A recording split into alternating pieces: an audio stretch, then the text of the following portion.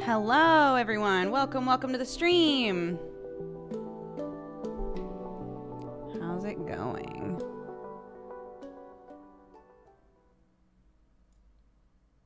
Pridaloon farts sprinkles.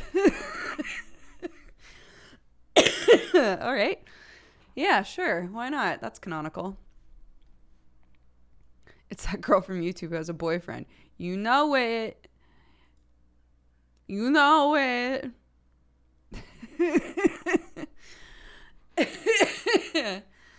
What's up, everybody? Welcome. I didn't think you'd read that. I read everything. I'm always here, kind of. I've been trying to prep up some stuff to make Sam's life easier because he is this head cold has completely knocked him on his ass. So I was like, okay, what can I do to make it easier for him when he has to get up with Clark? Well, I can prep up some food. I can get some fresh fruits and veggies on their way over here. Some tea and instant coffee and stuff. And so I was just getting all of that sorted. But I know. I also put some of our food scraps that I double checked all of it was okay for chickens. I put some food scraps off to the side and I was like, in case you guys, because it's a beautiful day, in case you guys want to go outside and let out the chickens and give them some snacks. Is that, I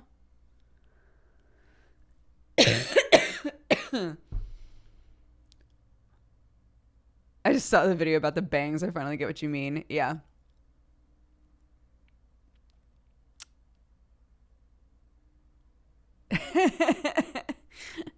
I haven't worn this in a while. It's been a hot minute since I've worn this plaid, and I put it on and I was like, I forgot that I love this shirt. Yeah, there's some stuff that you're encouraged not to give. It's so funny. Worms, chickens, all those sorts of things, it's always the same. It's like, don't give them onions. Don't give them garlic. Which is very interesting to me. Are you dreading having bangs for 10 weeks? I figure that after 10 weeks, I get to do whatever I want with it. And that's when I can go really buck wild, So if I hate it, I can do something just super interesting with my hair if I want to. Chickens do like peppers, though. They do. Yeah. So some of the stuff that Clarky either didn't eat all of or that we had scraps from are the yellow pepper, cucumber, grapes, and tomatoes. Because Clark does this weird... I've talked about this before, and some of you guys have said oh, my kid does that. But Clark sucks out the inside of tomatoes and leaves the outside. She hates the skin, which I get because sometimes the skin on tomatoes is really tough or kind of weird. So yeah, she just eats the inside of the tomato and leaves the shell. So we've got all of these little tomato shells. And then cucumber skins and stuff like that. So there you go. How is World War Worm going? It is raging on. I opened it up and the mites are still at large.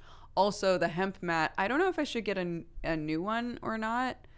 I think maybe it's my placement of the worm farm. You're not supposed to put them next to a window or next to a heater because, you don't want an extreme temperature for the worms anyway, but also you're encouraged to keep your...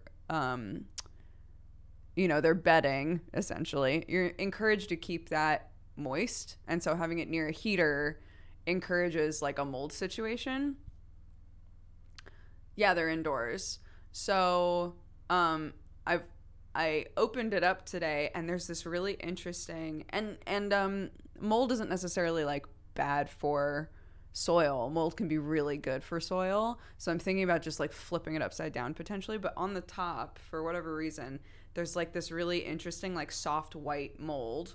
So I'm thinking about flipping it upside down and letting it kind of incorporate into the soil and see how that goes. Like I said, I don't think that it's necessarily bad, but I don't want it getting out of control, right? So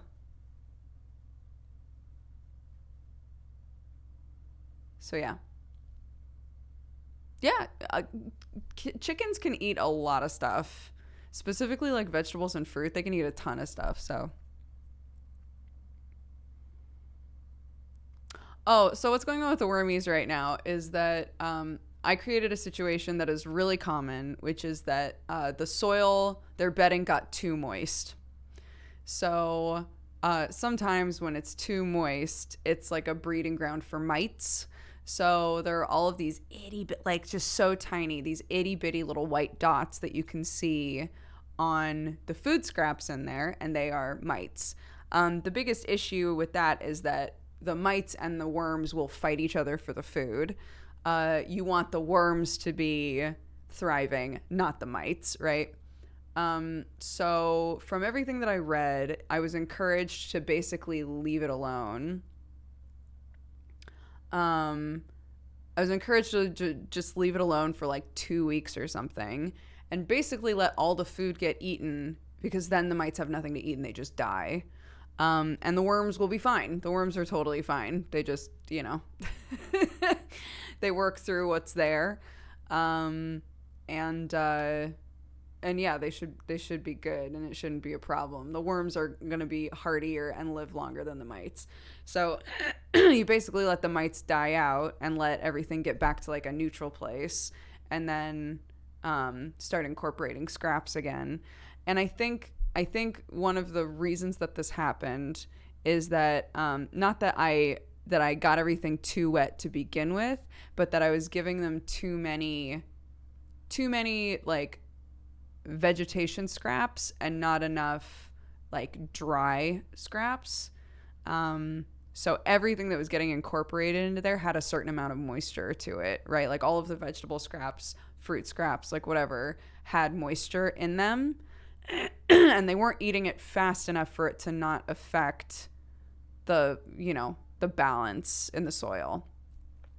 So I have to basically just leave it alone and let the mites die and let the worms kind of like sort out their business. And then I can start like trying to be a bit more mindful about, fortunately we have the chickens now, right? So if I have too many scraps for worms, it's fine because a bunch of scraps can go to the chickens. And I've said this before, but a lot of the stuff that you're told, like, don't give this to chickens or don't give this to worms, is stuff that can go into a vegetable broth, like onion scraps. So, so I'm like, okay, ideally, I would never be throwing away food scraps, right? Ideally, that's the goal, is that all of the food waste that we would normally have is never going to landfill. It's always like helping with the garden in some way, feeding worms, feeding chickens, etc. Right? So that's the plan there. What kind of dry stuff can you add in? You can add in, it says I'm playing Disco Elysium right now. I just realized I didn't change it to just chatting, so I'll do that really fast. You can put paper in there. So a lot of people will put like cardboard from like packages and things. You just don't want the like tape, obviously, but just plain cardboard can go in there. Tubes from toilet roll and things like that. Paper products are totally fine. Dry leaves. If it's fall, you can just grab a bunch of dry leaves and put them in there. That sort of stuff is what you want to be alternating with. So yeah. And I also looked up like, cause my dad, of course, was like, you should keep that chicken poop around. Good fertilizer. but you got to process it first. And I was like, how do you process it? So I was reading all kinds of stuff about how to process chicken poop. We don't have the land. We don't have enough space to like be adequately using all of this shit. But I wound up like looking at a bunch of different like 5-gallon buckets with lids, because I was like, oh, I really should be keeping, you know, like coffee grounds, and you know, I should be keeping like all of my eggshells, like to either feed back to the chickens or to put on tomatoes. And like I'm just just like, do I have the time and the space to make use of all of this shit that I'm starting to put into motion? I don't know, but making an effort is fine, you know. Yeah, so you can't, the poop is like too intense to start with, and it has to incorporate into the soil. It's really interesting because a lot of people will use their chickens to basically like till soil for them. So the like, and that has, you know, like manure from other animals and things in it occasionally. So I was thinking about that and like how interesting that is, that like you have to come up with a different way, obviously, because you don't want the chickens eating their own poop, but like you have to come up with a different way to incorporate and like work through the chicken poop to use it as a fertilizer with other stuff. But you can use chickens to help break through manured soil that's from other animals. It's just fascinating. It's all really interesting. Yeah, yeah.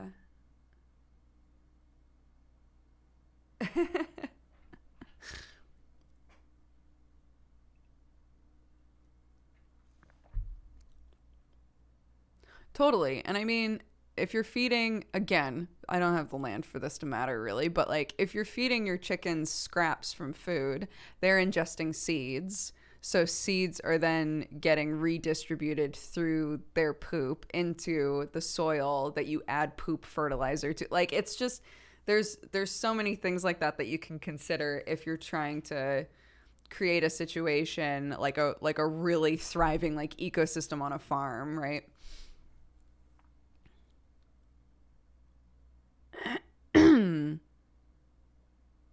But yeah, we're getting we have very clean eggs right now. The first couple of eggs that we got were like poopy eggs. And I felt like I had to like clean them and put them in the fridge. All of the eggs we're getting recently are very clean, which I'm really happy about.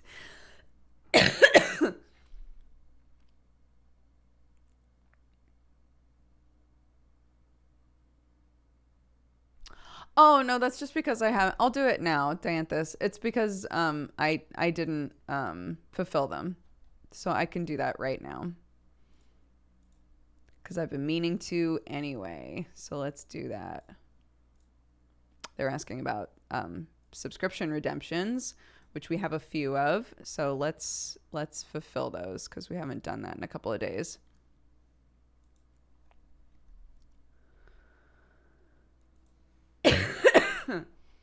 Okay.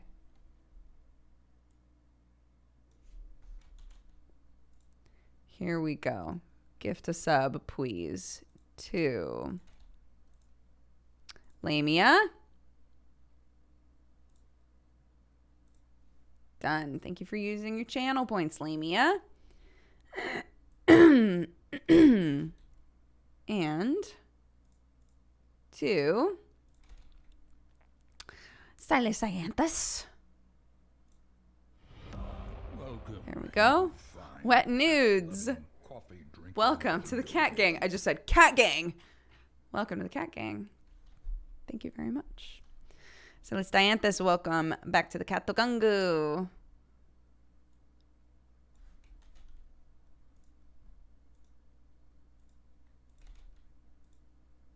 Fatal.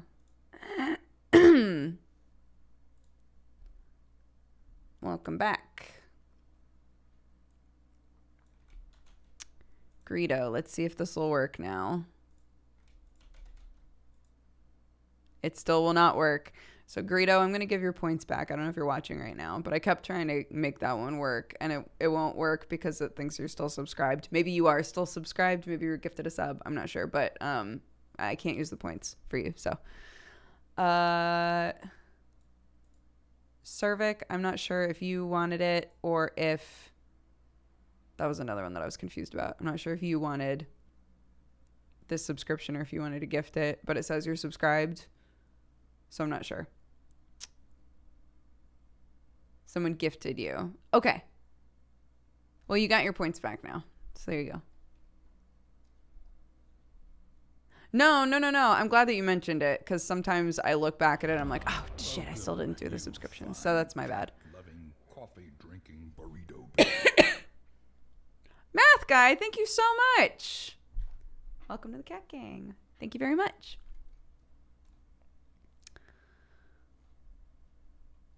And then we've got a rando. Let's see. I'm going to close my eyes. We'll scroll around a little wacky. Boop. Let's see. Comrade Nacho. Welcome to the Cat Gang. That's from Hung Wei Lo. Welcome, you. And Greedo would also like to do a rando. Burrito babe. Scroll. First non-sub that I see. Ship Go Sink. Welcome to the Cat Gang. That's from Greedo just now.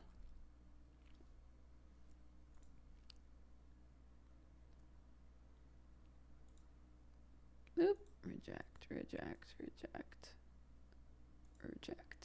Great. I think we did our cheers yesterday, but I'm going to give your points back because I can't remember. Okay. I think we're good now.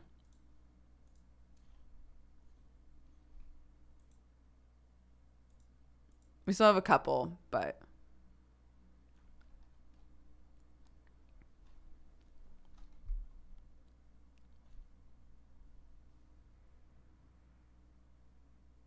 Okay.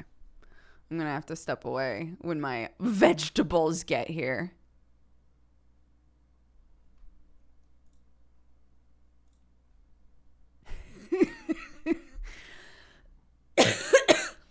If you didn't watch yesterday's stream, please be mindful of the warnings when it comes to Disco Elysium, but I've been asked to play this game a million times and it has completely delivered.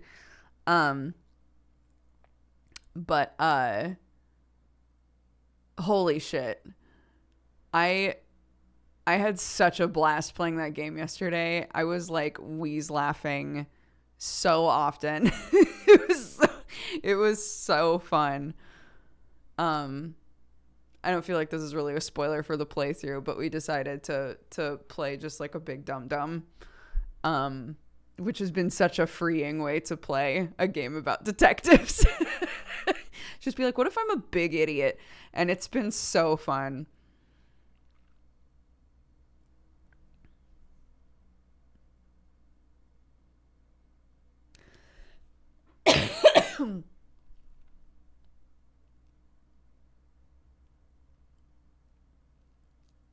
But yeah, it's been a very fun game so far. It's really interesting the way that it works.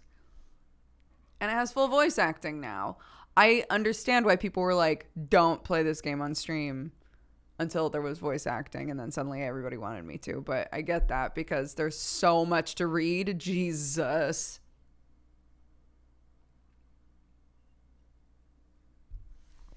Where are we at currently? I'll let you know when we get closer to starting the game because I don't want to spoil anybody.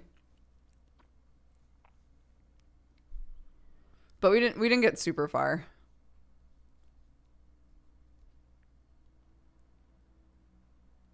I was doing a workout while watching the stream and I had to drop the weights because of all the laughing. It was very fun. I'm glad everybody else had a blast too. Can we watch this stream without having watched the first one? I think so. I think it'll be really easy to sum up what's happened so far.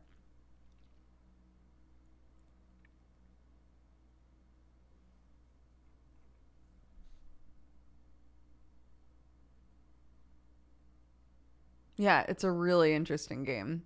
Really, really interesting. But but also very dark. A very dark, depressing game.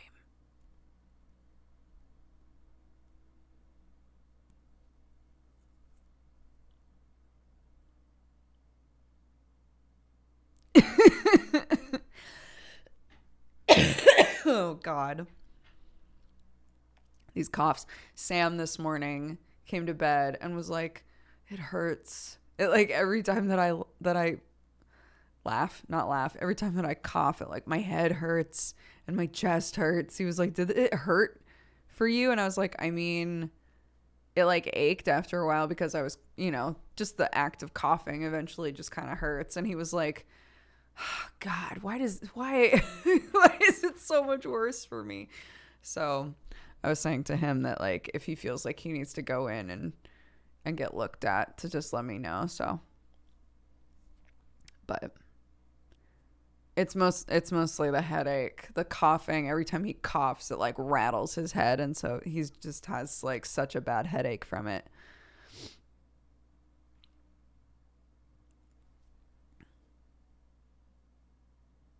I didn't wind up with a headache, so I was just better off than him in general. And again, normally he's the sort of person to just like push through and like act like everything is completely fine when he's sick, and this has really like knocked him out. So I'm glad that he's like taken a couple days off of streaming and stuff. I know he streamed a little bit yesterday, but yeah.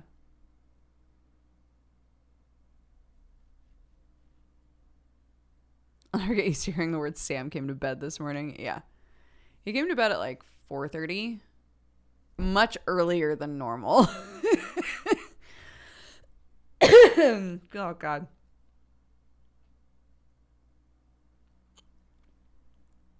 Has he ever had a headache like this before? Sam is very headache prone. He has chronic migraines, and he also very easily gets headaches.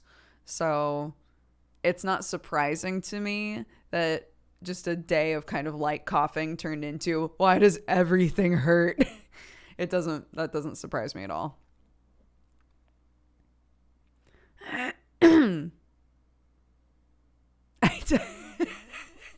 I texted him. He called me out on it.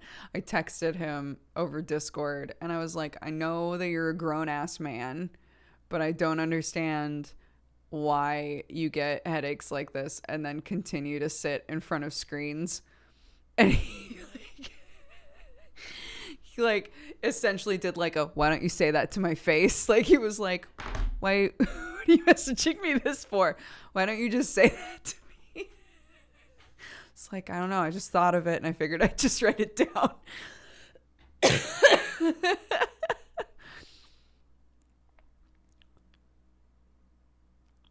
But he definitely is like, he's the sort of person where it's kind of like, I don't know what I would do with myself. Like I don't have the energy to work out or like do anything else. So either I'm just bored or I'm sitting in front of a screen. Like either I'm watching TV or I'm on my phone or something. So there's nothing else that I have the energy to do. Which like I get, but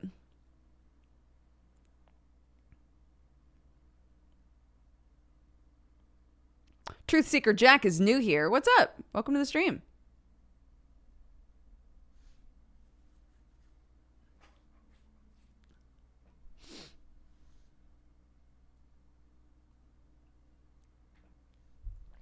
I did not finish Beastars. I have not read the last of the manga. I really should though.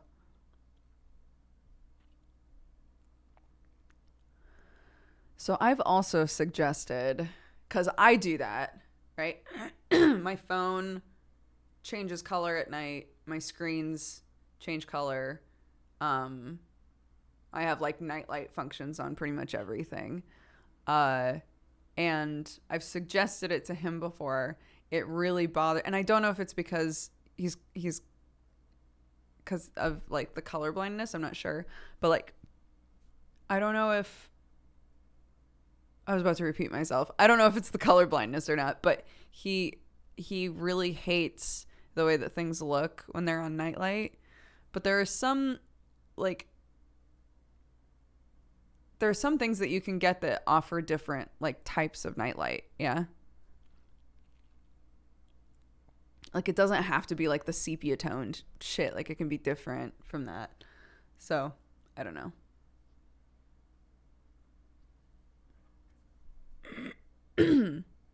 Anyways.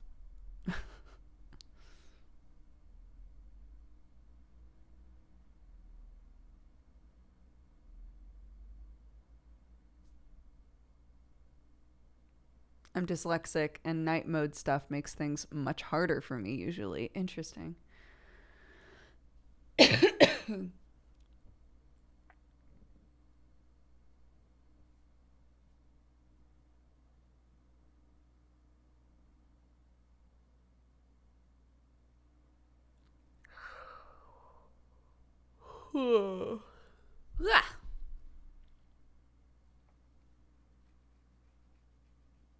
Hello, hello. Welcome. It's just I literally was just now like, oh, it's so beautiful outside. They should totally go outside and feed the chickens later. And now it's completely overcast and the sky is totally gray. This is like quintessential England. It's wild.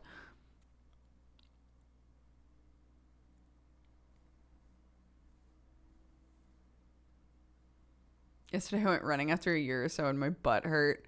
I hate that. I hate when you exercise and I don't know what it is about the butt, but specifically when you work out and then your butt hurts so bad the next day and you're like, but I sit on that.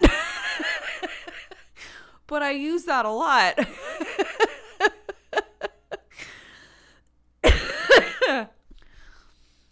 It's just like, oh man. It's almost worse than the arms for me.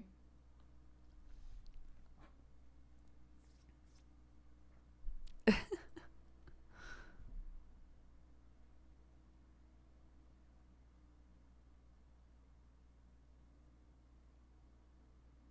did a kettlebell class yesterday. My booty is feeling it. Oh my gosh. We have to be like really careful about I think one of the reasons that Sam specifically got, it's so grainy now because the light vanished.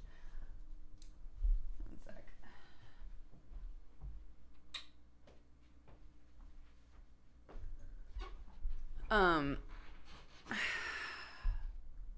One of the reasons that I think Sam got resistance bands is because we have to be really careful about what we have around to work out with because Clark tries to do it. So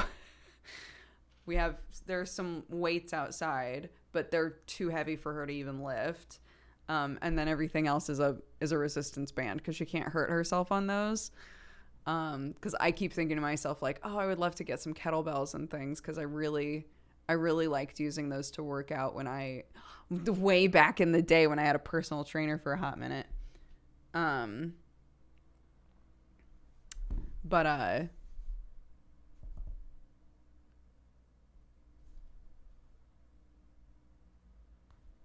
Oh, weird. Okay. Anyways, but I don't want them around because I think a weight that I would be using for kettlebells she could lift. And even if I say like, oh, well, you know, they just won't be where she can pick them up. I'm just worried that I'll accidentally leave them somewhere and forget to put them away. So.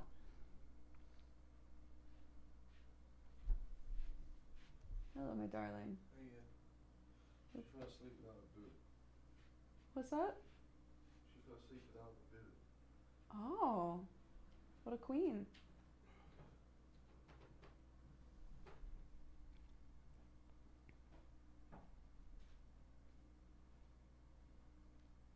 Is Sam feeling better? I don't think so, considering he walked out. I don't think you could see him, but he walked out like this. It's like, hey. Just holding his head. My sweet love.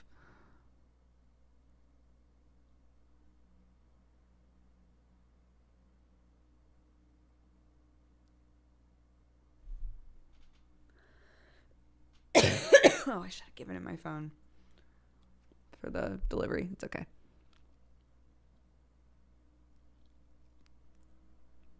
What he said was Clark fell asleep without the bibbit, without her pacifier.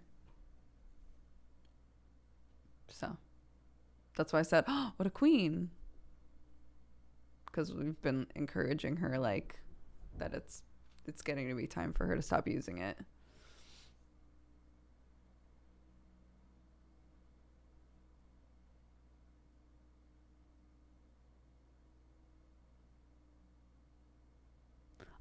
So the reason that I was thinking about bangs this morning is because I had a dream last night that I cut my bangs myself. That I was just like, fuck it, I'm just gonna cut them myself. And I cut my bangs, and it was one of those situations where, like, things get skewed in dreams, right? So if I looked at myself with the bangs away from my face, I looked like myself, like, at least the way that I perceive myself in the mirror, right? But then if the bangs were there, I looked like a complete, like, my whole face like turned into a completely different person. And it was very bizarre. It was like this weird, like, extreme version of what I had talked about on stream, which is that I just look really young. Like, I look like a much younger version of myself with bangs. It was really bizarre, though.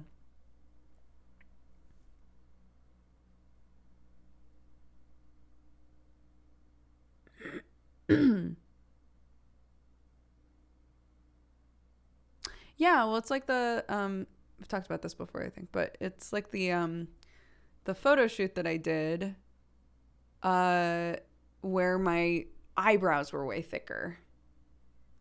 It made my eyebrows thicker. And a lot of people would look at those pictures and be like, it's weird because it kind of doesn't look like you. And I would always say, I know, it's the eyebrows. And then they would go, oh, fuck, it is the eyebrows. Because, like, the eyebrows were just, like, shaped, right? They were, like, thicker, like, shaped, like, intense eyebrows in those pictures. And it looked good, but it also looked like a relative of mine and not entirely like me, which is a really interesting aspect of makeup just in general, is like the ability to kind of like change your own face shape if you understand how makeup works well enough, you know?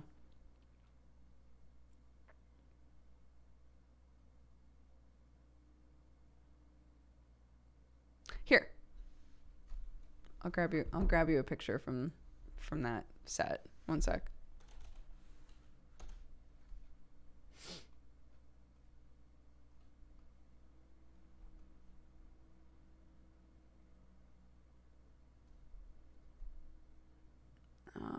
At this point, I had said, like, can we make my eyebrows not quite so thick? Here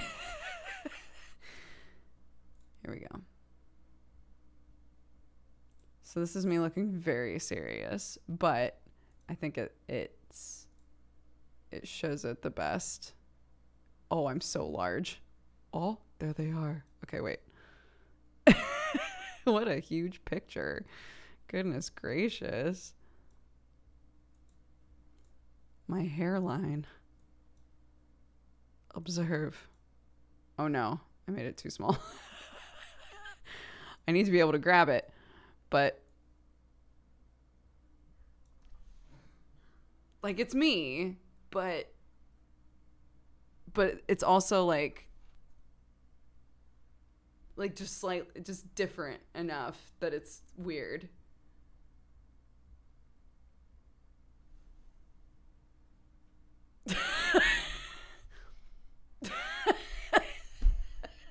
I can't even recreate that face. I do like this picture a lot, though. But yeah, like that.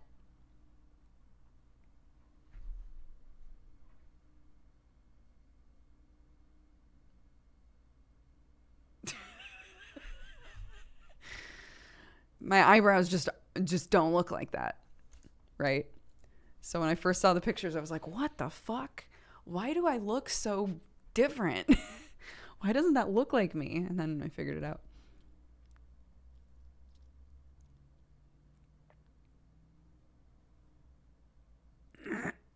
I was much younger in those pictures.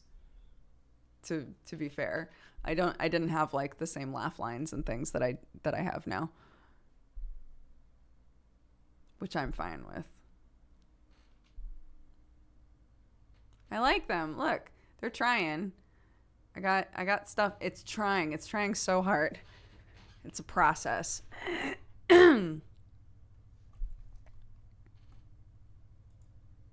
Is that your acting headshot? It is a headshot that I can use. Yeah. There's a... Which one is the one? This is the one that I currently use because I think it gives my vibe a bit better. This is the one that, like, my manager uses and stuff. Oh, no, it's going to show up huge again. It's fine. This one. Hello. It me. Lord. Why are you so large? Wait, can I just... Hold on. Transform. Fit to screen. There we go. We figured it out. This one is the one that I use currently because... it still looks like me, and I'm smiling in it, which is, you know, the smolder, it looks cool, but it doesn't give the right vibe when like somebody's trying to pitch me for a thing, you know.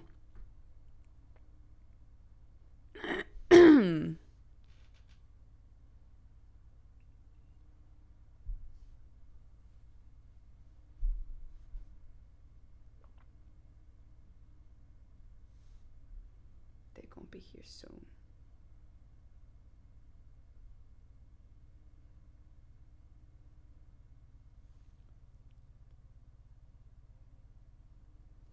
Yeah. If I was like, I can be serious, put me in Callus Row, that the other one is what I would use. But you know.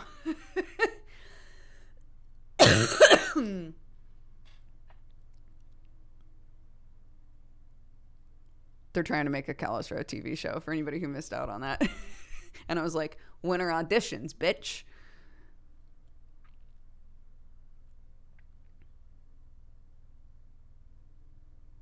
It like hasn't even been greenlit. It's not even a thing yet. I'm like, when it is though. When it is though.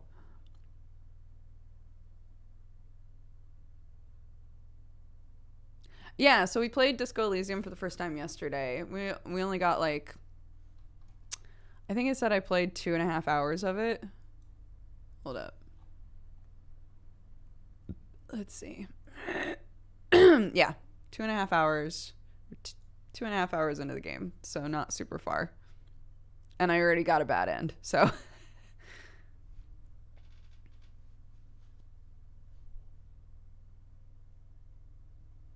I want the eyebrow gap back, but I want to actually shave it instead of plucking it because I plucked it before, and most people that I know try shaving it. So, oh, here's my food. BRB.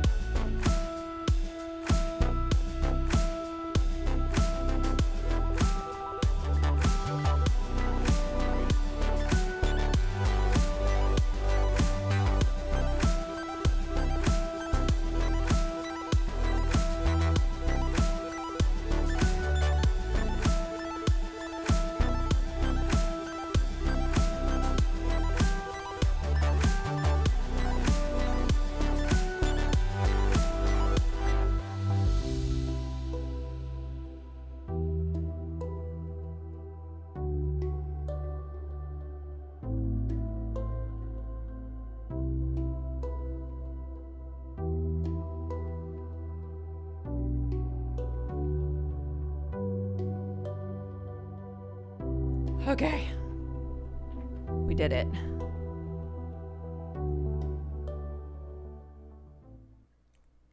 Oh, Jesus. Got it.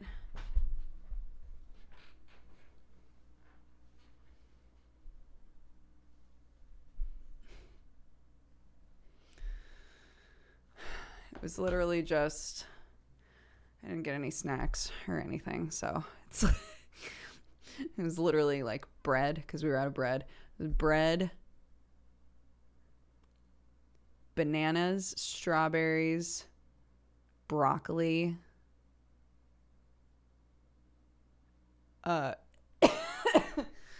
carrots. Is literally just like fruits and vegetables. Apples. There were apples, yeah.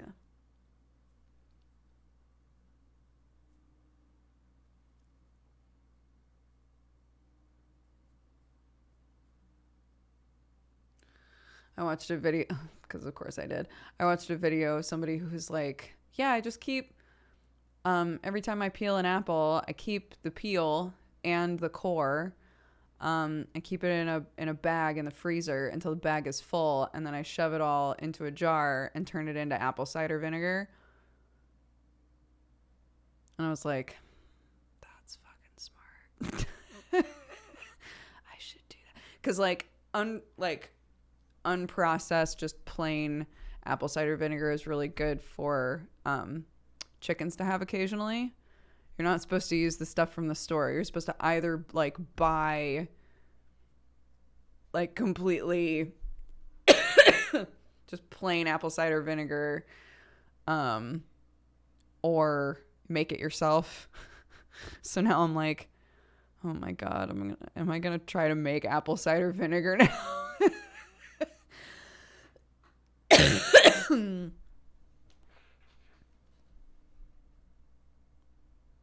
I don't know what pectin is, if I'm being honest with you, Frog Girl.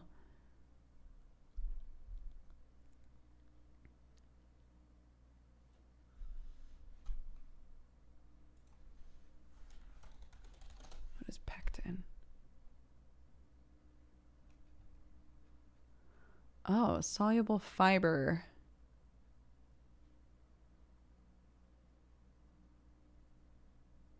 Oh, when heated, pectin expands and turns into a gel and makes it's a great thickener for jams and jellies. What?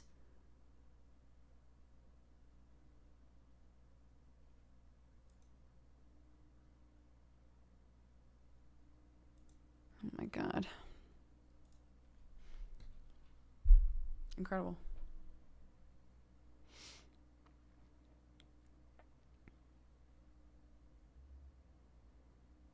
Huh.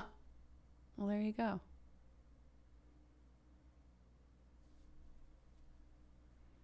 Sam was like, we should get like a little fire pit or something, because we have lots of space outside to like sit. It's like, we should get a little fire pit, and then when, people are able to come over, we can like sit outside with a fire. I was like, oh, that would be so nice. And then of course, then this fucking homesteader brain that I'm just feeding stupid shit all the time was like, and then I could incorporate the ash into the soil to improve it. And then I could use some of the ash to make soap. It's so dumb. Like, I'm not gonna do that shit.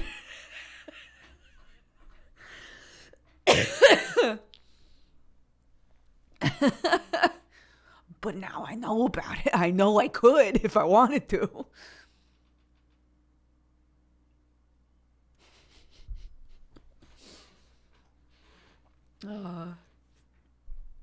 Oh, my fiance is working downstairs. He texted me that he can hear you coughing and he hopes you feel better. Thank you, fiance.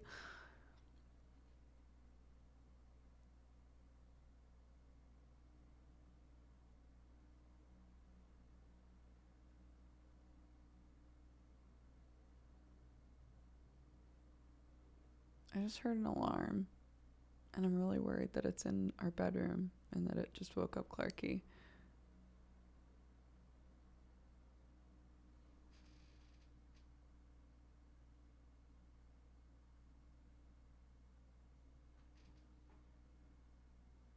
We'll see.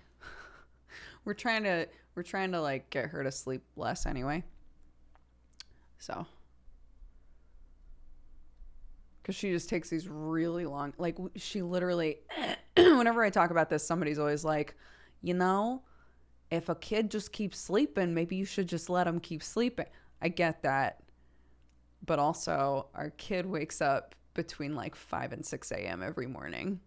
And I don't think that she would do that if she wasn't taking such long naps in the middle of the day. She just loves to sleep. She's like me. I get it. But like, so, yeah. We're trying to, we want her to be sleeping from 8 to 7 or 8 to 8, but 8 to 7 is more likely.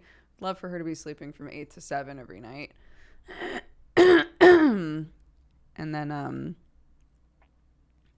try and get her nap down to only like an hour. So we'll see.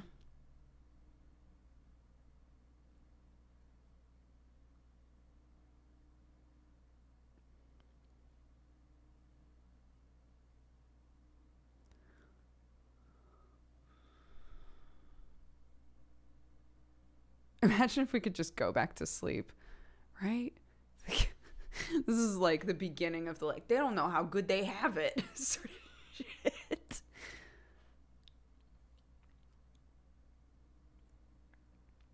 Clark has gone through periods of time where she's slept from 7 to 9 a.m. She just sleeps so long. But currently, you know, she's 3 years old, and if you don't wake her up, she'll sleep like 3 hours in the middle of the day. It's just, it's not, like, maybe that's what her body naturally wants, but it creates a situation where she's just waking up so early and then has this long period of time in the morning where I'm like, honey, I'm a half alive human. like, please. So, and we know that when she's at preschool, she only sleeps an hour. So,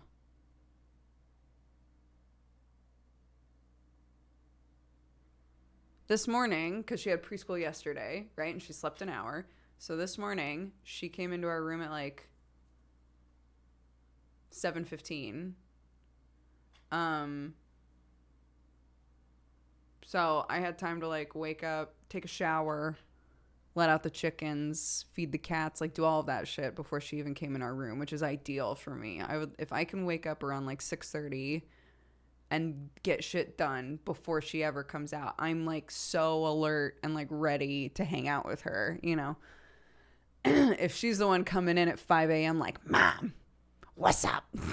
What are we doing today? Are we going to the playground? And I'm like, honey, it's what's happening? I'm barely alive. I wish she had that voice. Me too. I have that voice currently, so.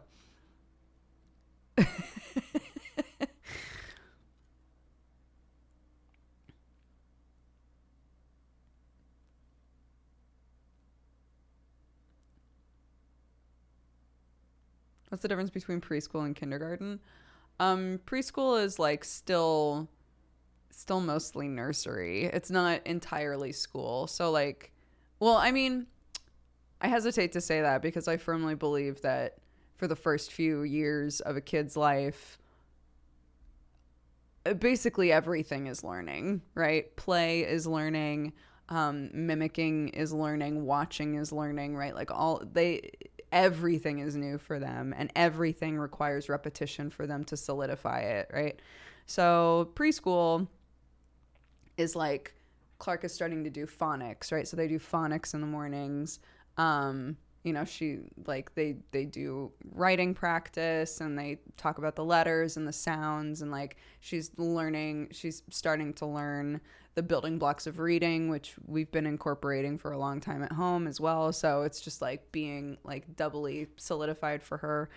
So it's that, but it's also a lot of playtime. It's a lot of like, they track, like how's the hand-eye coordination, like how are they communication wise, how are they with X, Y, and Z, and we get breakdowns of everything that they're planning, like all the activities and things they're planning on doing with the kids and the sort of stuff that they want to focus on. But a lot of it's all play. It's a lot of like arts and crafts and physical activity and whatever. So it's in between kindergarten, which I think is more school than play at that point. But kindergarten, I think, is normally still like half days, which makes sense. And nursery, which is, like, we just make sure that that your kid is like doing okay and is being looked after and is, eating right and playing and all of that stuff. And there isn't as much of a focus on like teaching them specific things. I think I've never been somebody who works at a daycare or anything like that. So any of you who have, which I know some of you have, feel free to correct me on that. But from my perception as a parent, that seems to be the difference.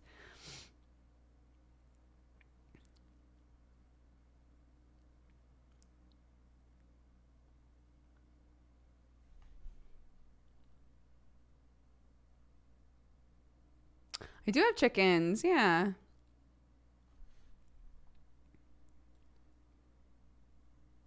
My kid hated preschool but loved kindergarten and school in general ever since. Aw. Clark loves it. Honestly, the hardest part as a parent, the hardest part about preschool right now is I understand maybe 20% of the names that Clark tells me of kids that she plays with. It's a very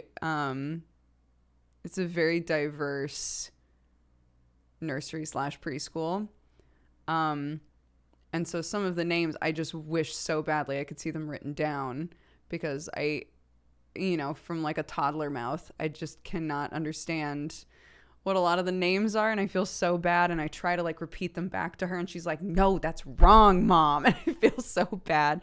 So I'm really hankering to like, for when they're able to do like parent and kid days again, so like I can meet the other parents and I can meet the kids and be like, oh my God, that's what that name was this whole time, right?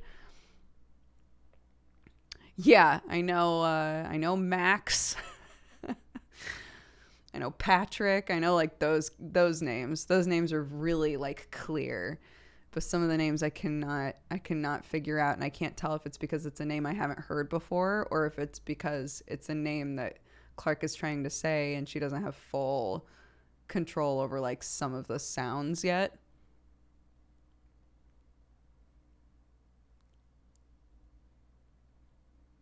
We all remember Max. Max will live forever in this chat. Even though my child completely murdered him that day, he will live forever.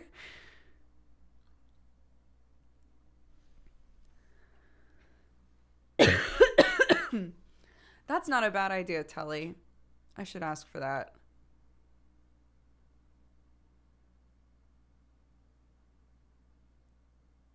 The Max story is that there was a kid who came up behind us when we were about to. I'll keep it short, but basically we were because of COVID, right? Like no adults other than the care workers are allowed in the building, and there's 2 doors. You like press a doorbell and then you back up to like a drawn line on the ground to keep distance, and then your kid like takes their backpack and goes to the carer. So there's like lines all the way out so that if there's a queue of parents, like the distance to separate yourselves with your kids, right? So I'm standing at the first line. I've already rang the doorbell. They're coming to get Clark. Another kid and their parent show up behind us, and I hear the kid be like, that's Clark. We're like friends, like sounding like for some reason really like cocky about it, like, oh, that's Clark, she's like totally my friend. And Clark turned around And I can't remember because I changed the names for this poor kid, but like basically turned around and was like, "Hi, Michael," and he was like, "My name is Max." and just eviscerated this poor kid. It was like, we're like best friends, and she was like, "Who are you again?" essentially. and just walked in. I was like, "Oh my god." So this poor kid.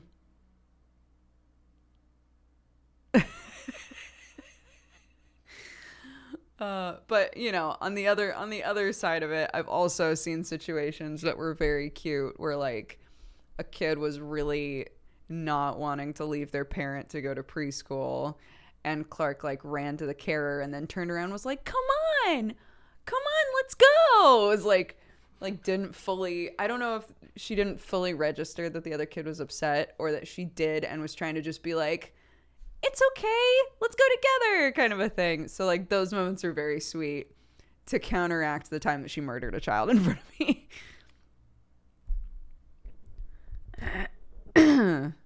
So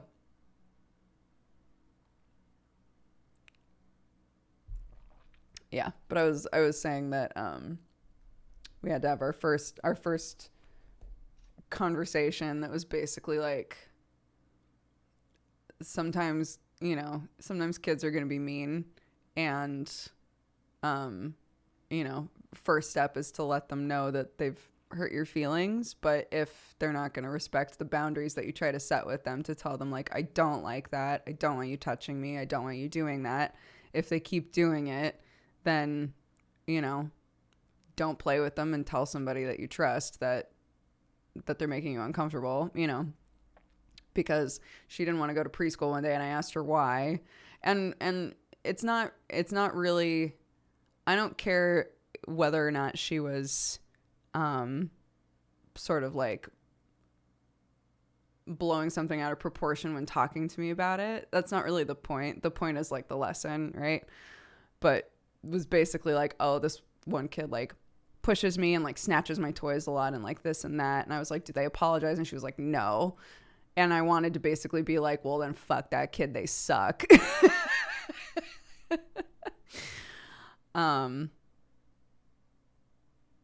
But yeah, it wound up being like a good opening to be like, sometimes kids are gonna make you uncomfortable, and they're gonna, and they're gonna suck sometimes, and if they're not gonna respect the boundaries you set, you don't have to play with them, and you can always tell somebody if you're upset or uncomfortable. But I was like, who is this fucking kid? I'll kill them. I'll kill this kid for you, Clarky.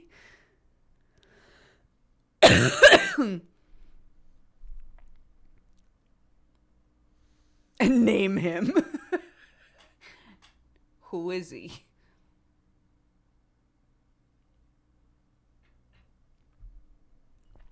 But yeah, just trying to encourage Clarky to be gentle and sweet and loving, but also assertive about like what isn't okay for her. It's a balance. They're good conversations to have, and some like aspects of those conversations are like uncomfortable until you have them. But as parents, we have to have them with our kids, so it just sucks.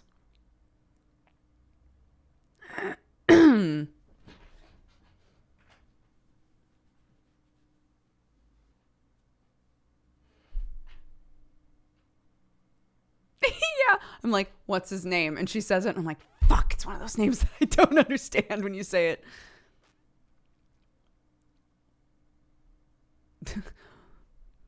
But I'll find out.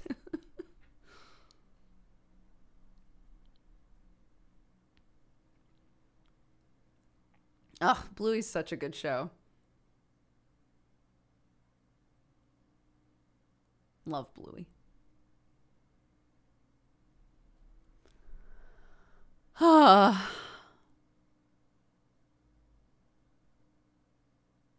Anywho. let me message Sam really quick. Oh.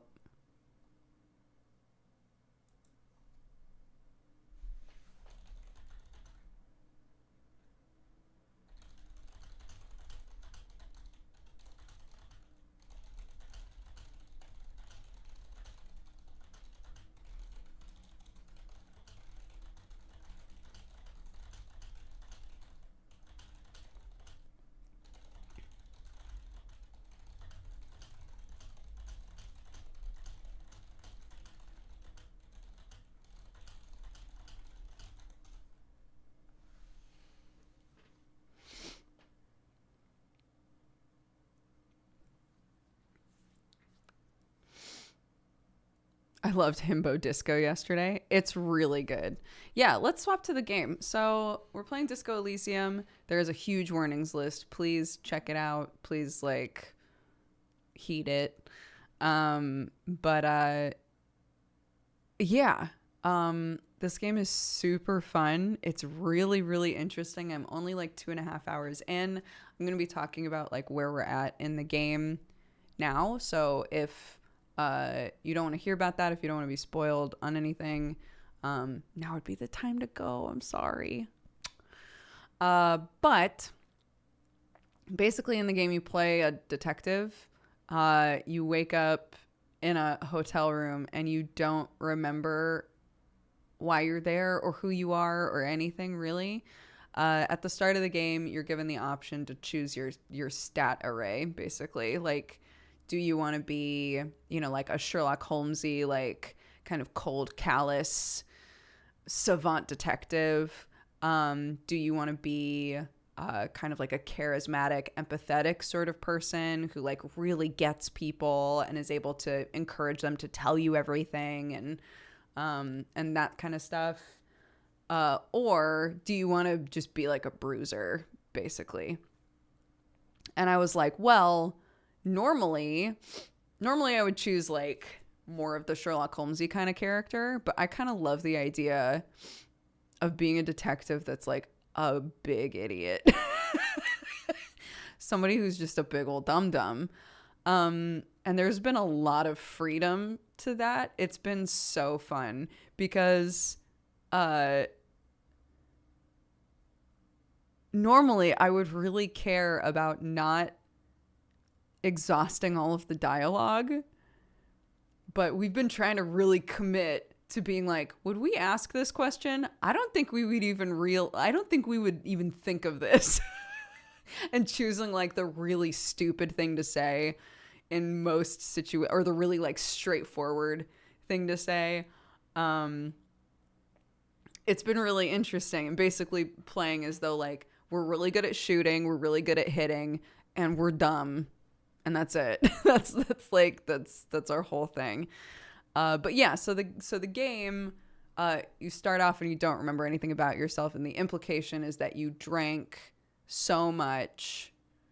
We're 100% an alcoholic, and you've drank so much you've given yourself brain damage of some kind. We don't know why we drank as much as we did. We don't know what happened. But we like cannot remember a lot of stuff.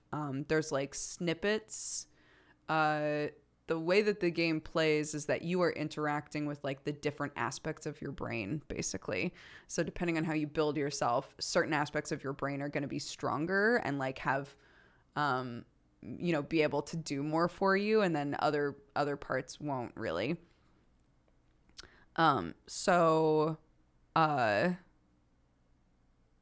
Yeah. So there's like a part of your brain that's kind of like the like spidey sense almost of like, wait, have I been here before? Like, do I remember this sort of a thing? And whether or not that's, strong enough, but, yeah. And so you, find out by talking to people and by meeting the person you're meant to work with, whose name is Kim Kitsunagi, and he's wonderful. You meet Kim, you find out that you were sent there because there's a dead body. You were meant to remove the dead body and put together a list of people to interview. and essentially figure out what happened and who killed this person and why, etc. Because you went on a bender for a reason that we don't understand. Because you went on a bender, you did not do any of that. So the body has been hanging in the tree, murdered for 7 days by the time you and Kim finally get to it. And so you're like examining this body. It's unclear to me, and don't tell me, but it's unclear to me whether or not you can play the beginning of this game as though you did remove the body. But when asked about it, I was like, oh no, I definitely didn't do that. And so the body was hanging there. Maybe it's always hanging there. I don't know.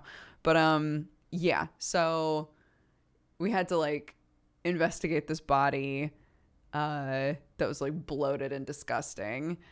And now we have to do an autopsy, an on-site autopsy, and we also have to talk with all of the people in town that we think might have information about what happened to this guy based on our observations of the body. Again, I'm a big dum-dum, so I'm literally anything that I think requires too much brain power to even conceive, I don't click it. I don't click it at all.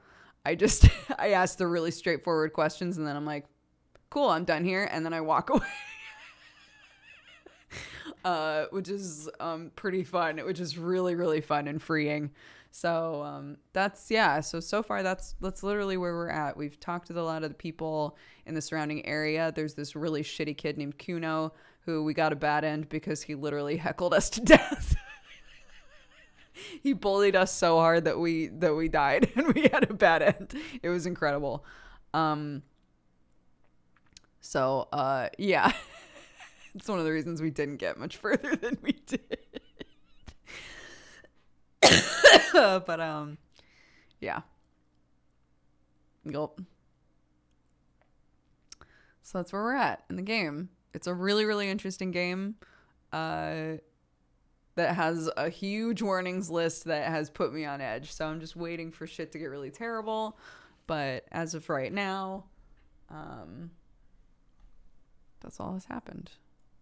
We're a detective with brain damage. So there's that. Let's do our cheers while this is opening up. Oh.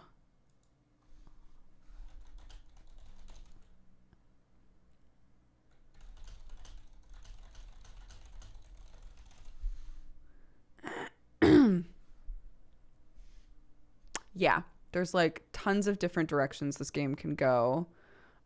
It's all roles, so it's kind of like you're playing a pen and paper game.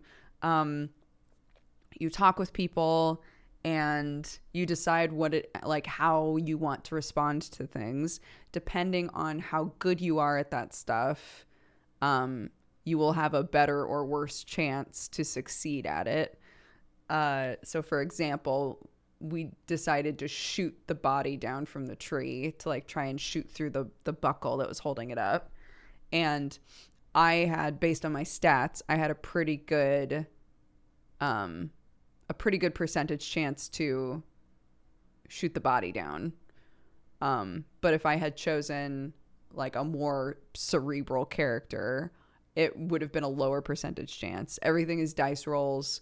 Whether or not like you get certain information, whether or not you're able to do certain things or respond in certain ways, all of that sort of stuff. So yeah, it's really interesting. And it's also, what was I going to say?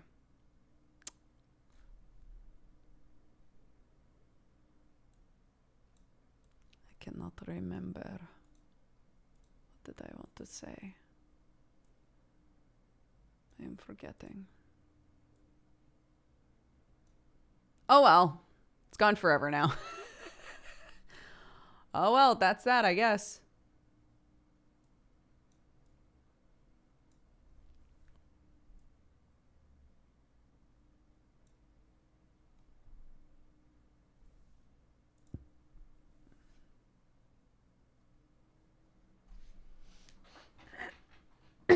Okay.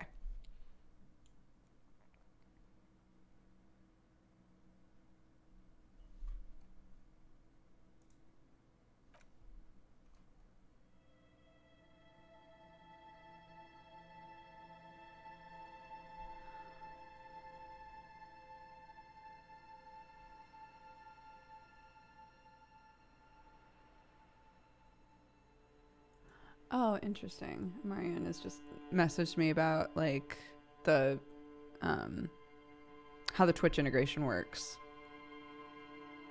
Because I was like, I don't want the Twitch integration. I don't want help. But I guess like you get to choose if people help at all.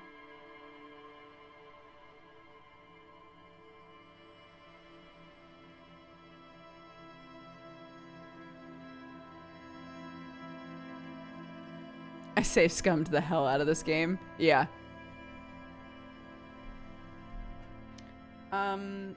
Yeah, guys, thank you so much for coming to the stream today. We're gonna play some Disco Elysium. Again, we played it once already. We're only a little ways in, so I don't think it'll be too bad to join now if you wanted to. Yeah, just heed the warnings.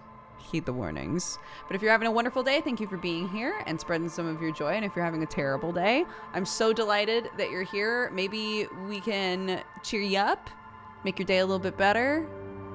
Any of that. Whatever you need us for, boo-boo. But yeah, let's have a good stream together. 3, 2, 1, cheers. Beep.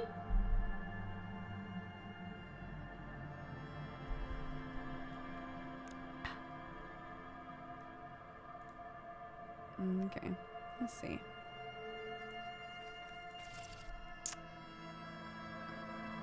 Streamers can create polls. Viewers can vote.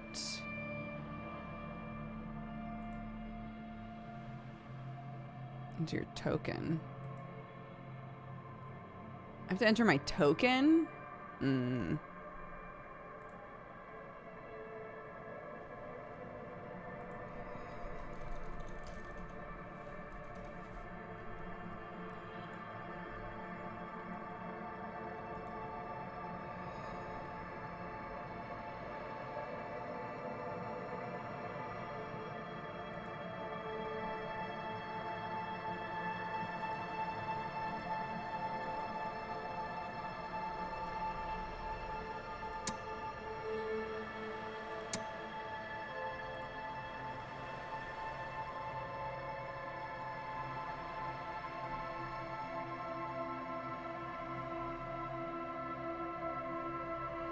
I'm actually kind of confused about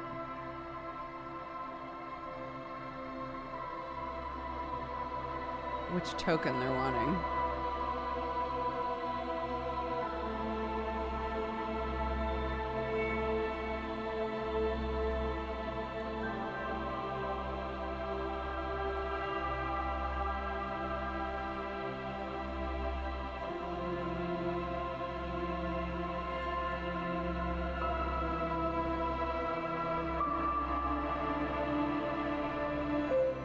Oh, it's the... Oh.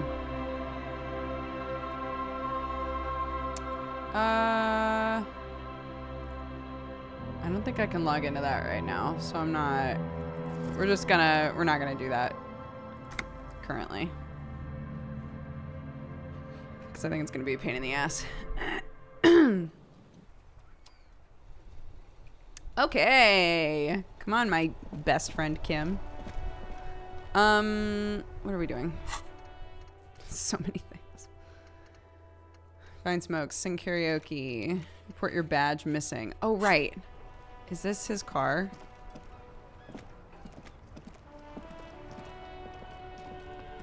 Before you stands a motor carriage. The bodywork is covered in blue and white livery, bearing the number 57.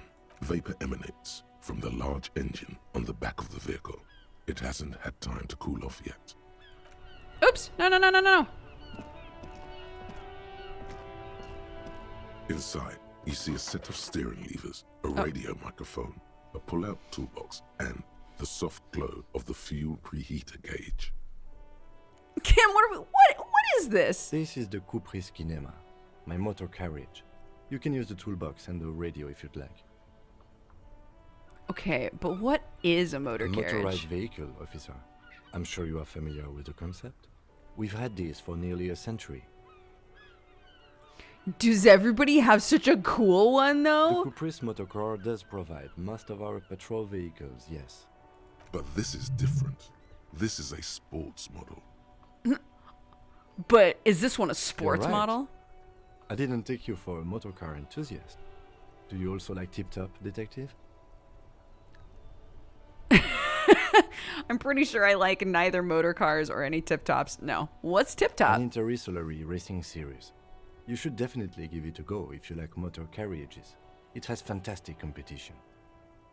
So yeah, so like the different colored like responses that happen is us speaking to different aspects of our brain. So if you look at this,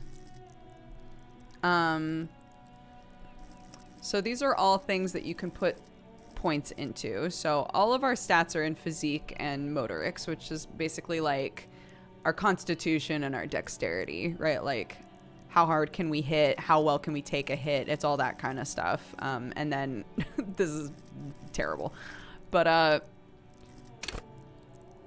like, so this face might pop up when we have more of like an instinctual aggressive reaction to something, or we notice an instinctual aggressive aspect to another person. So like when we met Kuno, we were like, this kid's an animal, right? Like this kid's a wild animal. And that it was Half-Light that recognized that.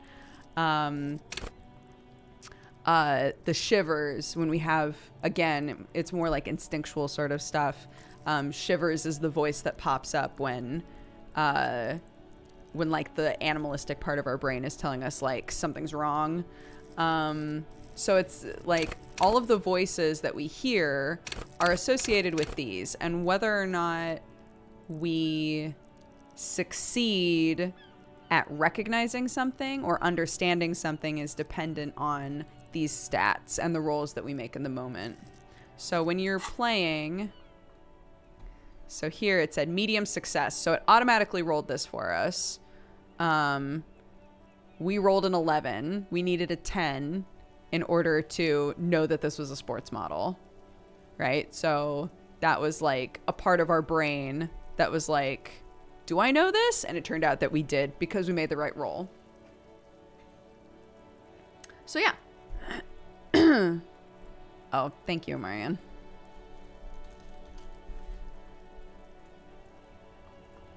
Does that make sense?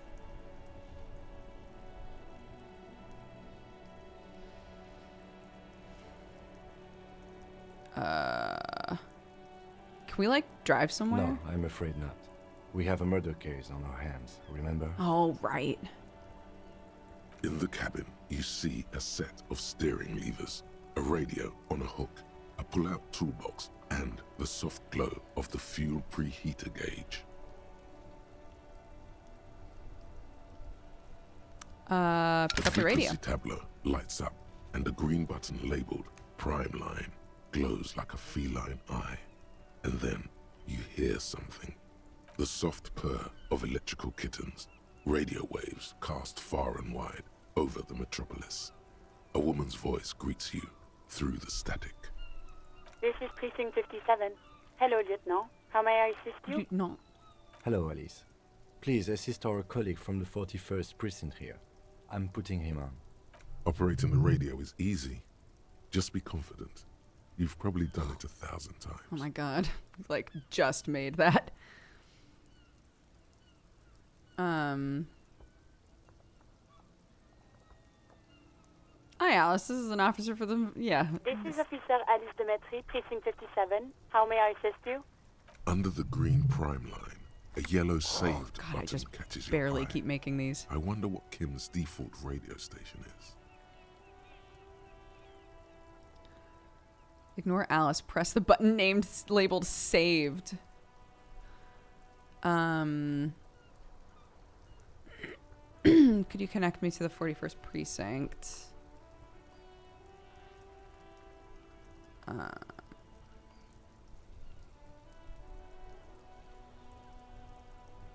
Just a second, officer.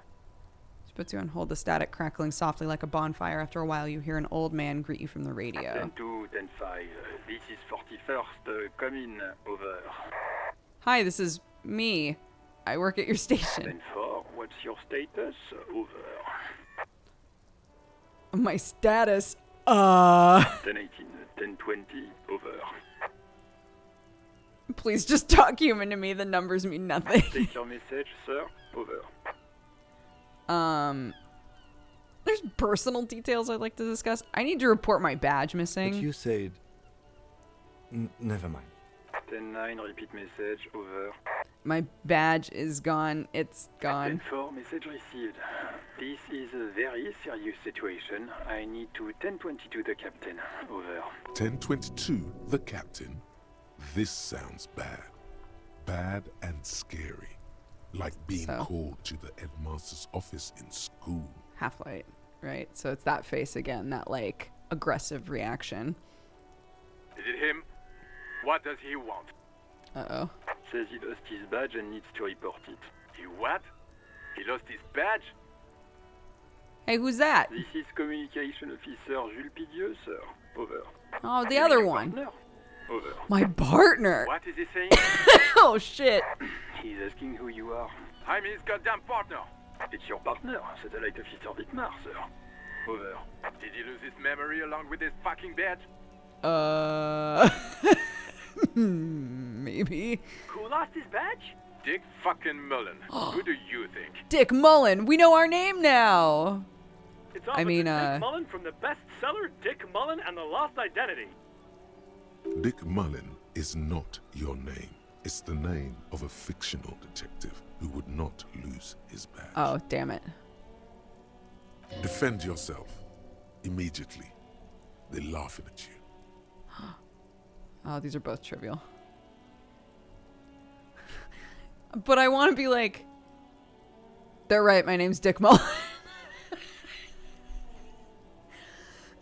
I want to be like, Kim, I have something to confess to you. That really cool name I gave you before is not my real name. My actual real name is Dick Mullen. And for Kim to be like,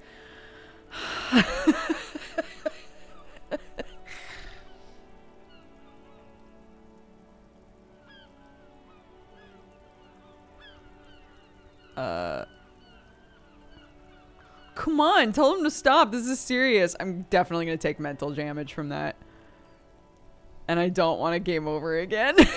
Because I can't be heckled to death again by my own brains. I can't do it. Oh my god. Let's just move on. 10-4, I hear you, officer. I'm just going to make a note here that you are in pursuit of your misplaced badge. Over. Okay, great. Fuck me. Mac, come here. You've got to hear this. Dick Mullen lost his badge. What's going on? Super Cop here lost his badge. He lost his what now? His badge. He lost his goddamn fucking I badge. never should have told anybody. God damn it. Could you all stop? You're being very He mean. asks you to please stop saying he lost his badge. Why? Did he find it? Oh no. Sergeant Orson was wondering if you found your badge yet. Over. They're so You don't have to mean. come back. Sorry. It's hard to think like this. He's not replying. Looks like he's still looking for it. Oh my god. I have Your other line, come stuff again, to and you can say. get that. Over. New heights even for Captain Sober. Ask him. Ask him if he's lost his gun too. Sergeant Orson wants to know if you lost your gun too. Over. Oh, fuck.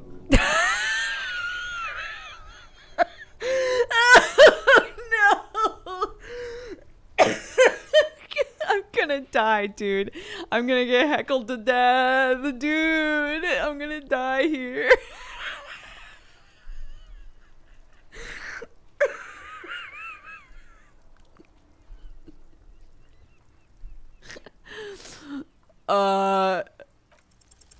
Even before you can get the words out, everything gets scrambled in your brain. No, I didn't lose my fun gun. Fuck, I didn't know. He says he didn't lose his gun. Or his fun, whatever that means. Ask him to describe it. His gun. Not his fun. Just the gun will do. Satellite Officer McLean requests a description of your weapon. Over. The fuck do you need a gun for? Look at the pythons on your arms. You are a gun. Hell yeah, I The am. biggest one in the world. Yeah.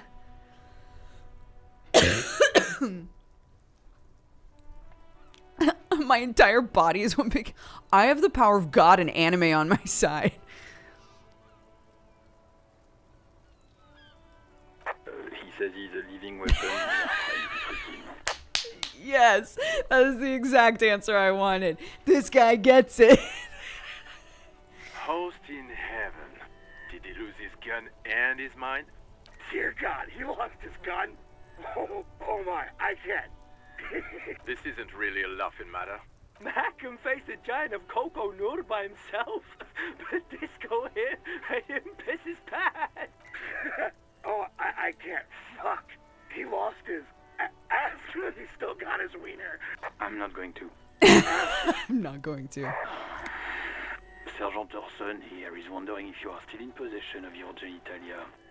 Over. Now is a good time to say fuck and ass and so on. That'll make this all right. Yeah, Half-Light gets it.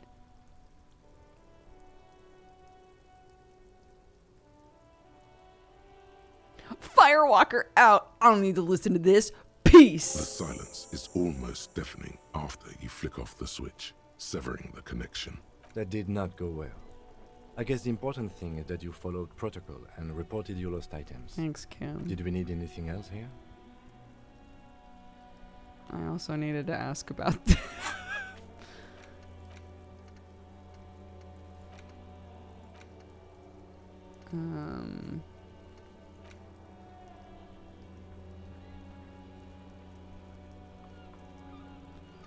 right. Oops. This is Precinct 57. How may I assist you? It will take just a moment, officer. Her voices fade out into the familiar radio static. Gottlieb, what do you want? He's carelessly chewing on a piece of hard candy. Good perception. Hell yeah. It was easy. I'm in a bad way, Doc. I'm doing real bad. Oh, it's you.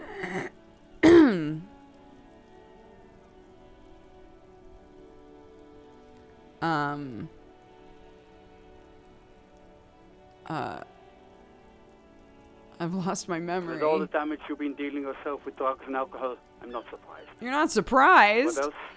I'm not a brain doctor. Look on the bright side. You've got a whole new life now. Wow. Use it wisely. My heart hurt when I tried to grab a Hard to tie. tell exactly what it was over the phone. Could be a combination of peripheral neuralgia and high blood pressure. Could be that you were having a heart attack. Or, actually, it could be both, given your profile. Both? Yep.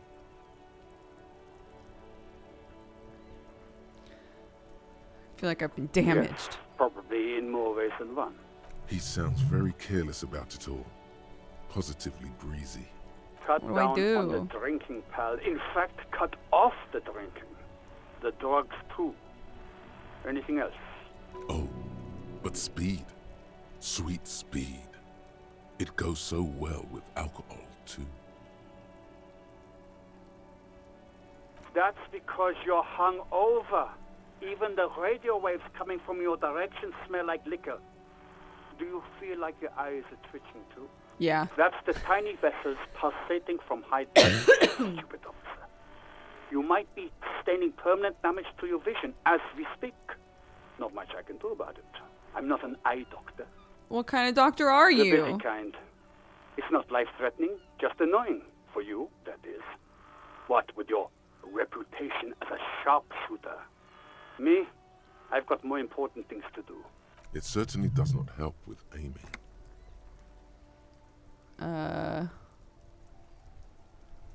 What if I say this? Firewalker?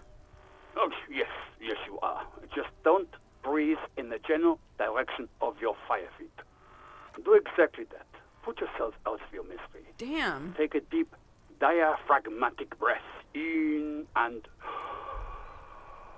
I'm the most serious person at the station, detective.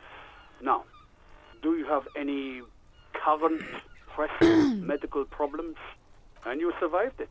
Congratulations. Are you mobile? Sort of. But by God, does it burn in your chest? Yeah? Even better. Anything else? I wouldn't worry about that. Officers your age have coronary trouble all the time. Also, death is a natural part God of damn. This guy's like, one of these days you'll drop dead. I don't know what you want me to do about it. Can't you do anything for me? You want me to do blood work for you again? Tell you just how bad things really are across the board? You want another rundown of everything collapsing inside your body? Yes. You want the real, honest-to-God truth? Stop drinking, eat magnesium and vitamin D. Our station is not a retirement home. We don't have the funds to deal with rock stars past their prime. So it's political. You're being neglected because of political reasons. The money is probably going to some old, oily... So again, like, this is like the part of your brain that processes like rhetoric, and then the part of your brain that understands like your own endurance, right? And they're making separate checks to see how you react to different things. And no, I don't want to hear a political commentary. Which is why this on the game can topic. branch In so fact, wildly. I've got work to do. Some idiot has glued his eyelids shut with cyanoacrylate. It looks like Mectorson. It's not fucking cryoacrylate. It's super glue, Doc. All right, bye. Anything else I can help you with, officer? Can you connect me to Of Sylvie? course. What is the number, officer? Did Gart give you Sylvie's number? Yes, hold on. Her number is 005 1944 298. Received. Hold on, officer. Give it a minute. She might be busy at the moment. Takes a bit to get to the phone. Officer, I have Sylvie Malaika on the line for you. Yes, hello? I have some questions for you about your last days at work. I think we met before. I'm the detective from the Whirling in Rags. Oh no, I probably don't want to say that. But I'm dumb, so... Oh, right. Hello, officer. What can I do for you? There is no resentment in her tone. She wants you to ask her out.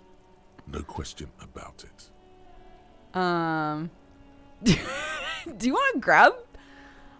Are you my dad? This is so stupid. I love it. Do you want to grab a cup of coffee sometime? No, absolutely not. Oh my god. That came so fast, you can't but wonder what else she would be good at. Baseball, ring-a-bell quiz shows, catching keys in the air, petting an angry cat. Anyway, I was just joking. Why did you quit your You job? mean, why did I leave the bar? Honestly, I'm not really comfortable discussing it with you, sir. Why not? Let's just say I left because I needed to get away from someone. Away from who? You know whom. Okay. Maybe, I don't know. I just know I have to take some time off right now. Did you call the police? No, not me. Do you know who did? No, sorry. I don't. Not a lot of people have phones around here. Copper thieves take the wires. People don't have the money to have the cables put in again. They use the Union's phone, or the one on the coast. It was someone else. We'll find them sooner or later, officer. It just might take a while. Yeah, go on. Did you see my badge? Yes, I know who you are. No, You're a police no, my officer. badge is missing. Oh, no, I haven't, sorry. Real policemen have uniforms too, by the way. Where's yours? My uniform too. Oh my god. Oh my god, wait. Wait. Wait. Oh no.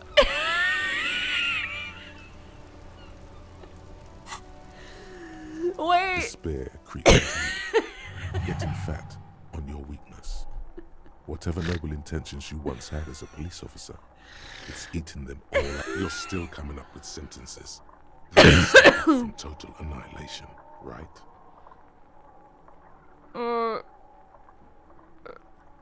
Nobody even likes Yes, cops. it can be difficult to be on God the damn it, that's receiving. what I said Nothing last you time. can Okay, well.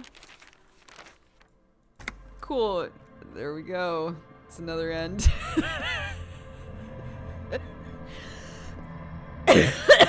I realize I have no idea how to get to my items. Like in a pinch when I like have.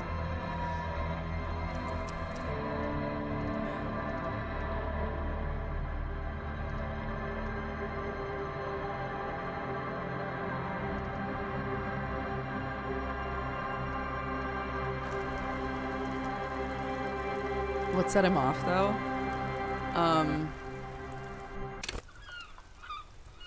Oh god, I'm gonna have to do all that shit again. Why can't I run? Oh, there we go. Fuck. Before you stands a vapor emanates. In the cabin, you are welcomed by a set of steering levers, So annoying. a scent of leather, a metallic drawer. Take what you need. Oh. Officer. It's going to be a long case. I'm not protective of my tools, like some men are. He's clearly a little protective of his tools. But what can you do? Work is work. I was gonna say money. I did put money into empathy, so.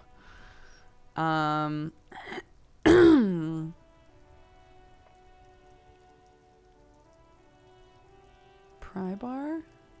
I don't The pull-out anything right now. toolbox slides back into its nest. Preheater gauge casts a warm glow. The white suede feels luxurious under the touch, and the metal clutch handle so very familiar in your palm. Your fingers waste no time closing around the handle. Clutch disengaged. Release the handle. Clutch drops. Right foot yearns for the familiar touch of the accelerator pedal. You have synced. It was with all the same. machine's You can't mechanical save in the middle of circulation. these, so.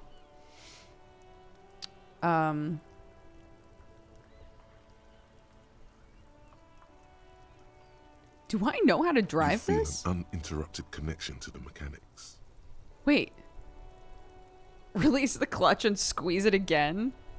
Of course it's only in your head. Of course it is. But it almost feels as if the clutch handle is gently squeezing back. How are you? The smell of freshly treated leather. The lack of dirt and dust on the dashboard.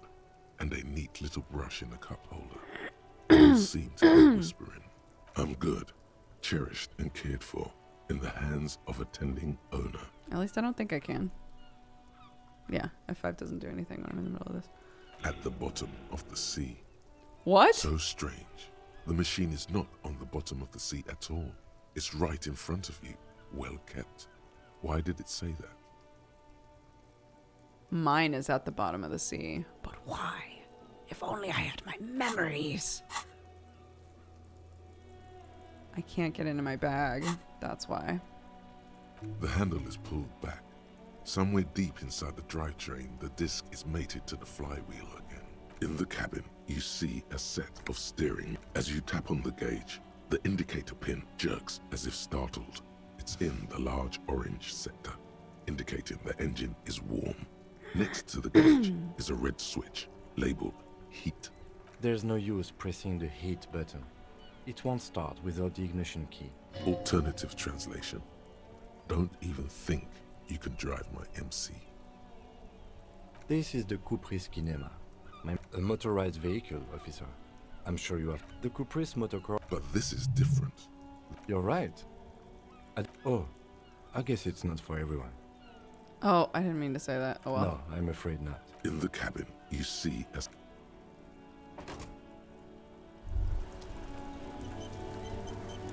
all around you, rain falls on the great city of Revachol.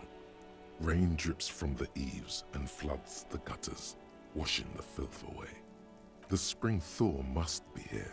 The snow is melting. Looking up at the sky, cold water dripping from your hair.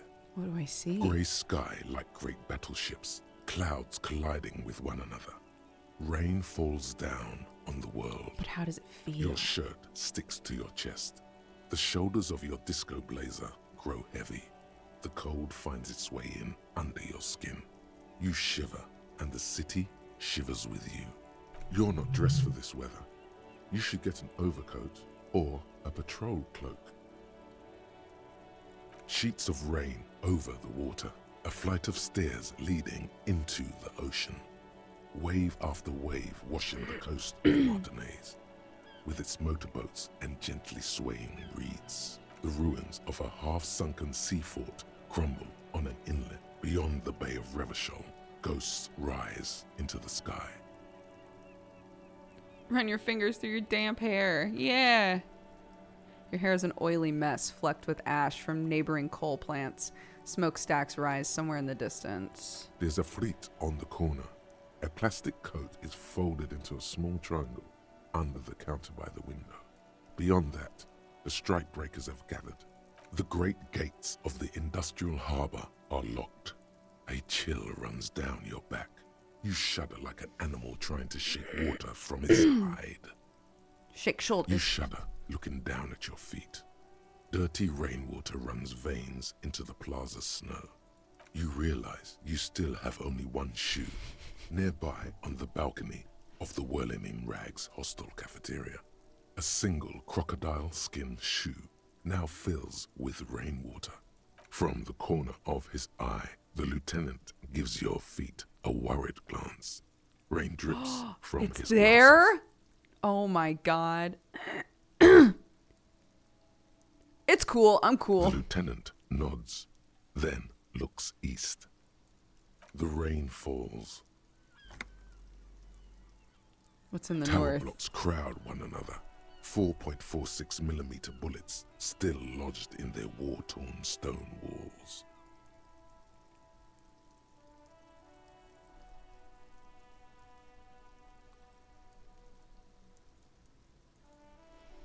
Hallways collapse from the mortar hits of a war that was lost long ago. Clotheslines go to waste in the rain. Radios play. A yard. Rain falls onto the roof of a woodshed. A traffic jam. Rain thrumming on the roofs of motor vehicles. Inside, drivers watch water streaming down their windshields.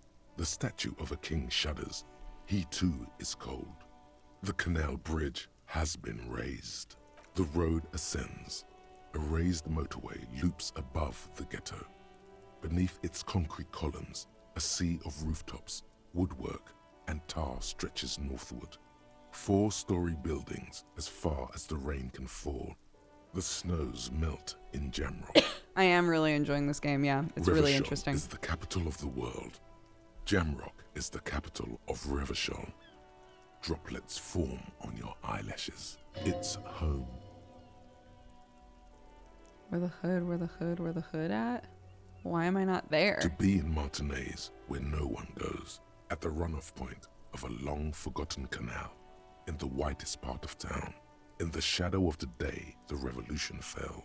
What am I doing here? Standing in the rain, looking north, where Jamrock Rock City stretches inland. Have a brother in the cut. Where the wood at? In the rain-swept distance, above the rooftops of Jamrock, a repurposed silk mill stands perched above the motorway exit. Precinct 41 hunches in the rain. It's the only home you have now, but you can't go back. Not like this. Your vision blurs. You wipe your face with your hand. The rain stings your eyes, making you look up and blink. What's above? Coalition aerostatics hang like apparitions under the cloud cover. Way up there, where rain forms, rotors flutter silently. Your sight clears. What's below? Collapsed storm drains, old sewage systems flooded with rainwater. Hidden weapon caches from the revolution. Doors leading down to Le Royaume. The catacombs to which, for 3 centuries, they delivered the blue-blooded dead. This rain will not let up anytime soon. You should get a raincoat. There's a freight to the east. They sell them there. Thanks, bud. Inside, you see a set of steering levers, a radio microphone, the frequency tab, the soft This is precinct. Hello, Alice. Operating the radio is easy. This is officer. Under the green prime light, It will take the. her voice is... He's carelessly chewing on a piece of hard candy. Oh. Yes, there's no end to the misfortunes fate has seen fit to rain upon me. Oh, interesting. Because I'm talking to him first this time, my options are different. Can you tell me about myself or who I am? You are? You lost your human visage a while back. Now let's get on with it. I've got more important things to do. Hard to tell it. Or, actually, yep. Yes. He sounds very careless about... Cut down on... Oh, but speed. Sweet speed. That's because you're... That's the tiny, the busy kind. It certainly does not help with aiming. And you survived? Sort of. But by God... Even better. Anything else? With all the damage, what else? I'm not a brain. What? You want the real... So it's political. The money is probably going to some old... And no, It's not fucking Anything else I can help you with, officer?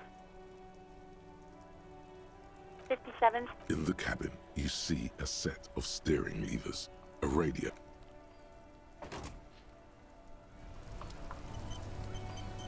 Oh, great. It autosaved. Inside, Save you them. see a set of steering levers, a radio microphone. This is precinct 57. How may I assist you? Just a second, off. 10-2, 10-4, what's your status? Over. 10-18, 10-20, over. State your message, sir. Over. But you say 10-9, 10-4. 1022. Is it him? Says he lost his badge and needs... You what? This is... You mean your partner? What is he saying? I'm his gut. It's your partner. Did he lose his man? Who lost his dick? Fuck. It's opposite. Dick Mullen, defend yourself. Immediately. They laugh at it. 10-4. Fuck me. What's going on? Silver. He lost his badge. He lost his goddamn fucking badge. Yes! Yes! Didn't you glue your eyes shut earlier? Now you're making fun of me? Badge. Alright, it didn't change anything.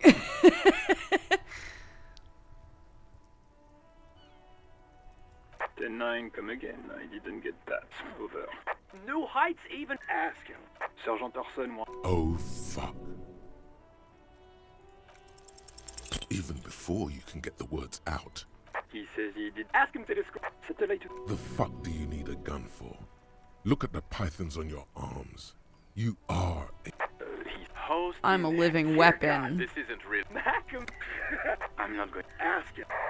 Now is a good time to say fuck and ass, and the silence is... that did not go. Did we need anything else here?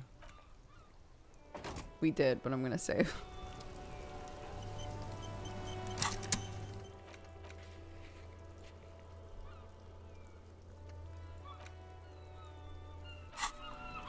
Inside, you see a set of steering Okay. levers, a radio microphone, a pull-out. This is precinct 57. How may I assist you? Of course. What is the number, officer? Yes. Received. Give it a minute. Officer? Yes, hello? All right. There is no resentment in it. We're all critical. Oh no, no, no. No, no, no. Oh shit. Oh fuck.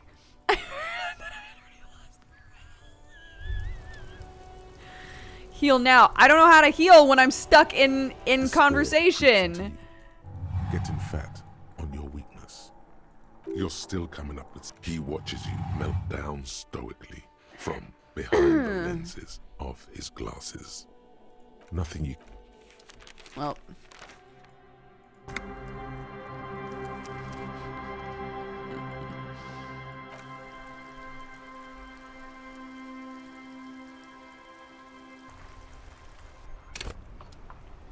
There's gotta be a Inside, way. You see a set of steering levers, a radio microphone, a pull-out. This is precinct 57. Otherwise people How wouldn't may be I losing their assist you? fucking minds in chat.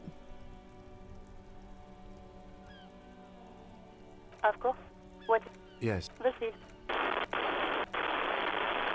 Give it a minute. officer? Yes, hello? Oh, right. There is no resentment in her tone. She wants you to ask her out. No question about it. Oh! Oh, you can just click it. Oh, tight. Okay. All right. Hey, do you want some coffee? No, Oh, not. God. That Okay. came so baseball? Ring a bell quiz. You mean, why did I leave the bar? You know who? Maybe, I don't know. No? Not me. Do you know who No, did? sorry. People don't have... It was someone else. We'll find them sooner or later, officer. Yeah, go on. Yes, I know who you are. You're a police officer. Oh, Real policemen have uniforms too, by the way. Where's yours? Well, I know that I'm gonna die if I do that, so I'm gonna have to not do that.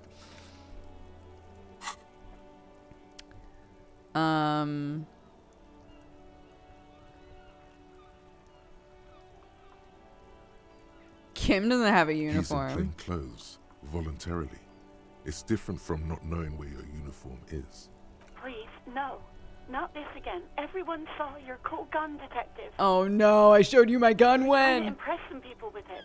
Everyone was eating and... Sounds like it's going to be bad. Do you really want to know?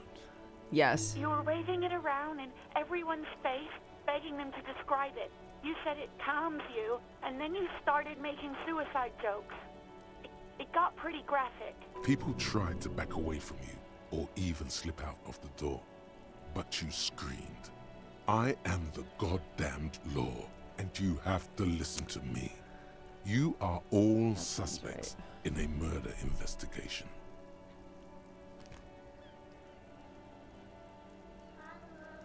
Hi, Clarky.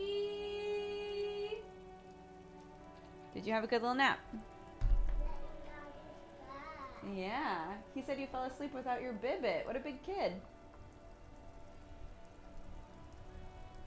You didn't even need it to sleep. Oh, she threw it. Who even needs this? Yeah, I gave it. I'm a big kid. I gave it. You didn't even need it.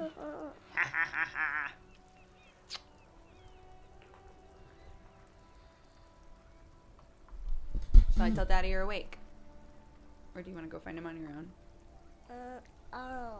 You gonna find him on your own? What are you playing? It's a game called Disco Elysium. Is it cookie? Is it dirty? Yeah. Is it a yucky game? Is that what you're asking? Yeah. It's got a lot of kind of like sad stuff in it. Sad stuff in it. Yeah, there's sad stuff in the game. Lots of sad stuff. People getting hurt and things. And in the game, you play the person who's trying to help people. But it does get a little sad. See, that person is really sad. This person? No, that person. This person? Yeah. Yeah. I think they're both probably sad, huh? Maybe by the end of the game, they'll be happy. Do you think so? Yeah, maybe I'll be friends. And maybe they'll be friends. Yeah, maybe they'll be best friends at the end of the game. That would be nice, huh? And I think that person isn't hack. That's it. I'm very happy. So one of them's really, really happy and the other one's sad. Yeah. I see. Maybe together, maybe the really happy person can help the sad person. Or maybe they can just be there for each other. Do you think so? Ooh, ah, ooh, ah, ooh, ah. Ooh, ah, ooh, ah, ooh, ah. Ooh, eh, eh, eh, eh, eh. Ooh, eh, eh, eh, eh, eh. Can I play this game with you? No, I think that it's probably a game for big people. Because it's really sad and kind of scary sometimes. But, do you remember we made pasta earlier? Yeah. And I said that when you were done with your nap, you could have a little bit of pasta with Daddy if you wanted. I've already told Daddy that it's there, so he knows about it. I want to go downstairs. Okay. I want to Those are old plates. Yucca. Mommy needs to clean them. So I haven't eaten anything, to be honest. Just with you, huh? We ate together, and that's it.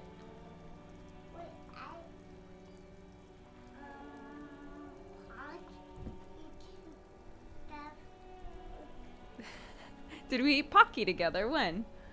We ate Pocky, yes. We ate Pocky together, yes. Did we? Yesterday? Yeah. Oh, I don't remember that at all. You've got a good memory, though. What is on your face? I have to tell Daddy to clean your face when you get down there. Yo, person. Them? Yeah. That's these people. So these are like their pictures. So that we know what they look like while they're walking around, huh?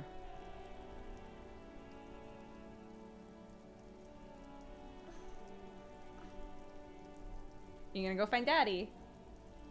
Okay, I love you. Be sure to hold on to the banister and take steady steps, right?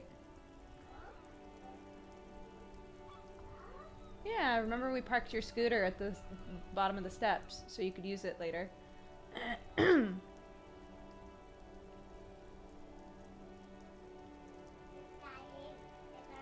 Daddy is in his office, yeah. Yeah, good idea, because there's a couple little thingies on your chin. So maybe he can clean your face for you. Wow, you got the thingies on my face. Yeah, I'm just glad it's not glitter. Looks like you found a little baggie of glitter that came with the fairy garden and just popped it open and there was glitter all over the kitchen. Wasn't there? Yeah. We got glitter all over the kitchen. And then you said, "Look, Mommy, I ate some glitter." And I went, "No!" Huh. Yeah.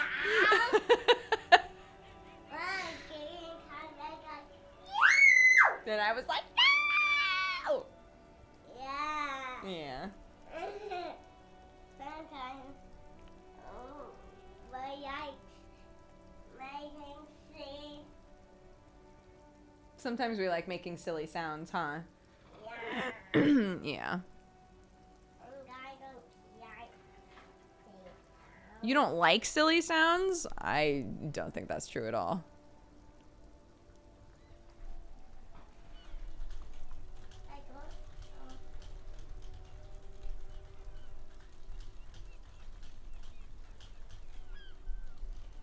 Just messaging Sam. You playing with Bulmas?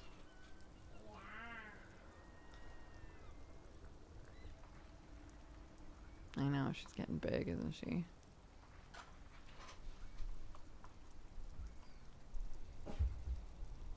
Come here.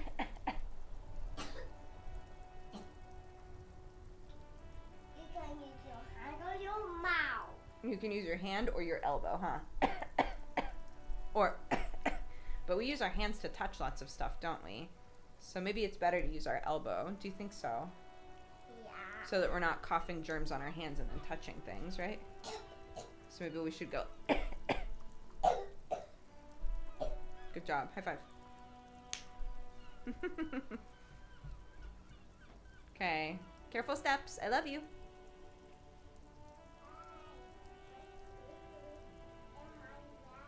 Your scooter's in the way. Do you need help? Okay, I'll come help you. One sec.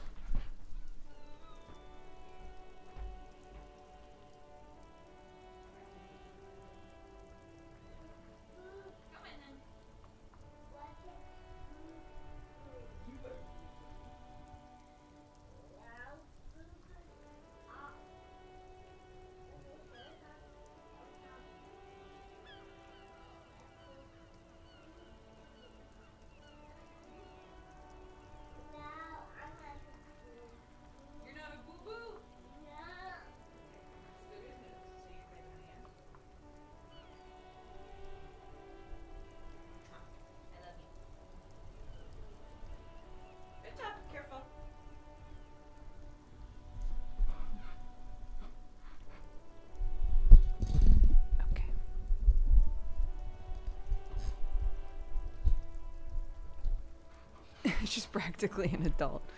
She's big, yeah.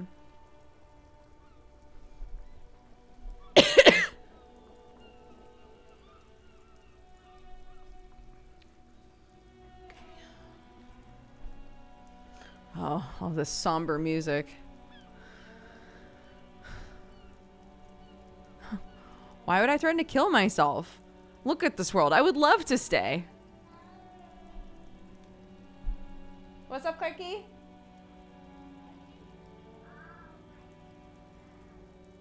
I don't know. Daddy's in his office, honey.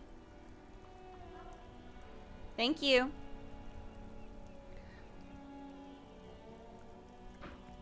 There is silence on the other end of the line. Anyway, what happened to my gun? No idea. All I know is next you were waving around money instead, saying things like big butts cannot lie and guns can't buy money, but money can always buy guns. Oh, Jesus. It almost looked like you pawned it.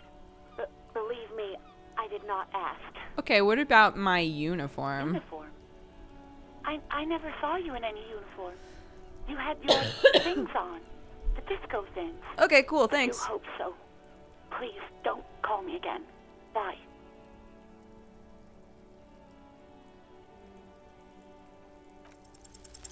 No, she doesn't have a problem with you. It must be someone else she's angry about. Some other guy. God damn it. Like Gart. I could have figured it out. Yeah, it's definitely Gart. You know women and their constant problems. Yak, yak, nag, nag. How's one supposed to get the love going like that? That's where you step in. You're Lieutenant Love, matchmaker extraordinaire. Help the poor girl out, lest she turns into a spinster. I'm happy to help. Maybe I could do so without all this internalized misogyny. What misogyny? I'm just telling things the way they are. Can't a man be honest in his own head anymore? You have to act, Lieutenant Love. You have to calm that hysteric down. Tell it you've got everything under control. Then go and have a little boys' talk with God himself. Think you can do that, Lieutenant Love? I don't want to say any of this. The love quest, although it's wonderful. I don't want any of that stuff. What? You want to be more empathetic? Nothing's wrong. It's just sexuality. Call was terminated by the other party. Anything else, officer?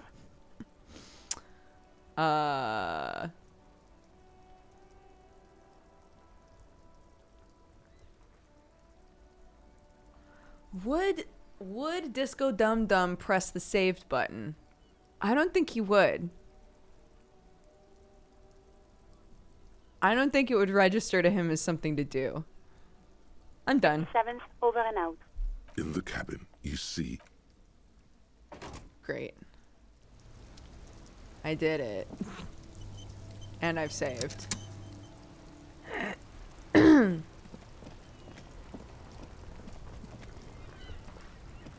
Yes?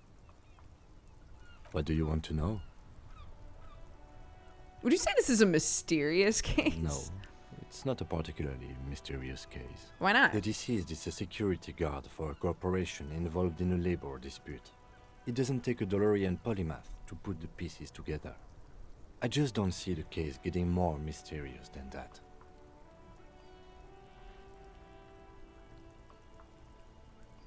I was thinking something otherworldly might be involved. The case probably isn't mysterious, but could it be sexy? There was some interest in this case at my station, but not for the reasons you have in mind. You seem to wish there was Cut this boring stuff off immediately. You know what this case is about. This is not what I meant. Excellent. Was there anything else? Why are we on the same case? That's actually a great question. Pawns in a pissing competition. You don't know? I assumed you were in on it. You know what I'm in on, retrograde amnesia. Better still than an imbecilic cop-off. It's just stupidity. Okay. Was there anything else you wanted to know about the case? Yeah, I'm good, thanks. Okay, bye. I just was curious if there was anything else that could have happened there. Right. We've been everywhere around here. So, gun badge. Okay, wait. So my shoe might be, hold on. My shoe might be up here, and I just missed it. Is that my shoe? Oh my god.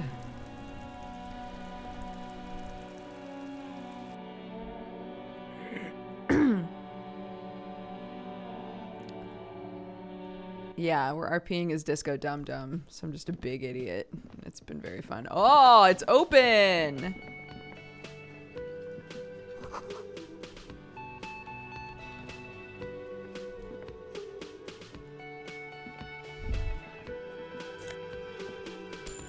Take it.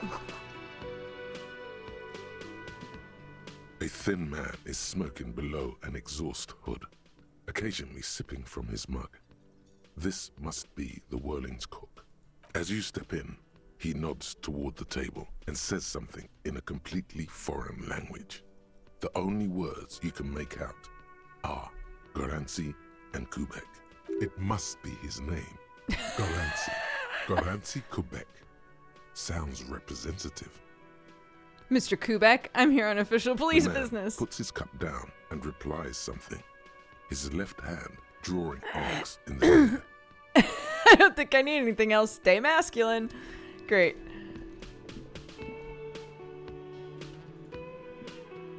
You see a heavy steel door with a prominent dimple block. It's painted blue.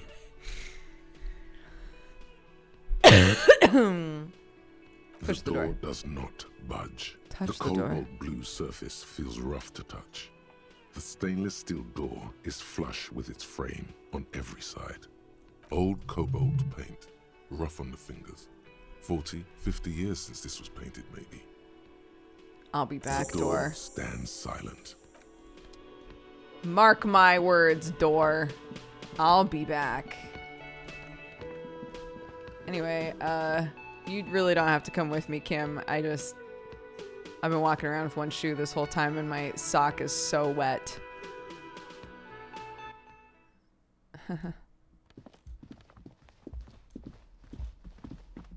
Oh. Kim, you don't have to come in here. All right, well. Broken Kim down also bathroom door. tries not to look at the pile of taped viscera on the carpet, or the weird suitcase on the hat rack, or the potted plant dying in the corner. But it's all just too morbid to ignore. The man is finding it hard not to trip on the tape, and not to send any of the bottles rolling across the floor, where unidentifiable sludge makes it hard for him to breathe. Smells of vomit in here. I did it my way. This is where the magic happens. And by that you mean crimes against humanity? No, I meant disco. I know what you meant.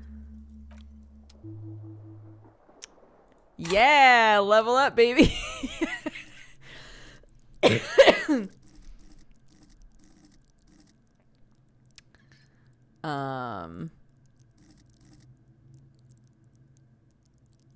What's this one?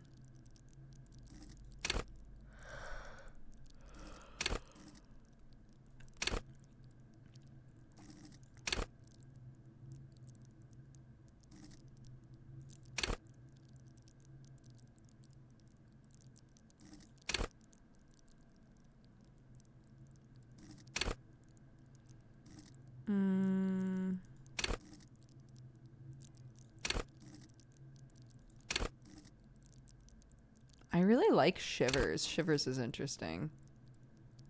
Let the body take control. Let the body take control. I'm wondering if I should focus on one of these, or if it's good to just... I'm making rolls on all of them, like just as I play. So I feel like there's value in having a point in a lot of things versus like just being really good at one thing, because like everything is popping up at times when I don't really expect them.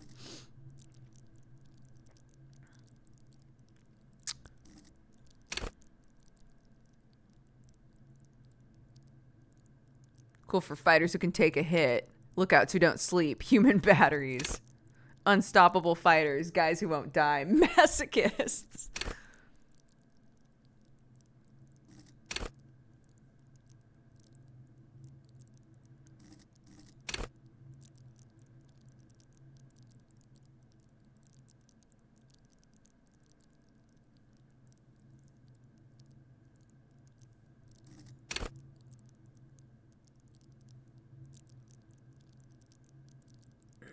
At high levels, hand-eye coordination makes you deadly.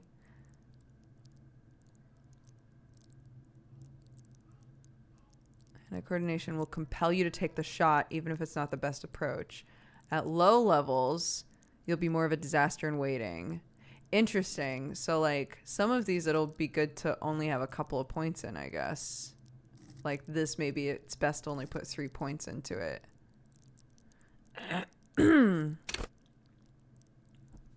Interesting. Endurance enables you to take a few knocks to the head, enjoy a greater quantity of drugs, shake off cardiac arrests. It makes you powerful. But cops with low endurance are likely to struggle. The body is frail, and the flesh of a cop will often be tested. High levels physical instrument breaks doors, chains, bones. It makes you laugh at namby-pansies. At low levels, you'll have a hard time arresting anyone who isn't infirm or dead. Do you want anything? Need anything? I'm okay. No, are you okay? Yeah, you need a hot drink or anything? No, I've had one coffee, so I should be good. But Just say if you want anything. okay, thank you, honey.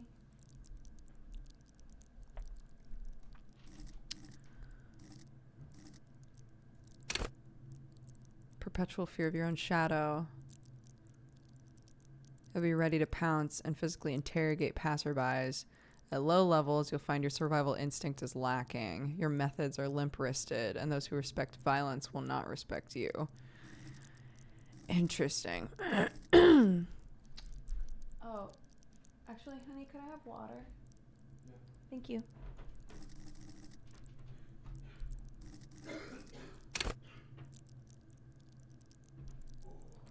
I'm gonna put it in endurance, I think.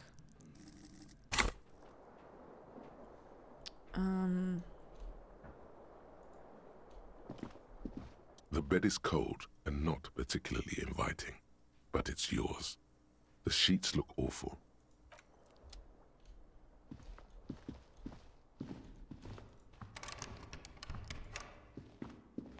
A mirror hangs on the bathroom wall. I already did all that. Okay. I didn't know if things were like different.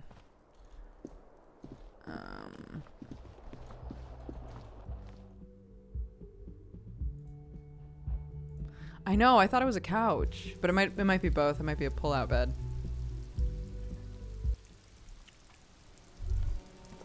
Oh.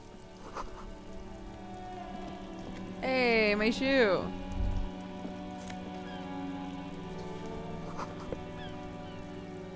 There they both are. Two identical shoes, both copiously green and indiscriminately snakeskin, reunited on your feet. But they don't look like cop It's shoes. pretty clear a normal cop is not what you are. You may be what they call a big dick cop. Definitely. Good. They're balanced, comfy. Feels like the only good thing about you right now, truth be told. Oh my god, I actually really needed that. That's great. I'm glad I saved that for now.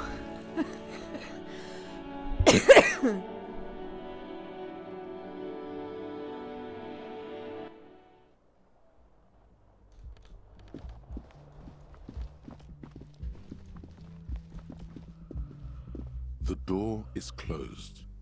There is no answer. You hear the shower being turned on. Somewhere inside, a tremendous loneliness comes over you. Everybody in the world is doing something without you.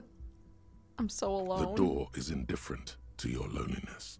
The world does not care. Okay. So like that whole mechanic is it's like your imagination, right? And I guess like, because it said the build that was more empathetic, more like charismatic, it implied that like, or actually it didn't imply, it straight up said like you can go mad with this build. And maybe it's like you get too, and you're imagining too much and you're not sure what's real. Maybe it's like that kind of a thing. Hey, beautiful. Hello again, sweetie. Okay, nothing new. Cool.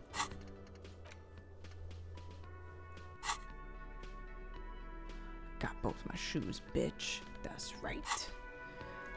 That's right.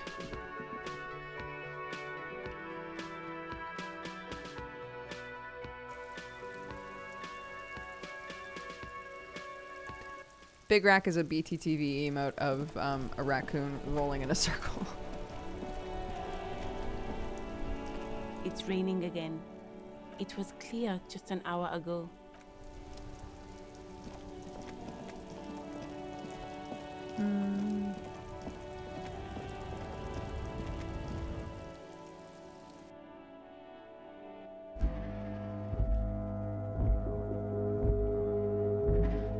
Yeah, the sun's back out.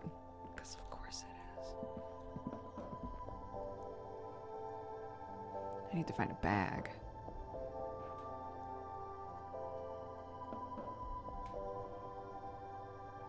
I thought he said that there would be... Thank you, darling.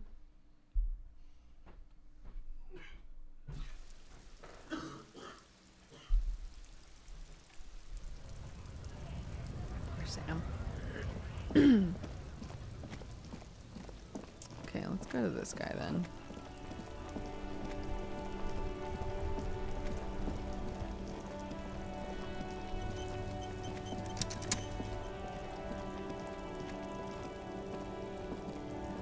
You keep coming back. That's good, officer. Keep... If he really wants to save the economy, he'd let you pay with net worth. You find your hands deep in tattered and faded garments made from weird polyester blends that make your body itch and sweat in all the wrong places. The box smells like cat piss or like an old person with no money. Economical, but also trendy. Look first-hand, buy second-hand. Keep the economy moving. Something cold grazes your hand. Synthetic and sleek, a windbreaker. Surf, it says, but also wind, summer, 100% waterproof, and sport. Nice. All Tight. in different typefaces. This jacket is the apex of human evolution. The moment at which man became weatherproof, practical, and yet it may deaden your senses to the world around you. Possibly because of the awful typeface. Good choice, officer. Mega sporty. And it's only $4.50 for you, sir. I don't got that though. I don't got $4.50. That's crazy. Who's got that kind of money around here? Not I, said the cat. Okay. Let's just talk to these people. Wait. I think we wanted to talk to the dude at the front again.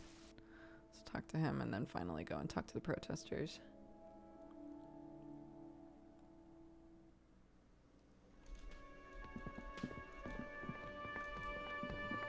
I was suddenly like, I wonder if I can find money in the trash. I guess that's, you know. Real mature, man. What exactly were you trying to accomplish? Damn, your feet thought we got away.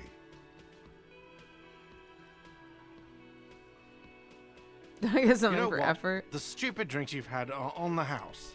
You know why? Because I know you can't pay them. Not because you ran away. Thanks, Gart. Now, I still have to charge you for 3 nights and the broken window. That's 100 square. So we're cool? Not entirely cool. You still owe me 100 real. If you don't have it by tonight, I can't let you back up there. Now, what the hell did you want? I assume you wanted something to come back here. I'm gonna sing karaoke here. What theme? There's a mysterious blue steel door in the back of the yes, kitchen. That door, sure. There's nothing mysterious about it. It's just a door. No, I don't have a key. I don't know how to get there. And I don't care either. It's not like I've been wondering about it for 10 years. It's just a frit warehouse, probably. Or some boring storage space with a bunch of old junk and dust. Junk and dust. He's attempting to maintain an air of indifference. It's absolutely not convincing. I think you also want to know what's back Fine, there. okay, a little. But my job doesn't leave me time for wondering about one locked door in one of the cafeterias I manage. So I haven't opened it. I have cleaned the whole place 100 times over, though, after the animals. And I haven't found a key, so good luck with that. I saw a sign about the mess not hall. the whole damn union, thank God. Just the nastiest and loudest faction. They come here in the evenings. Dumb, unruly types. Think they're big shit. But they're good customers. They place big orders and always pay on time. We should find out who this Lord faction is, occupying the booth. Loudness means talkative, and we need info. We don't. We have to wait. They'll show up sooner or later. Men get hungry, even striking men. If not today, then they'll be here tomorrow. What? By the way, you should come back to this thing-based questionnaire if you see anything interesting in the whirling later. Okay, thanks.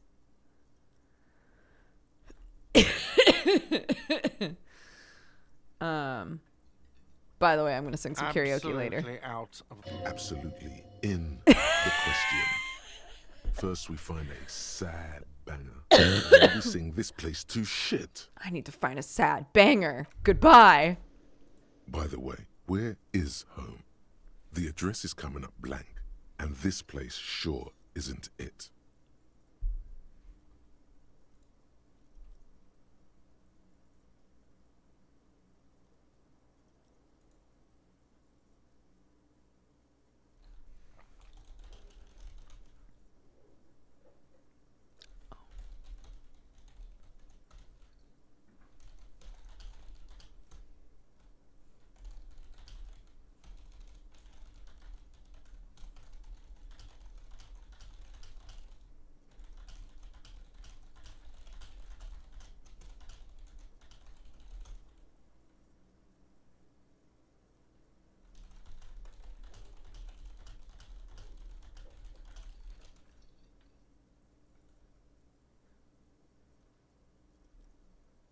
Sorry, I'm just talking to Sam. 1 sec.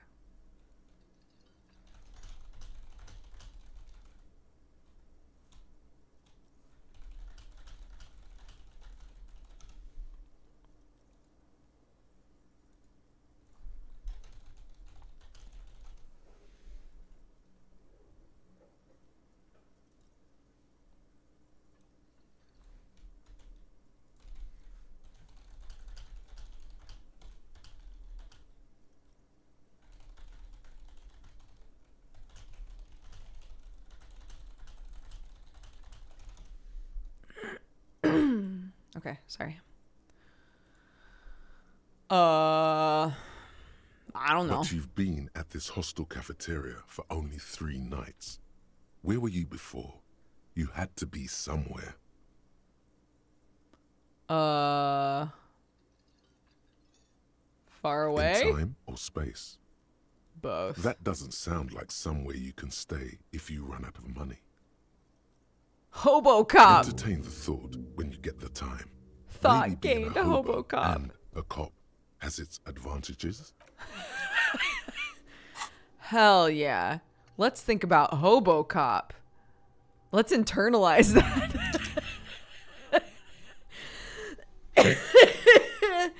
Yeah. Upsides: can be disheveled, doesn't gotta wash, carries himself with lurched gusto. Hobo cop doesn't need anyone or anything. No one can kick you out. You don't got a home. Downsides: are there any?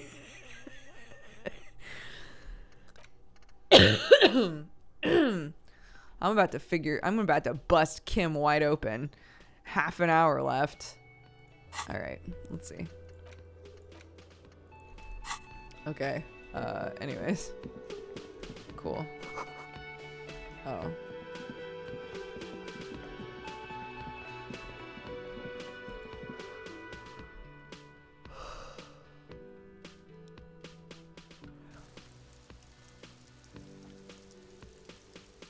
Hobo cop, hobo cop, hobo cop, hobo cop, hobo cop, hobo cop.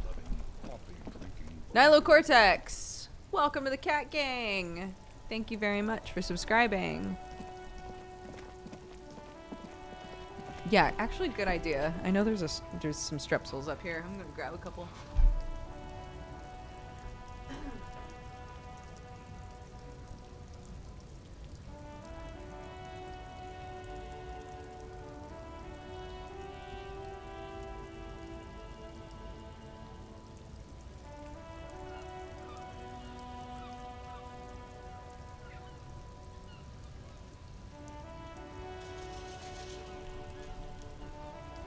They're a little weird because they like numb your tongue a bit.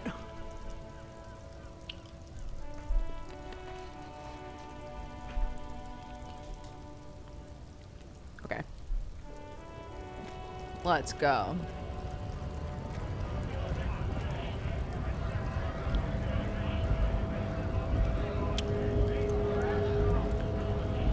Oh, interesting. What did he just call you? Oh no, not this again. You just got away from that fucking kid. I'm not a scab, I'm a cop. I We're was dumb. just messing with you.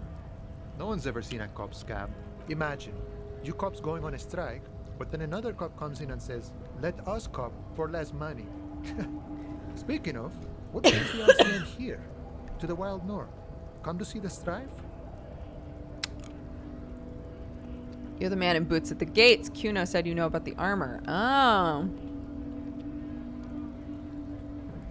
What's the strike about? You know, serious business.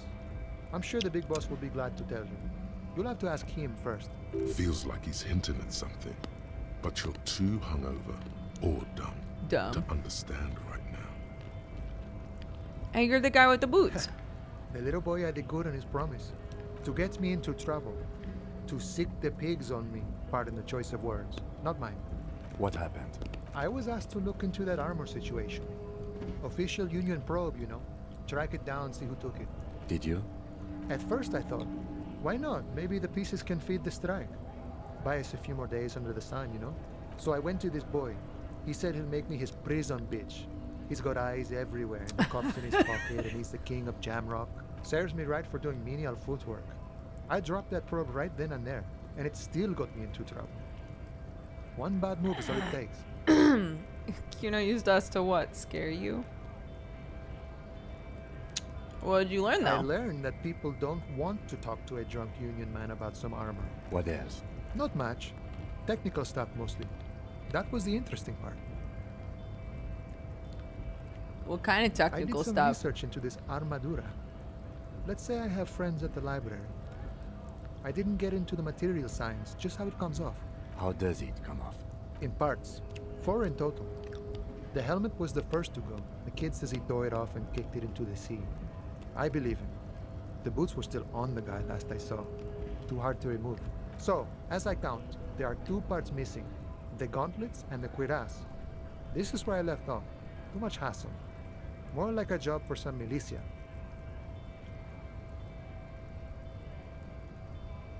I'm gonna find all of it. All of it? There are junior officers out there, eager to prove themselves. I would leave some for them, and I would leave the boots to processing, but okay. Let's find all of it. A mesquite epic then, all across Martinez. I hope it will be a real bonanza for you. Thanks, no bud. Problem. If you see that kid, thank him from Call Me Mañana. Thank him for showing me the way.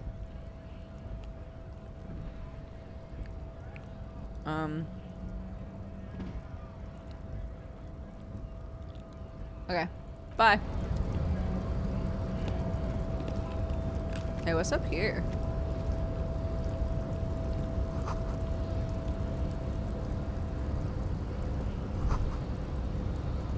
door. No lockpicking or door kicking. Okay. Oh, what's up, my dude? Your body betrays your degeneracy. Yeah, Measurehead. His body totally betrays his degeneracy. Yeah. Your body does not betray your degeneracy. That's a lie. You're in great shape. My body does not betray my You degeneracy. have succumbed to Al-Ghul. You reek of it. An invisible sword of Al-Ghul emerges from your throat. You cannot see it, but others can. It is making the woman in my company sick. Kim, is it so bad? It's not good. It's like a rat crawled into your stomach, got drunk and drowned. I just drink sometimes on the weekends. Your mouth moves, but the one who speaks is Al-Ghul. You are but a vessel for the Ghul now. Very little of yourself remains. Damn. Occidental Haplogroup B4 is done giving orders around here. The influence of the Ham Sandwich race is waning. What?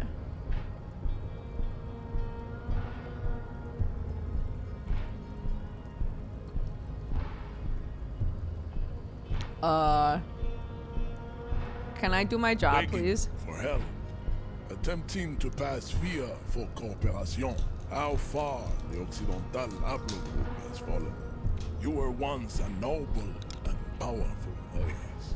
You gave the world eugenics, electricity, and powerful weapons of war like missiles and aerostatic aircraft. You made great gains in metallurgy, race theory, and statecraft. You dominated lesser cultures, like the deformed Hemians and the inexplicably potato-obsessed Khoikos. But now your ascent to the genetic summit has halted. You are obsessed with sadness and with frivolous pop culture. I don't know what's happening to this You man. will be superseded. Isn't that right, babe? Babe. It is, baby, yeah. You know it. Yeah, totes, There is a babe. button right behind him, just out of reach. It must be the one that opens the door to the harbor.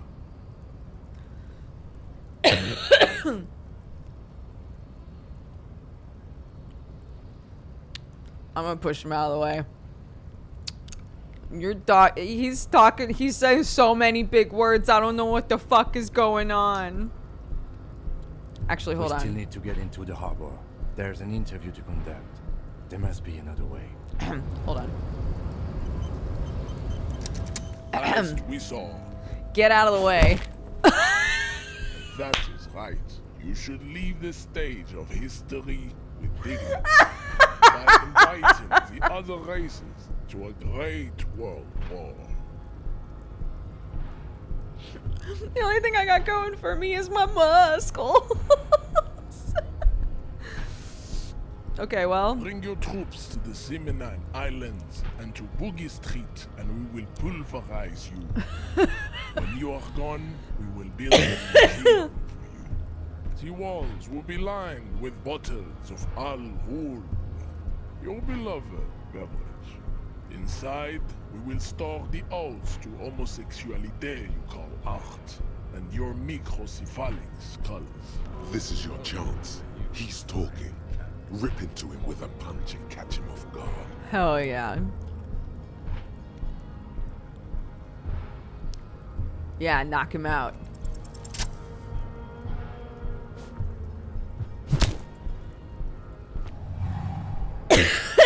Yeah. Instinct took over. A solid strike straight into his throat, into the cartilage. You could swear you felt the soft palate break. The man is reeling, gasping for air. Time stands still around you. In the distance, the sounds of the harbor are falling silent. All you hear is a small gurgling sound as a trickle of blood appears on the man's lip. He's open. Rip into him. Right hook. Escalate it. Get intimate. Bring the hurt closer.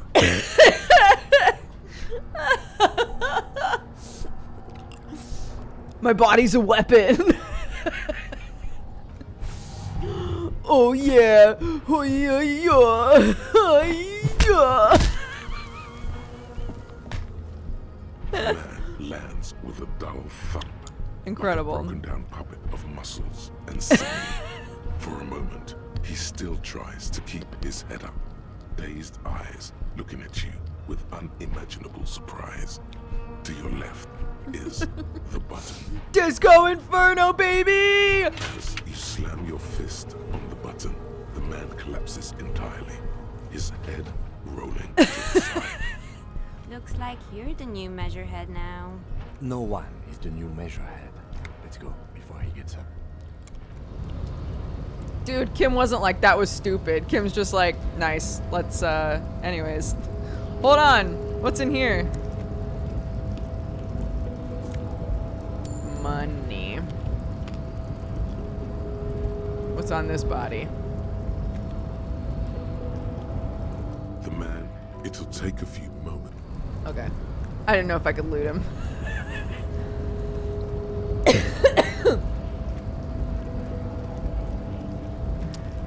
Kim, you are so non-judgmental. I really love that about you.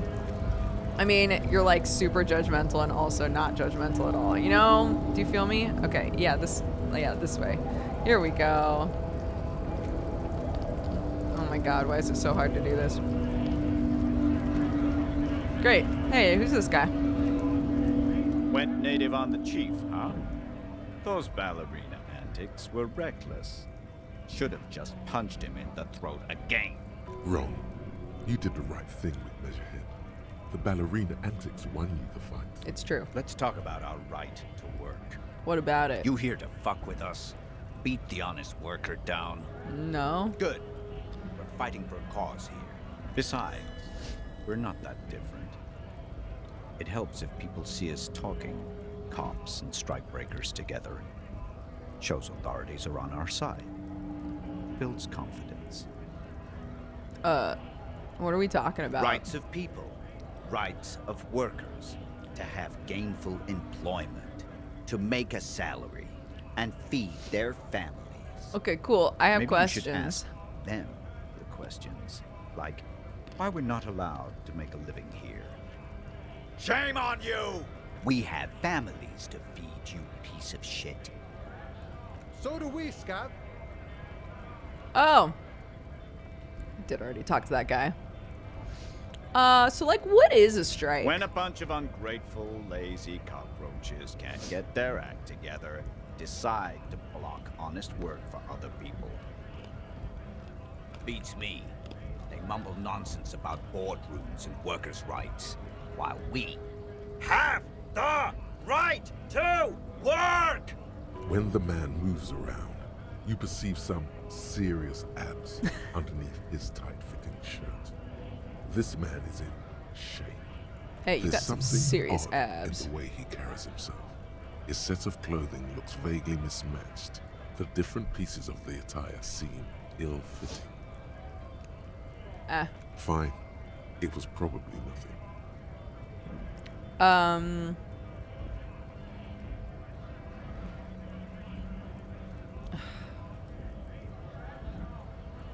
So like, what do y'all We want? were promised work. We'd be in there, working, if the bastards hadn't shut the gates. And you can't just like get through. Main gate's locked. Would take heavy ordnance to bust it open. Could try to get in through the secretary's office. Door's locked. The guard's blocking the way to the access panel. And I don't mean the scrawny mess punk either. I mean head measurer. Or whatever he is. But I kicked him in the face. Yeah. I saw your ballerina moves up there. Damn. In a real fight, these acrobatics will get you killed faster than a bullet. You caught him off guard. That only happens once. Now he's alert, standing on a narrow bridge, and my men are tired and hungry. You should just like push your Why way don't in. you go arrest them instead. I'm sure they've done plenty of criminal shit. They have that look. It would be better for the neighborhood if you went home, at least for now, if you can't get in anyway. No! They will give up eventually. Or get drunk. Leave the button unguarded. Then we charge. Okay. Aces low. Oh. For the rest of the world, the Aces Low is just some cool Revachol thing, politically neutral. In Revachol, it still holds revolutionary connotations. Also, have you looked at Lieutenant Kitsuragi's clothes? He wears a bomber jacket, just like the ones worn by aerostatic brigades. And those cargo pants look like they could fit tools for hot fixing your burning aerostatic. You should ask him about this. Nice.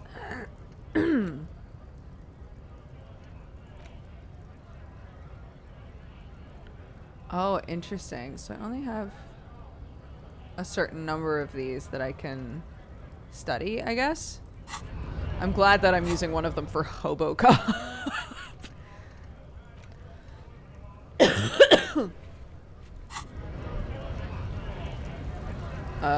Alright. Hey, money!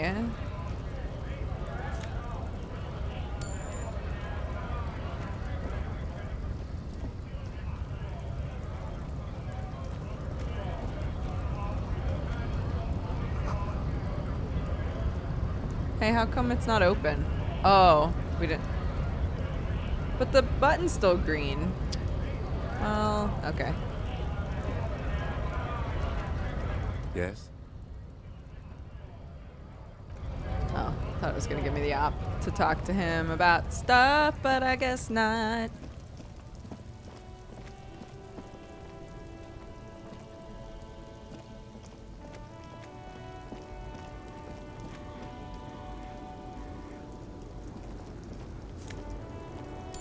Hey.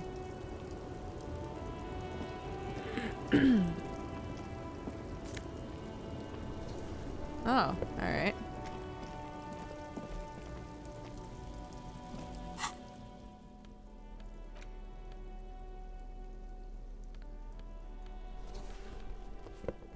Conceptualization and -1 suggestion. Nah, we bruisey boy. Oh yeah, this is a good look for me. This seems right. This feels right.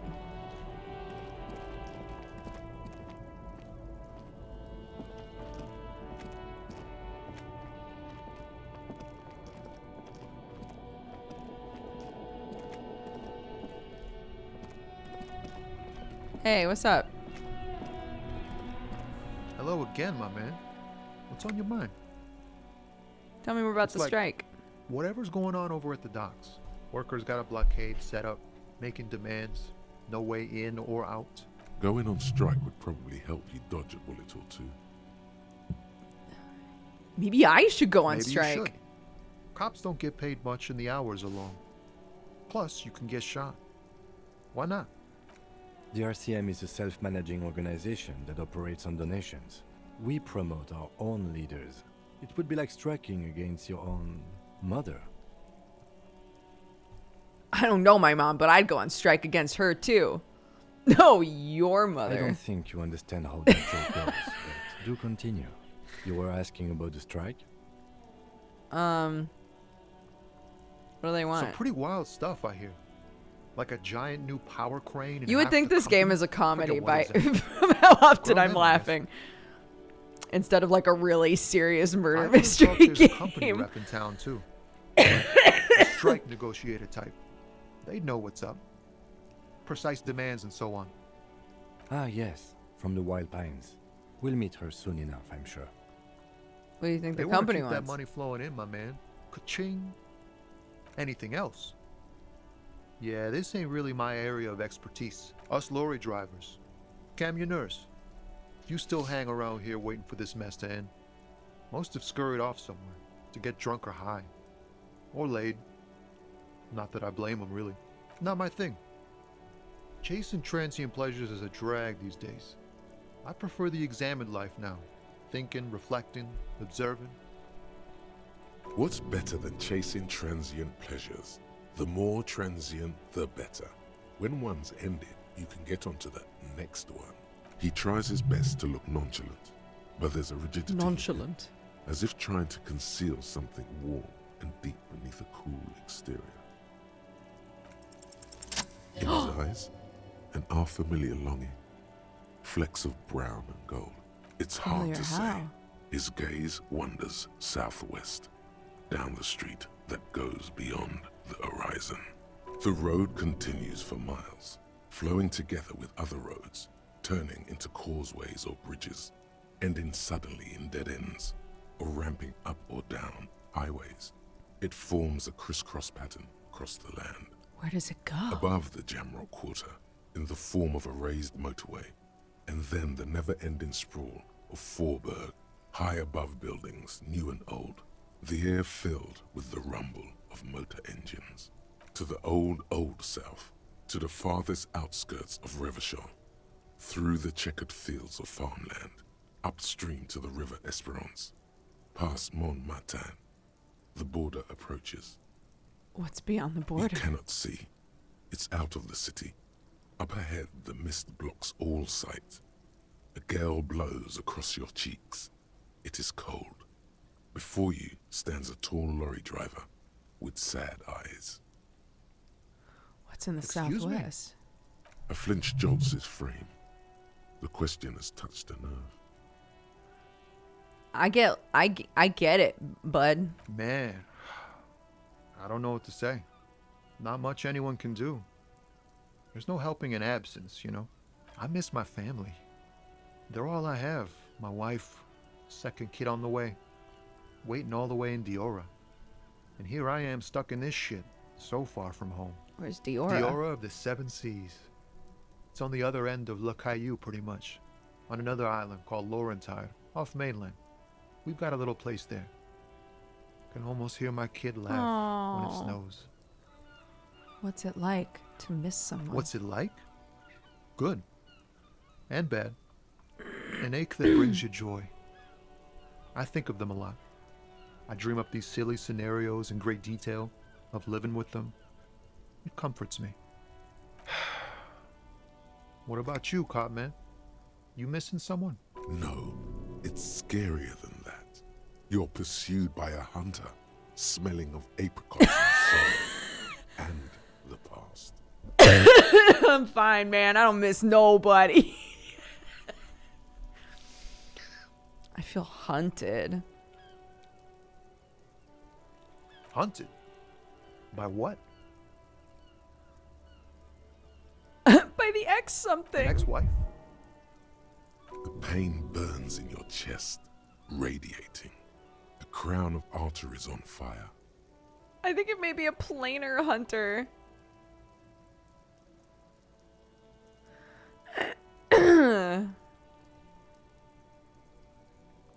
It's a sinister presence that hunts me across all planes of existence. Presence? Wow. That sounds really bad. I hope that doesn't happen to my marriage. My thing's it's not marriage, bro. Sure, man, if you say so. Thanks for this. It's good to talk to someone. I know it wasn't easy to ask, so I hope you find your way through your own troubles. Thanks, bud. I'll see you around, duder. What? What do I have? What happened here? Okay, well, I drop kicked a dude and nothing really happened beyond that. So I guess let's cut open a body. The rotting man lies on his side with his eyes looking straight through you. The belt is still around his neck. His body is supine and open to intrusion by autopsy. The lieutenant adjusts his glasses and takes a deep breath. Tell me something, dead man. Shoot, loony rooney. Oh. Did love or communism kill you, my dude? You said love killed you, but when you fell, you said it was communism. You're misquoting me, Rooney. I said communism killed me. Love did me in. Come back later, Coppo. Amuse yourself with my frank manners and my memento mori features. If possible. Also, see me in your dreams. Let's try to take off his I thought we boots. decided to leave it to processing. Let's not turn this into some kind of circus. Damn it.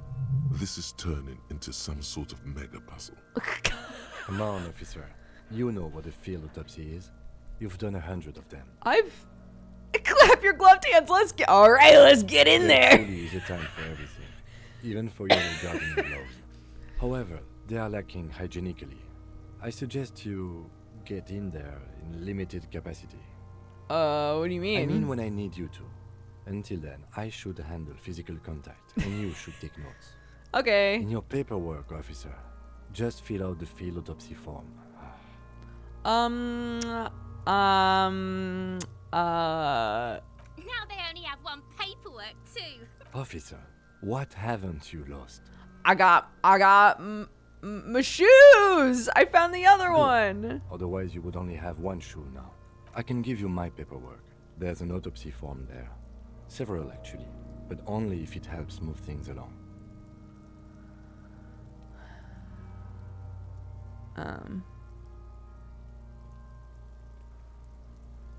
Sorry I lost everything, Kim. Yes, well, It's okay to cry, Runkari.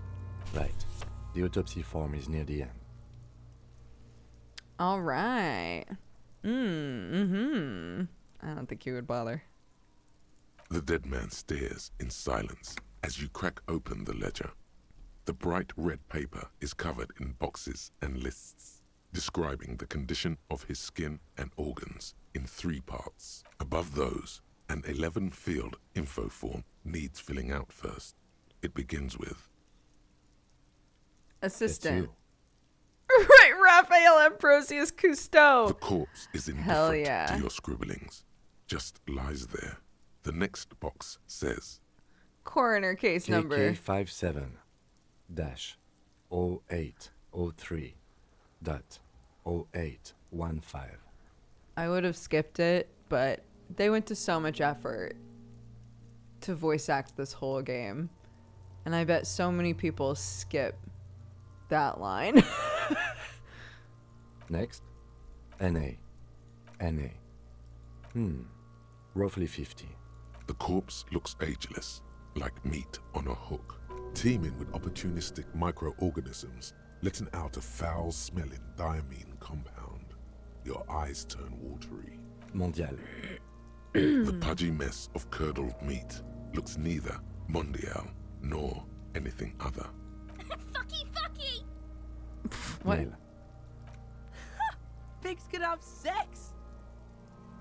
Nor does he look male, with his pregnant belly and indistinguishable face. We're still going with March 4th, 51. What else? 9. Body identified by is non-applicable. 10. Case number is the same as the coroner's case. KK 57 0503 0815 listens motionless, with the cargo belt still around his neck. Only one box remains. None. At least not after the initial examination. What's treatment? Interfering with the body's position or wounds post-mortem. I'm not so silent sure about nod. that. The lieutenant places his gloved hand on the corpse's chest, as if in preparation. Your central nervous system recognizes this gesture. It's the stations of the breath. Ecclesiastic, religious in nature, a holdout from pre-DeLorean burial rites. It takes him 2 seconds to perform. Then, somewhere in Jamrock North, a small wood shed behind Rosencrantz Row, Lieutenant Nick Feuerbach puts his hand to the chest of a small corpse, no larger than a monkey. It's raining outside, light drizzle. There is darkness in the shed.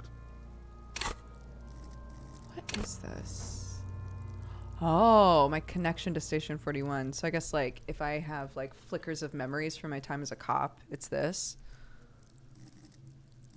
Interesting. Elsewhere yet, an obese female sits in a wicker chair, her silhouette ball-like against the window. Outside, Grand Coudon. The day is turning dim for Sergeant Mac Dawson. Hand extended, he approaches, to make sure she is dead more than anything else. The building is tall, 7 stories wind-wrapped in solitude.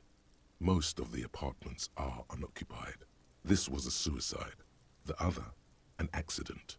The small one. And so, all across Jamrock, Coal City, GRIH, 42 deceased persons found today. 42 stations of breath. We should start the post-mortem. The corpse cannot feel Kim's hand on his chest. It no longer meaningfully interacts with its surroundings.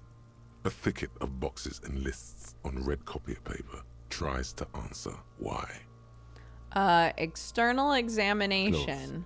The deceased wears armored boots and white briefs. The make of the briefs is Babrodine, I think. Let's see. Turns the body to its side to check the label. See, it's happening. Babrodine, yes. Inexpensive. Size M. Color white. The disappointment is palpable. The red-haired thing was expecting something more lurid. The rest of the clothes have been removed post-mortem by scavengers in order to get to the victim's ceramic armor. Officers are in search of the missing pieces. Removal of the boots is left for processing.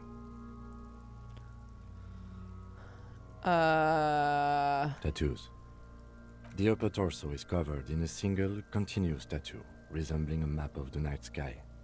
It reaches from the right shoulder to the heart. The ink is blue and white. The assistant has a color photograph of the markings, to be added to the case files as document A1. The photo is taken on the scene, using a Trigat Mini.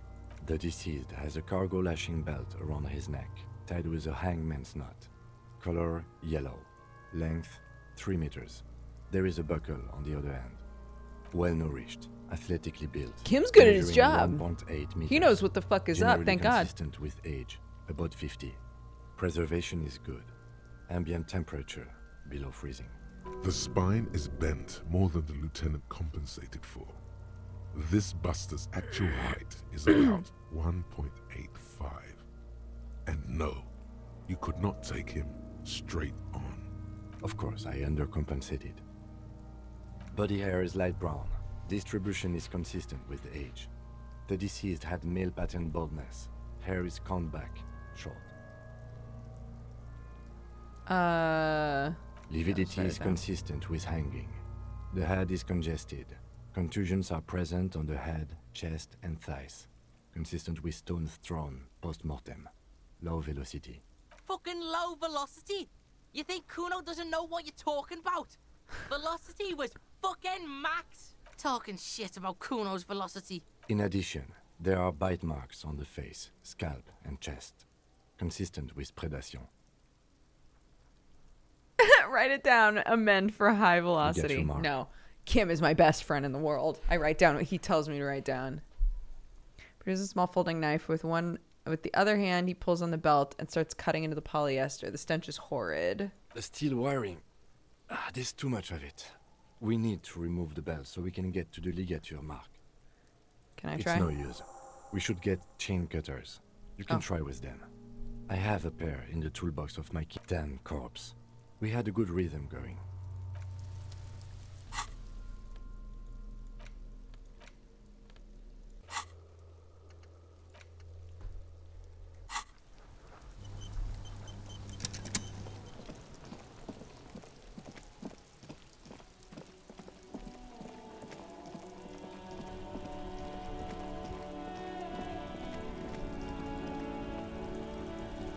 Inside, you see a set of steering levers, a radio microphone, a pull-out toolbox, and a metallic drawer slides out from under the seat. The handles are long. You can do good work with these. The pull-out toolbox.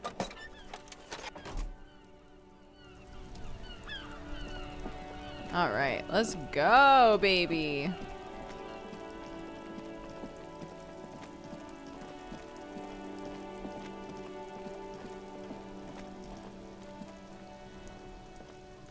Oh, it's all the same thing. Interesting. The rotting man. The lieutenant adjusts his glasses and takes a deep breath. Okay. Mm-hmm. Cut the belt. Cut with as much precision as you can, please. See, my pig is gonna fuck his head off. No, he ain't. Your pig's a boring fuck. After Boom. some deliberation, you sink the cutters into the knot tying the belt together. You squeeze the rubber handles together, sweat forming on your brow. Snap! The knot is slashed. Another cut and the belt falls apart like a flower bouquet, revealing the dead man's neck and the dark red ligature mark around it. The rope rises to a point, leaving a gap in the ligature mark. The suspension point is in the back of the neck. He runs his finger along the dark red groove. As it ought to. This is where its grip on the curdled meat is gentlest, pulling up.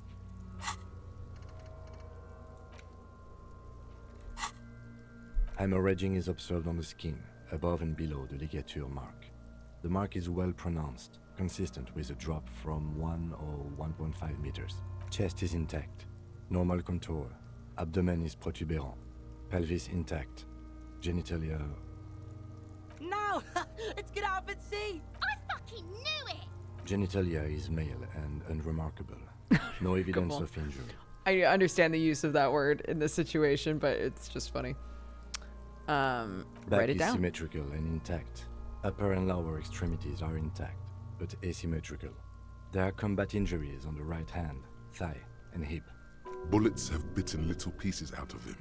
It must have been excruciating, especially the hip. Before you is a temple of pain that knew little tenderness in life. In addition, I see smaller, residual scars, too numerous to count, covering about 30% of his skin. We have a real museum here. Of battles, wars. Last item, hands. The I'll hand pick up a hand. feels heavy, filled with decay liquids, like it's ready to explode if squeezed hard enough. You're suddenly repulsed, so much so you feel compelled to drop it. Hands are clean. No sign of injury from struggling. Write that down. That's all for the external. Well done. What next?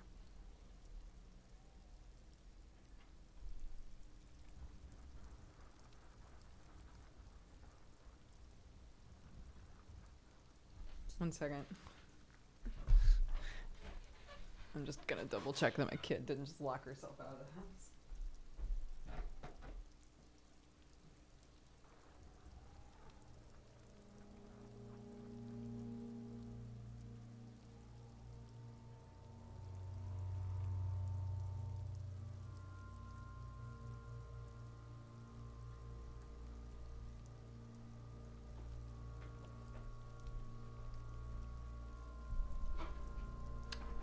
We good. I'm gonna take a potty break in a minute here, but we can finish the autopsy at least. Central nervous system. I have nothing. Do you have anything on this man's central nervous system? You don't even have a joke. Nope. Musculoskeletal. Purge fluid is coming from the mouth. Not injury related. Eyes and tongue protuberant. Hyoid bone. Let's see. With his eyes almost closed, the lieutenant puts his hand on the dead man's throat and begins to massage it, gently. A rotting smell erupts from the mouth. Purge fluid runs down his lips, black and viscous. You hear cracks as the lieutenant moves his sharp fingers inside the flesh, like the creaking of an old house at night. Yeah, jack that fucker off! The hyoid bone is fractured. The rest of the musculoskeletal system is intact. Unremarkable. Respiratory system. As if in prayer, he begins to pry open the dead man's jaws. He stops to exert more force. Both hands are He's used. really doing it. The dead man's teeth cut into his gloved hands. Oral cavity shows no lesions. The victim has received dental implants, possibly after a combat wound. Mouth swollen.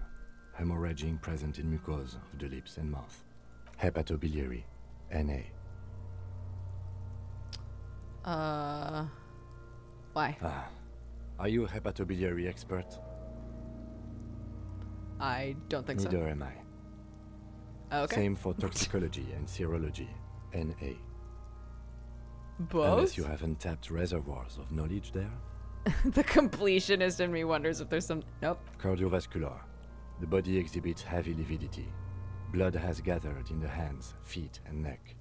Hypostasis is visually consistent with the hanging. Gastrointestinal. There's a sigh of approaching relief. The last field on the list. He looks around to the ground, to the pool of Digested feces. semi-solid food in stomach. Voila.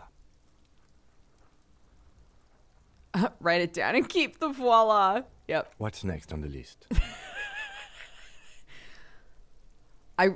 As said, I write down whatever Kim tells me to. Let's see. We have bite marks, contusions on the head and chest, and a ligature mark encircling the neck. You'll need 3 fields. Leave a 4th one too. Be thorough if you want maximum results. Bite Head, marks. chest, and scalp bite mark injuries. Predation by birds has caused damage to the body. Odontologist does not need to be consulted. And your opinion, officer?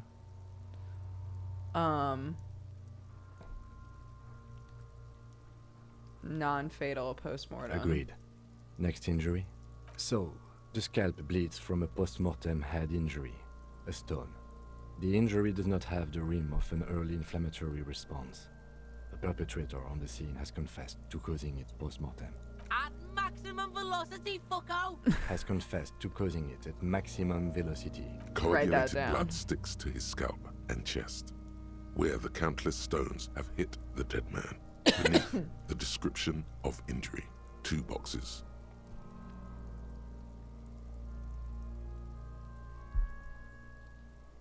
Right. Next, a dark red abraded ligature mark encircling the neck, with a gap on the nape measuring, let's say, 7 centimeters. The hyoid bone is fractured, the cervical column intact. I see hemorrhaging on the skin, above and below the ligature mark. Depth of the mark, 1 centimeter. No signs of clawing on the neck. Below the note, 2 customary boxes wait to be ticked. The man's head jerks to the side. The ring around his neck is visible. Think for a moment. There's time. Don't rush. What was that about no clawing around the neck? You'd be clawing for your life.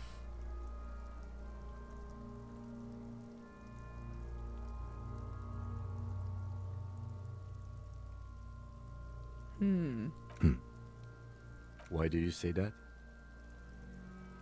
I don't think it killed him. Why don't you think it was fatal? I arrived at this conclusion through psychic arts. Now you're just undermining yourself for the sake of it. What's strange is, I agree. I was sure we had our cause of death here, and now I think we should, at least for the time being. Let's wrap this up. I pronounce this field autopsy over.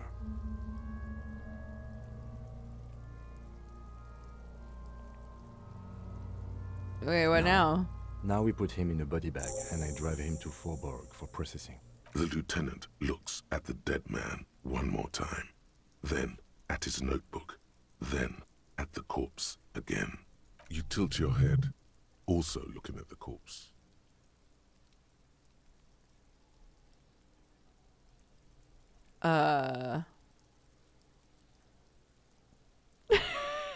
Sure. You run your hands over the victim's cold body, his limbs, his torso with its swollen organs. Maybe you should be more thorough. Yeah. The corpse seems to yawn contentedly, as though it's glad you've run out of steam. Do you think we missed something?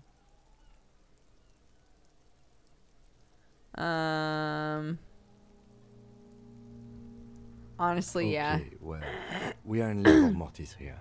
He is disintegrating. We need to refrigerate the body if we want to conduct another examination, and we need to do it fast. Okay, where's the fridge? It would have to be industrial in size. Let's start by asking Gart at the Whirling in Rags and the Fritz store down at the gates. If they don't know... But only if all else fails. Fuck are you looking at, Beano man? You want a piece of the Kuno? Wanna get fucked? Only if all else fails. Okay, let's hurry. This is one task we cannot sideline. With every hour, whatever we are looking for will become harder to find. Okay, well, we already know that he doesn't know how to get into this fridge. But I assume it's a fridge.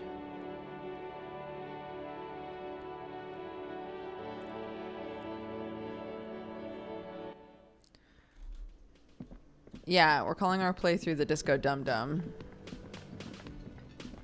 Hey. The man ponders his cooking utensils and gives you a little nod. You know what's behind that he looks door? up at you, then looks away quickly. Shrugging is an international sign for, no, I don't know what's behind that door. I need a fridge for The a man corpse. keeps shaking his head. I don't think he understands, officer. We need to find some other way to make ourselves clear.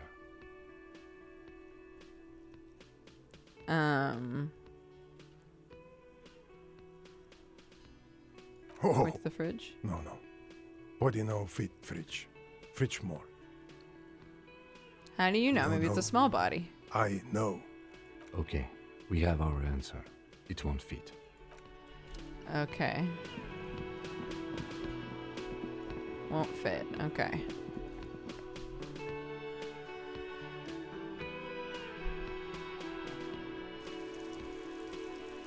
I know Kuno's a piece of shit, but like I also kind of like want him to like me. I want by the end of this, I want him to be like, "You're pretty cool. I'm a dumb bitch, but you're pretty alright."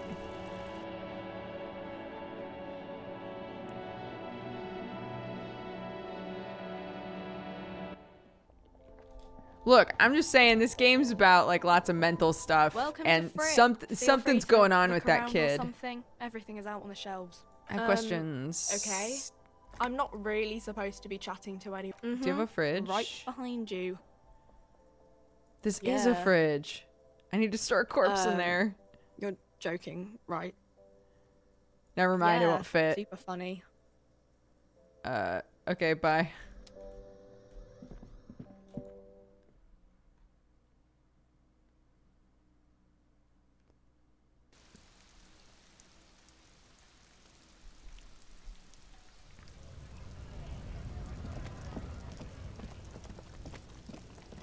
I don't think you're gonna win him over. Why? Because I'm not smart enough? Why? Because my brain too small? SMOL? Because I can't dig into his deep inner demons? Because I'm a dumb bitch? An inconspicuous pile of the roofing material.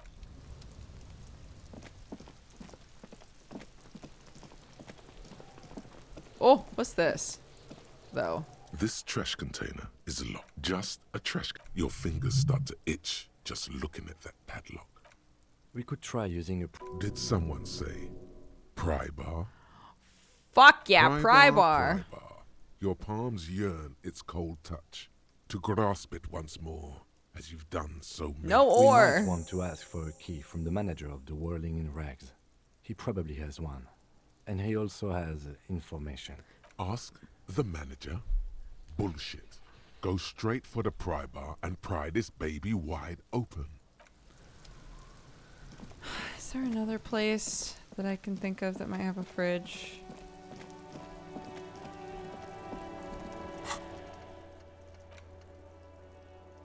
Oh, right. Ask Kuno. F5. Kuno, what you know about a fridge?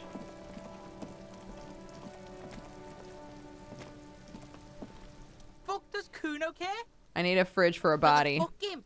Good thing you asked the Kunmeister. Kuno knows a fridge. Perfect for freezing. I thought you would. Bacon Man's in a rush. But what's in it for the Kuno? What's the return on Kuno's investment?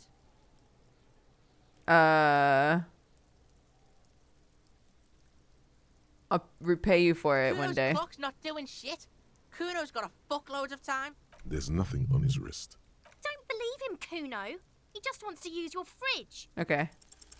Kuno's a poor kid from a poor neighborhood. Say your job is on the line. He'll sympathize. That sounds kind of weak. No, it's not weakness. It's sincere. Do not confuse sincerity with weakness. Oh, God. The fuck are you doing right now? The fuck is this shit? Don't pay attention to him. Just keep telling your sad I've lost almost everything, Kuno. My memory, my money, even my name. I can't lose my job. It's not that dramatic. We can just send the body to processing. Kuno's never seen anything so lame. Listen, pig, if you were Kuno, the fuck would you care? You lied to me, golden-mouthed man.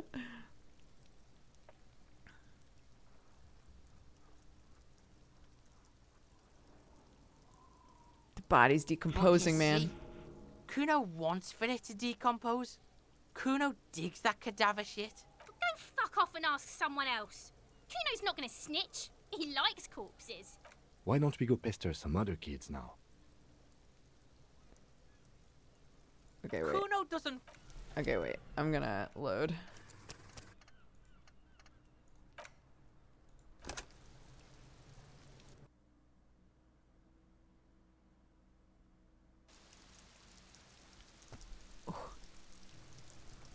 Carson, what's up? Yeah, I just don't want to take so much mental damage I die again. I just can't be bullied to death again. Too many times, dude. Fuck does Kuno care? I need a fridge. For the fuck imp. Good thing you asked the Kunmeister. I don't believe Kuno it. knows all kinds of shit. Where's this Bacon Man's perfect in a fridge rush. then? But what's in it for the Kuno? What's the return on Kuno's investment? Kuno's a poor kid from a poor neighborhood. No, it's... The fuck are you? Don't pay attention. Kuno's never seen anything so lame. Listen, pig, if you were Kuno, the fuck would you care? This isn't working. You just You haven't lied done to it me, long enough. golden mouth You man. need to do it even longer. If I were Kuno, I wouldn't care. See sad shit? Kuno doesn't fucking care about this sad shit. Your sad shit. Now, how about you at least try to entertain the Kuno, or get the fuck off his crime scene? Why don't we go pester some other kids now? Okay. So?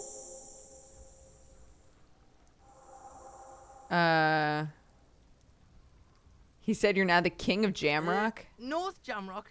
Kuno meant everything north of 881. The rooster fucked Kuno's words up. Kuno doesn't do south, doesn't fuck with the madre. Kuno sent your fat ass running around like jello. Look, pig, Kuno sent you to rough some people up. Kuno played you. That happened. Now you and Kuno should move on. I will remember this, Kuno. You got fucked. You got fucked, pig. After this shit, you better have something. Yeah, real interesting. Okay, bye. Kuno doesn't fuck. I don't know what else we can do, really. Have I talked to anybody else? Like, really?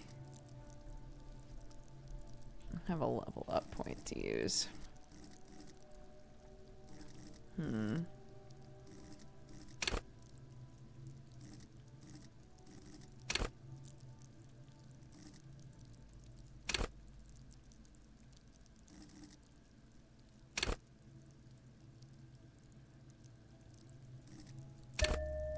Untouchable.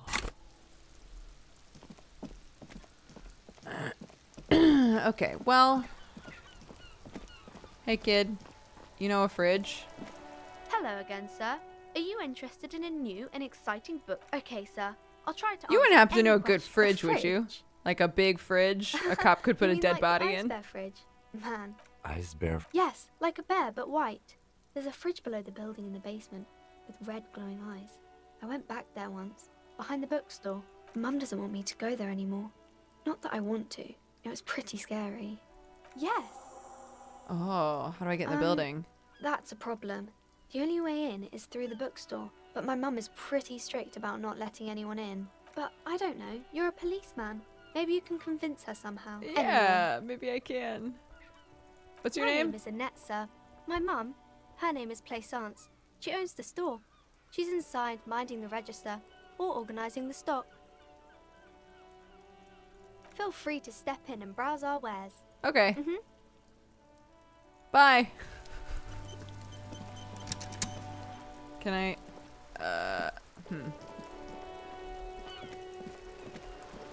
Okay.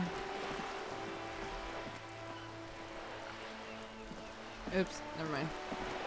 She said her mom's in there, but it won't let me in.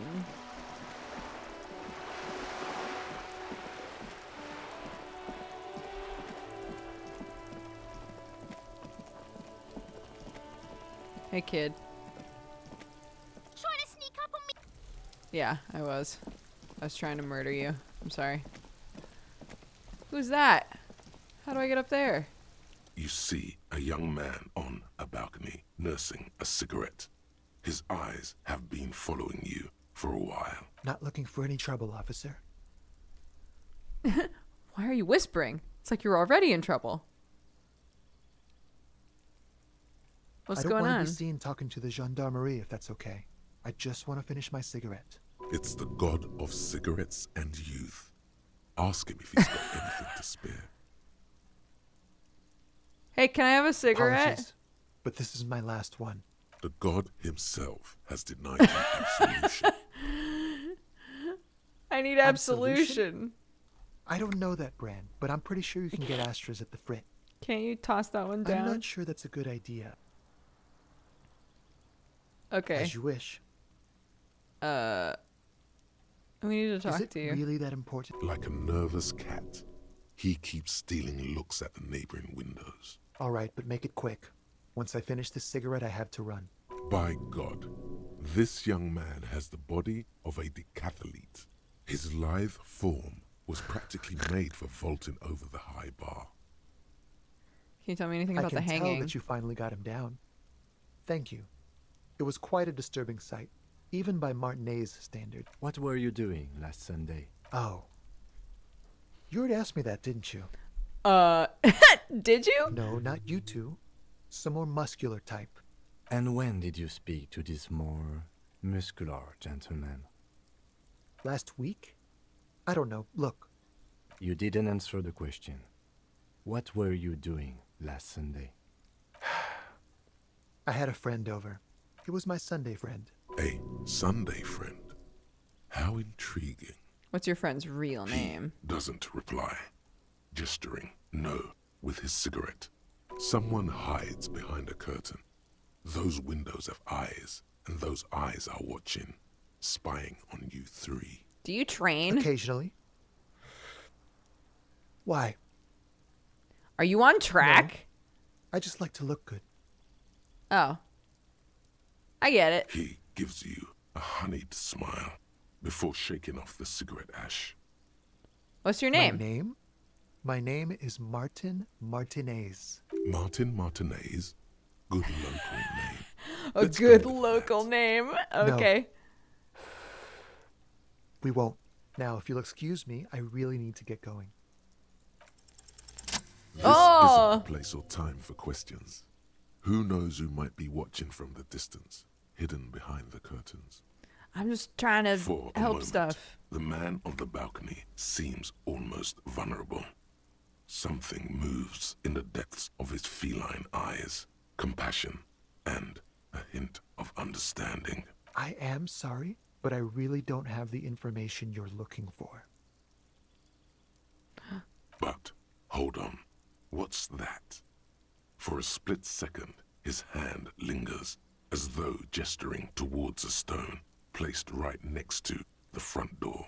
It's a sign. Good luck with the investigation. Ho ho.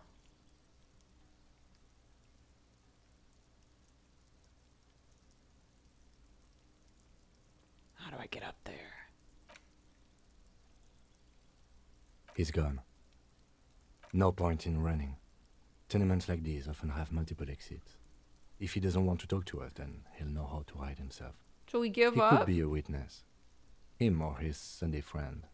Either way, we need to look into that muscular type who's asking about our case. He did leave us a sign. Did you see that? He wanted to draw our attention to that stone right over there. If we find a way inside the building, we can ask around for his apartment. Great.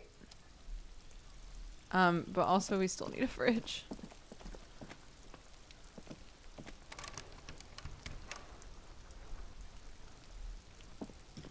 Oh.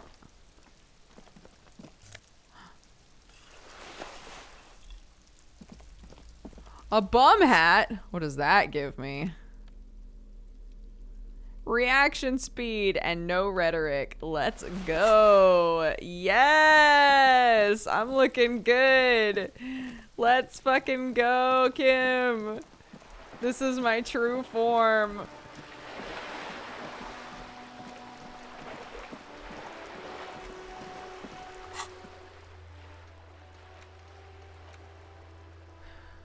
How long do I have until Hobo Cop? Oh my god. We're halfway through Hobo Cop. I have to pee so bad, but I'm like really... Oh! A bag! For me to collect bottles! Give me that bag. Hell yeah.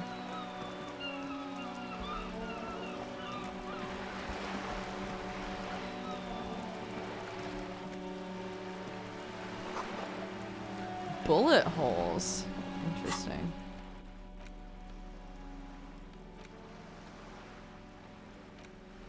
Nice. Okay. I need to pee so badly. BRB. One sec.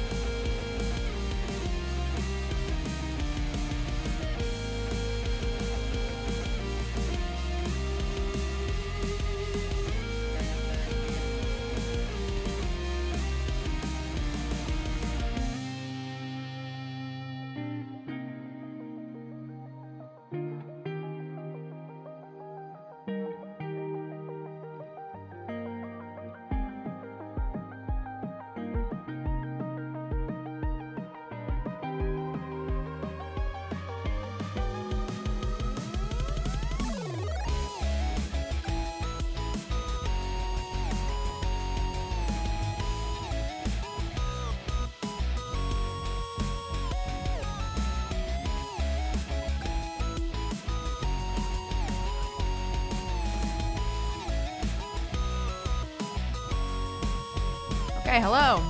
Here.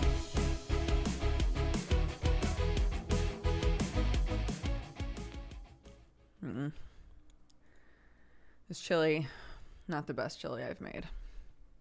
But to be fair, this is like, what do we have left in the house? Chili. We got some big ass butter beans in there. We got a definitely freezer burned last bit of like fake corn meat. But it's fine. It's all right. If I had chopped up some onion, some like raw onion and stuff to put in there, ooh, that would have really sent it, but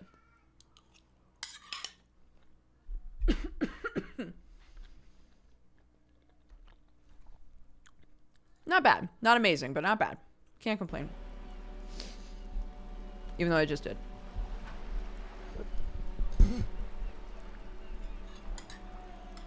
Leftover food is an important part of a balanced diet. This isn't leftovers. I made this right before stream to just have something in the house for everybody to eat because Sam is miserable, so just wanted food available for people.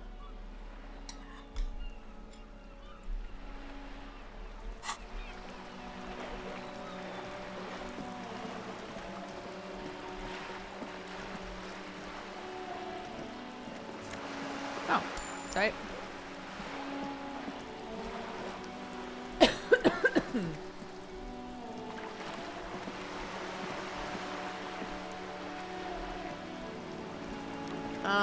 Okay, well.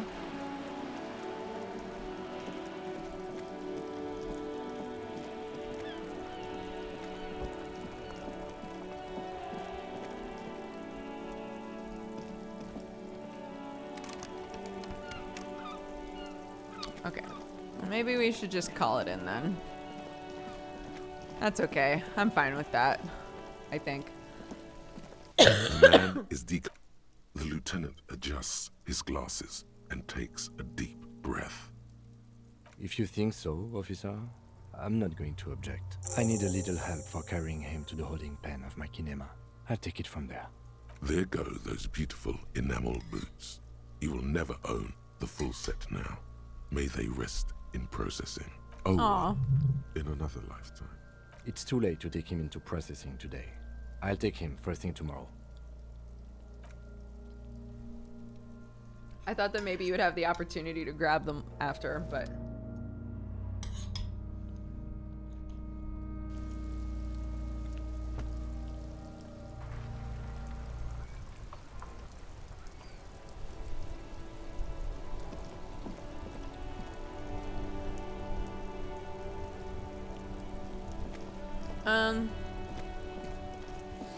Okay, well, now what? Oh, right.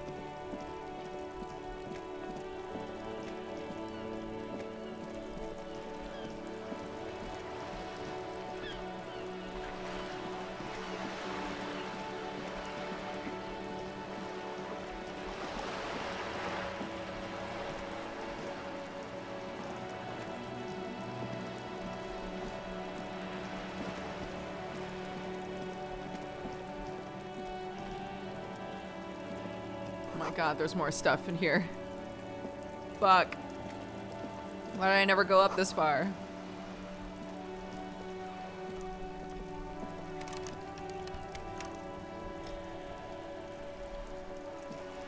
I jumped the gun. Hey.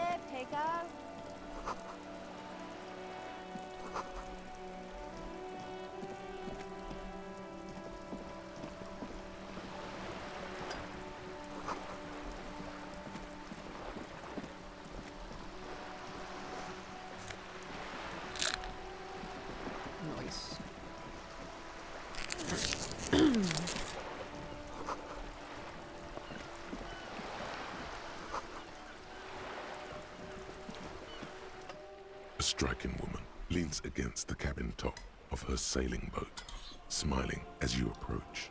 Her green raincoat glistens with droplets. A silk scarf is tied around her throat. Good afternoon, officers. I'm Joyce. Joyce L. Messier. I represent the board of Wild Palms, the owners of the harbour. You gentlemen must be from the RCM.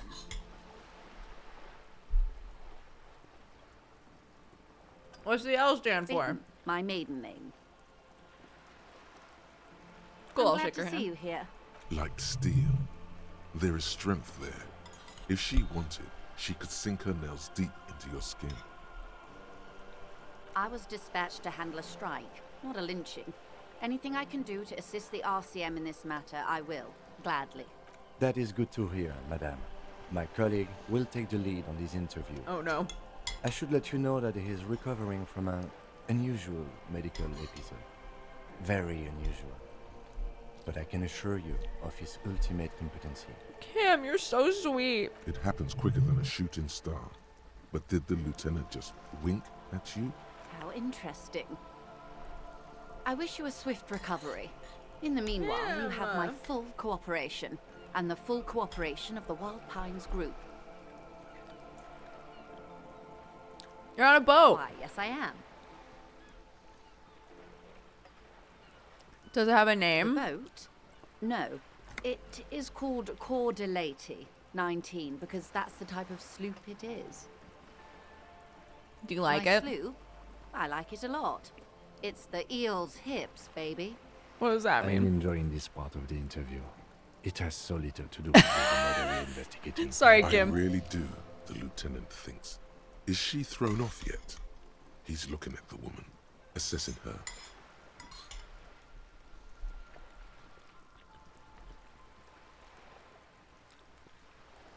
Not a lot of people on boats. There are. We're on an archipelago. How else are you supposed to get around? Yes, we are. We are on Le Caillou. She nods. Good. Anyway. What we do. I'm afraid I don't speak for Wild Pines as a whole.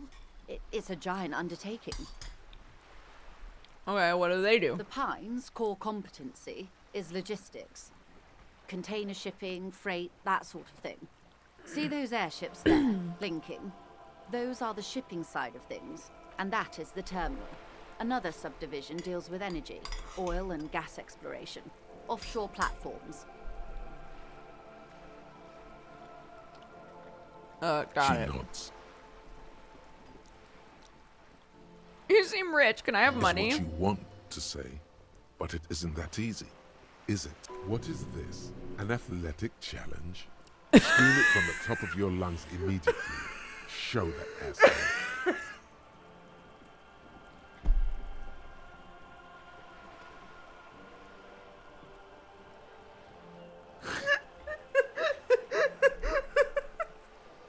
I didn't save. You're thinking it, but your lips are not moving. Why not? Look at that lady. Take a gander. What? Squint your eyes, bub. What nice fabrics. Why, yes. Tucked away under that sturdy green raincoat, almost rustic in its simplicity, a silk shirt and matching scarf around her gentle throat, while dull orange pearls hang from her earlobes, red from the cold. Her light green eyes scan you, full of knowledge and worry. Wealth and all its possibilities. Now look at you, you misery-clad simian, barely able to tie your own laces. Your armpits are lakes. A scythe of booze precedes you. Your hair sticks to your forehead, and your underwear feels uncomfortable. You're poor. Poor as balls. You can't ask this person for money. You're too...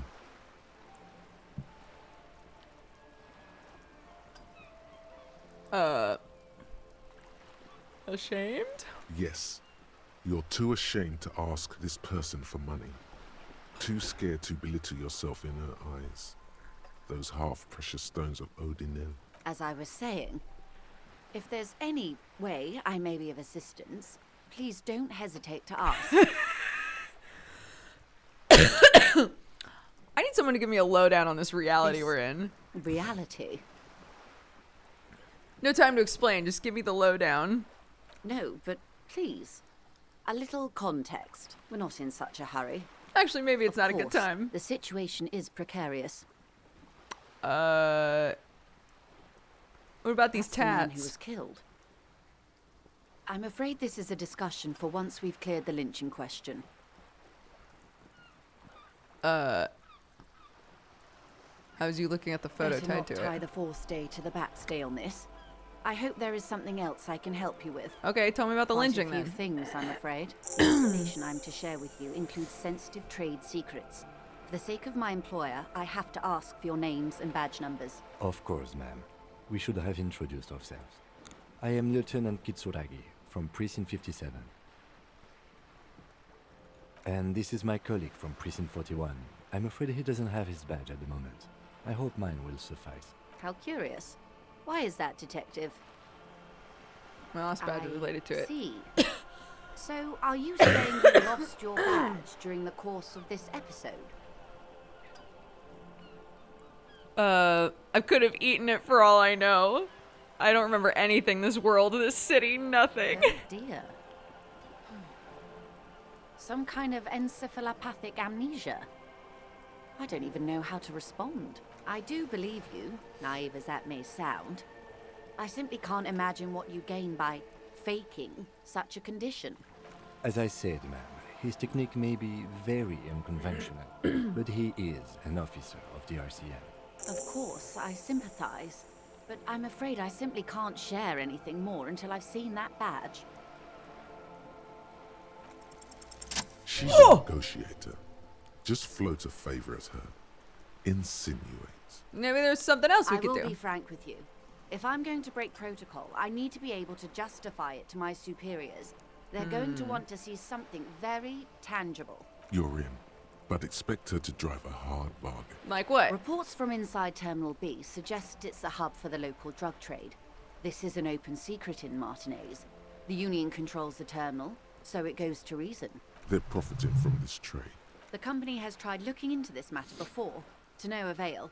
Perhaps someone with your authority and resources might turn over the right stones. Or you can recover your badge. Though if I may be blunt with you, it sounds like that may be a lost cause. Detective, a word in private before we continue. One moment.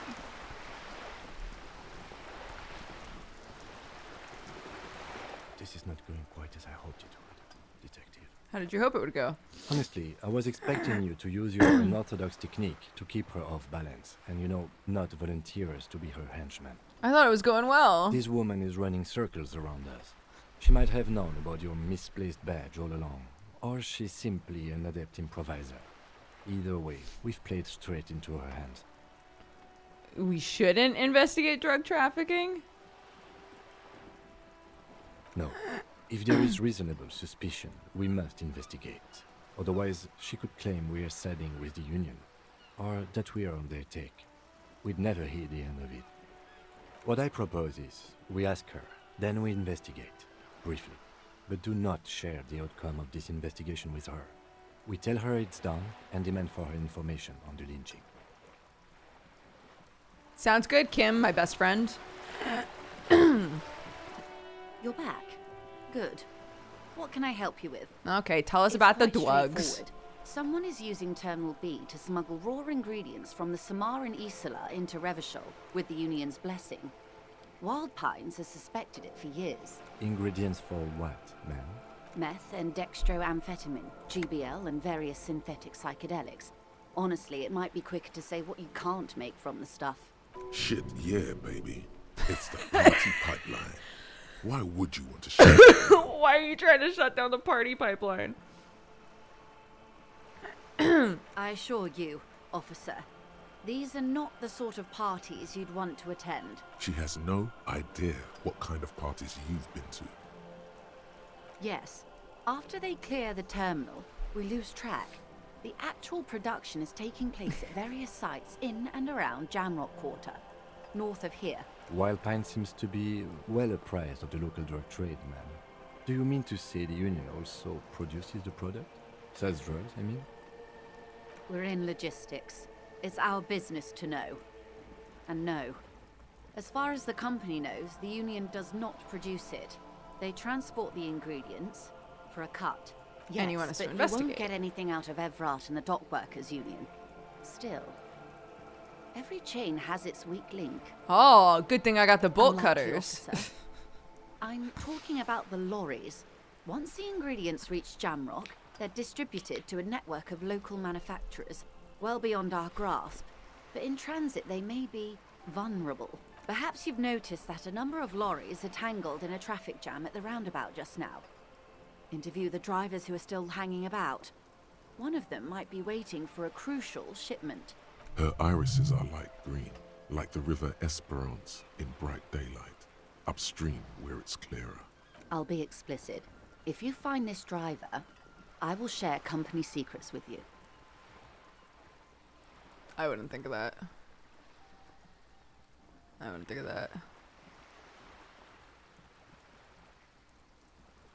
Okay. Yes? Sure. Excellent. It may come to nothing, or it may just blow the case wide open. I suspect the traffic jam won't disperse for a few more days. You should have the time you need. In the meantime, let me know if there's any other way I may be of assistance. Hey, can I have some money?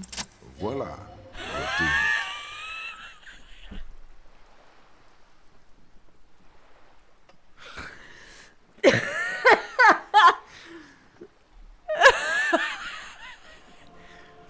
Really put your back into it.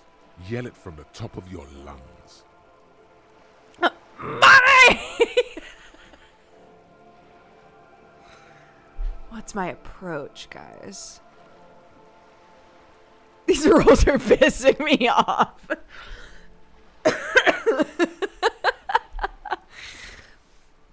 You seem rich. Can I have money? Why, yes, I am rich. How much money do you need? Hopefully not too much. I couldn't bring all of it with me. She's surprisingly nonchalant about this. Could it be that she somehow knows more about your predicament than she's letting on? I need 10,000.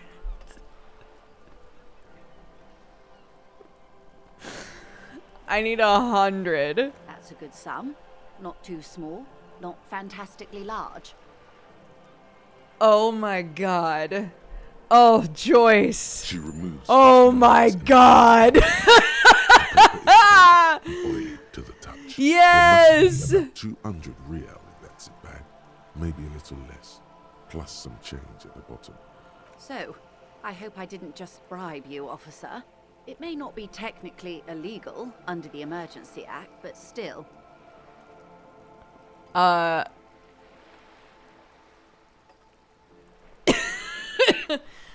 I don't even know what money is. That donations are permitted under the Emergency Act, unseemly as it may be, as long as they are properly logged with the precinct.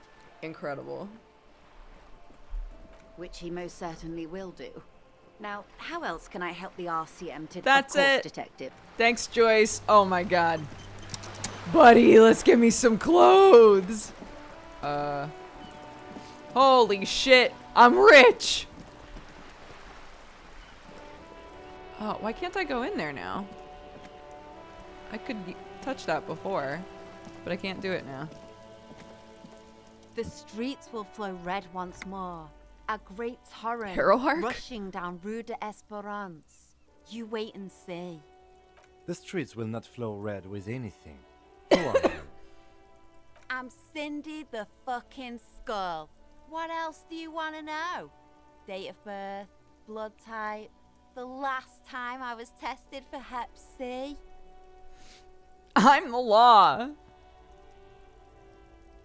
Hep, yeah, when were you last Had tested? a battery of tests just last week. I'm practically a patchwork of interesting critters. Kinda like a Manowar. Oh, was I supposed to be able to go into the bookstore? What the fuck? Oh, that sucks. I could have figured. Oh, shit. Oh, that sucks. So I could have done the fridge. Well. Hey, what do you know about murder? I ain't no snitch, pigstein. Go forth and forage in someone else's shit. No shortage of squealers in these parts. Actually, there is a shortage of people who talk to us in a normal, calm, informative manner. We weren't put on this earth to make your life pleasant, fucko. I wouldn't notice that. What are you doing to the wall? Can't you tell? I'm painting a beautiful mural, an aereo graffitio visible from low orbit. I haven't really started it yet. I'm waiting for the right words. I did click it, but okay. So you don't know what to write? Have you ever tried your hand at graffitio? When faced with a blank wall, most people write unimaginative stuff, like pigs go home and Mona was here. We rarely see pigs round here, though. Just union cats. And my name's not Mona, so... I'm not gonna go all the way back. I just got $100. This is the way this is meant to go. This is the playthrough. Yeah. I have an opinion on this. Actually, I don't have an opinion. Lying is cool, I guess. Maybe you can tell us about the missing what armor. Do I care about some fucking tin eggshells? Art for the body. All right, sad piggy. I'll give you this one. I saw a little girl in the fishing village running around with military-grade handwear. Looked cute as hell. If you haven't been there, the village is a shithole down the coast from the main plaza. Have a good time. Piggy, Okay, bye. I have no idea why I just told you that. You look like a shaggy dog left in the rain for too long. I have a weakness for animals. Tight. Watch Catch you your later, back, Cindy. Ungulate. You've got eyes on you. Tight.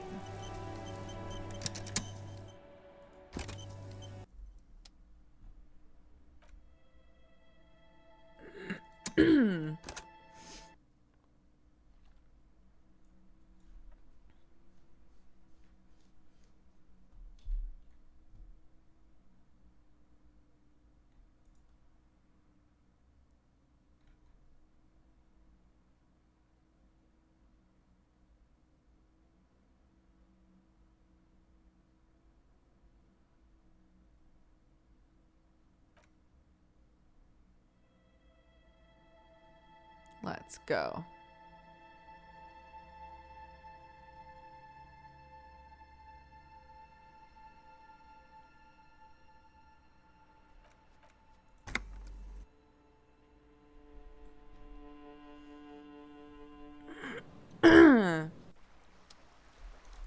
Okay, let's see. Yeah, the door works now. A sturdy metal door guards the southwest entrance to the apartment building. It's locked. This could be a way into the apartment building the smoking man vanished into. Knock. The door rattles against your knuckle. The Knock door again. rattles again, but this time Stop banging on the door. I'm not letting any more strangers inside. Oh, who am I talking to? Doesn't matter who I am. Now go on, get out of here. from within comes the faint sound of a broom sweeping across the concrete floor. I'm the police, though. The police? Everyone knows the police don't come round here. But I'm not joking. No, I already told you. I won't be responsible for any more strangers getting into the building. Go check the backyard Anymore, door. huh? Maybe someone there will. Backyard door with the smoker. You already were there. Kim, tell her we're Madame, real policemen. I assure you, we are real police officers. There is no reply. Just faint sweeping. Okay.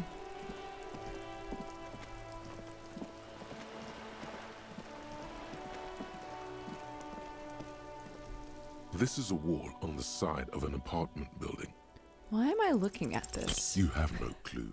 So many walls all over Martinez. Weather-worn, cracked, their paint peeling. All right.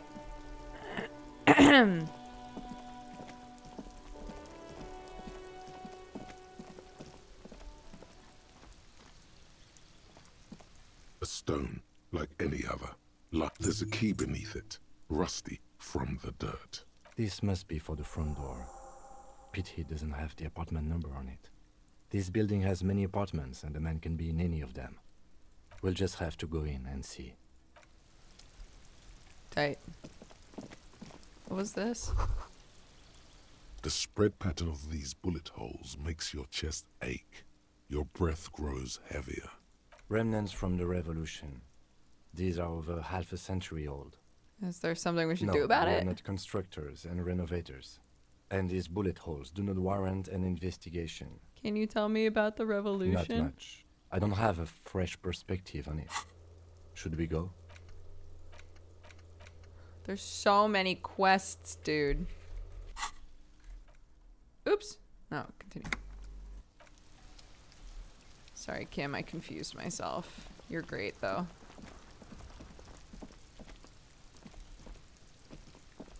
Can I go up here? No. Okay. Oh, yeah.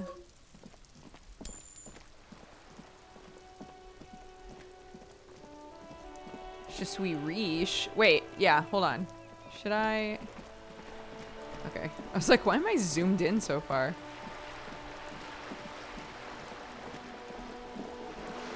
Hold up. Let's go get me a new jacket. Oh yeah, forgot about y'all. Sorry I threw your ball. Your booty. I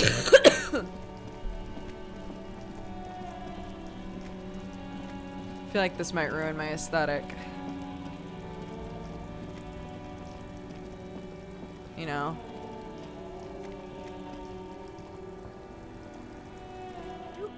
If he really wants to save the economy. Gotta prepare for springtime, right?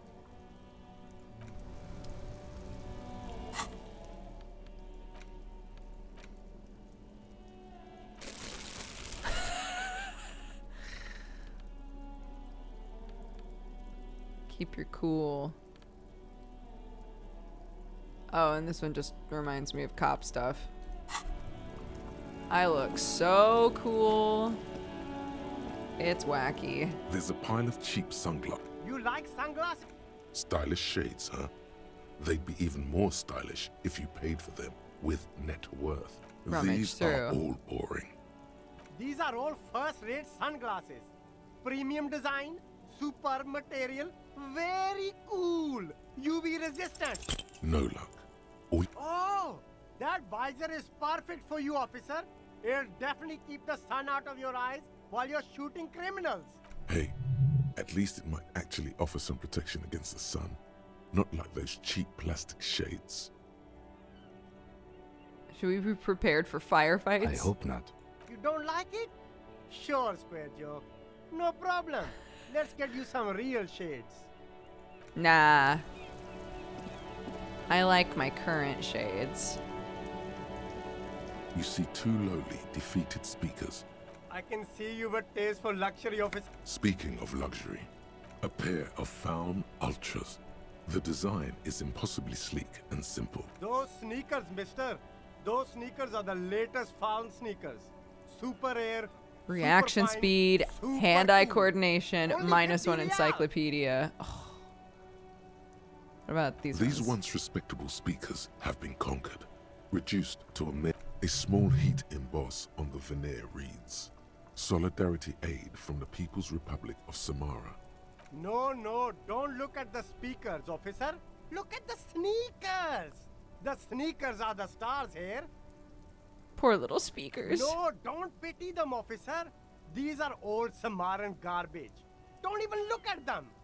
Check out these super cool Can't I fun buy ultra- the sad No speakers? way, officer. These aren't for sale. They're bad speakers. Lo-fi socialist junk. I think I might be lo-fi socialist junk, No, though. officer. You're a high-class policeman who accepts nothing less than the best. But you don't. Lucky for you. You don't know me. I don't even know me, and I want the speakers. If you want them, but see, they are the pedestal for my sneakers. If I let go of the speakers, where will the sneakers go? I can't leave premium lifestyle sneakers on the ground. If, on the other hand, you wanted to buy the sneakers too, I could maybe throw in the speakers for little extra. 50 cents? God, am I about to blow? But like, +1 reaction speed and hand-eye coordination. That's pretty good. It suits our build, though. Fine. Super cool! Now the premium lifestyle is yours, officer. The sneakers seem to vibrate in your... The junk is yours, officer. Great. Happy listening. Tight. Ooh, yeah.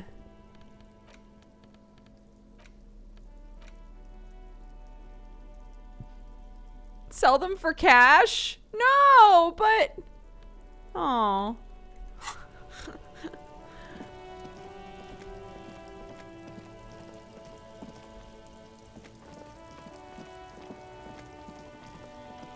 I did find my other shoe, yes.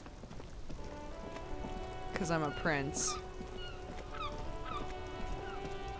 Okay, what the fuck are we doing? Oh my goodness.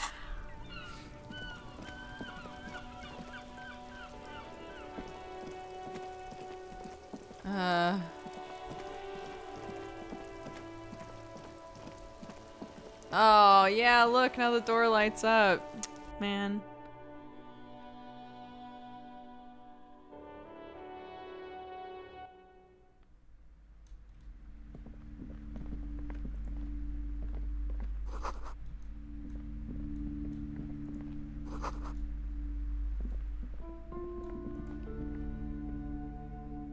Welcome to Crime, Romance, and Biographies of Famous People. My name is Plaisance. Be welcome, and please take responsibility for the energy you bring into this space. Are you the owner of the store? I am. The proudest owner of our little shop of culture.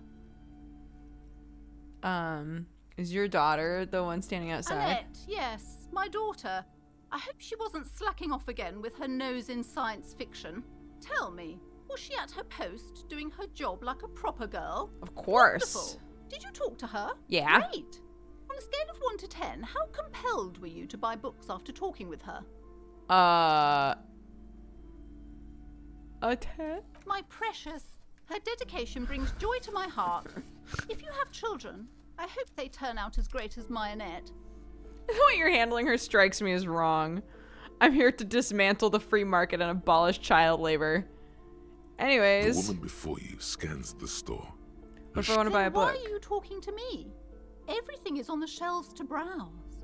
Don't you feel compelled to buy anything? See those shelves there? Go. Be drawn. What types of books do you have? Everything is on the shelves. Take a look yourself. The shelves compel you, don't they? She smiles and nods. Okay.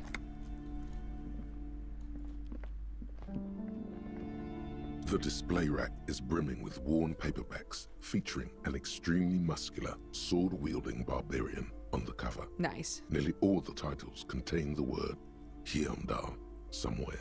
This is entirely, completely you. You have found the right books. Tell me about these muscle books. Oh, Man from Heimdall. A very popular series of adventure novels.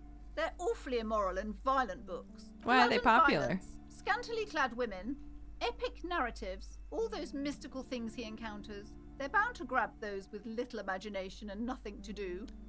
Tight. Which one should I start with? What does it matter? They're all the same. However, the customer is always right, they say. If you're a novice of the series, I'd recommend Heimdallaman, the Man from Heimdall. It's supposed to be a good introduction to the series. I want it. Oh yes, certainly. Another good sale. Rows and rows of Heimdallamen blur your vision. You make out some titles. Maybe 100. Man from here. Those snow crabs are worse than they sound. Not even close. Man from Heimdall in hell. Man from Heimdall. A twinge at the back of your head makes you flinch. Your eye starts twitching. What is Your it? hand reaches toward a book with glossy cover art of the very muscular Man from Heimdall in chains, kneeling in front of a staircase leading to a throne. A woman sits on the throne, leering. Between the throne and the Heimdallaman lies a bonfire, casting shadows on the wall. The shadow of the woman's headdress looks like a pair of devil horns. The title reads, Man from Heimdall and the Devil Woman. The display rack before you is burdened under piles of Man from Heimdall novels. I want this one It is too. a bestseller for a reason. I'm gonna just blow all this cash. What's here? A small mountain of colorful board game boxes. There are numerous types of games for all ages. A lot of shelf space seems to be taken up by Wirral-related merchandise. An endless variety of source books, lore books, and codices litter the table. The topmost book is titled Welkin Compendium, 2nd edition. There's also a large hardbound tome with intricate cover art, The Hunters of Catawak, Boreal Creature Compendium, and a Pick Your Path adventure game book titled There's a Box That Says Wirral, 3rd edition Mega Setting Supplements Module. The side panel notes, a fantastique adventure board game, new maps and miniatures. Yo. A sticker on it Kim. displays 25 real. You play some 5e? Nonsense or what? for anemic Beano Clards. Nonsense for anemic Beano Clards, but no, he's right. This is smart shit. I don't want it. He's right. Sometimes you just gotta listen to your physical instrument. These shelves are overburdened with books from the same series. You see the name Dick Mullen. That's my name. Over. A couple of spook novels hide amidst all the detective books. Thrilling tales of spycraft and daring do. Okay, leave. What am I buying all these books for? I'm a simple man. I saw a hot dommy mommy on the cover of one of them, and the other one had a big muscle boy, and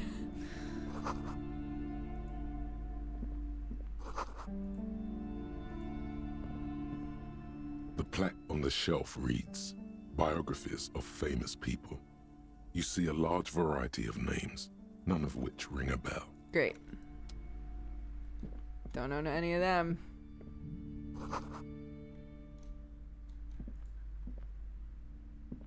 This bookstore is not strictly about crime, romance, and biographies of famous people. There's also a wide range of paranatural literature. Cool. All right. I think we've seen everything. Oh, what's that? Several maps have been attached to a bulletin board hidden inside the alcove. They're held up by small pins. The board has come loose from one corner. The maps look old and faded. Your eye catches a map of Insulinda, a map of Revachol, and a map of Martinez. Cool. All right, let's go. Oh yeah, it's back here. You see a set of tattered curtains blocking the way to another room. A strange cage-like trinket dangles from the curtains. Excuse me, officer. The back room is strictly for employees only.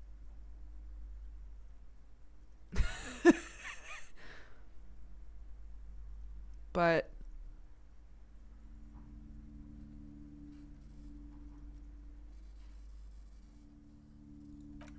just as you're about to pull apart the curtains, the petrified voice of the shop owner cries out once more. Sir, don't touch that. I told you it's off limits for the customers. Parapsychologically speaking, we're done if you decide to open them. I won't be held responsible for the consequences. It's too dangerous. She looks away, mumbling. Why is everyone always messing with the curtains? Why can't they just buy books like normal people? I sense this place is calling for me. I have to investigate beyond the threshold. I don't care. You can't stop me. No. Please just talk to me, officer. Come here and let's talk this through before you decide to do anything extreme. Lies. Rip them open. You see a tattered set of curtains and a polyhedron-shaped cage-like trinket. I love that Kim is just like, do what you gotta do, bud.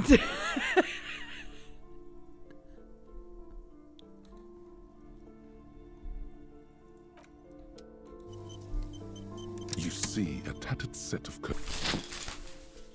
You see a dimly lit room full of dusty furniture and trash. A doorway stands in the back, covered in dozens of scary little cage-like trinkets, your shadow looming over it like an omen. I warned you. You're unleashing forces beyond your understanding. Not doing much to stop me, though, are you, bitch? Let's go.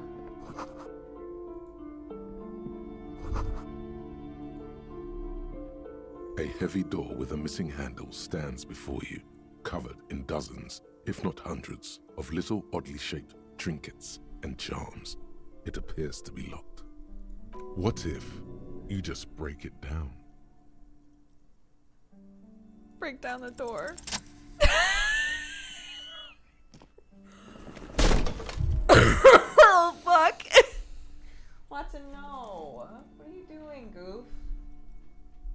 You smash into the wood and see a small crack appear on the door frame. It's going to take one more try to break through to the other side. Hell yeah, let's go. You're not thinking of trying again, are you?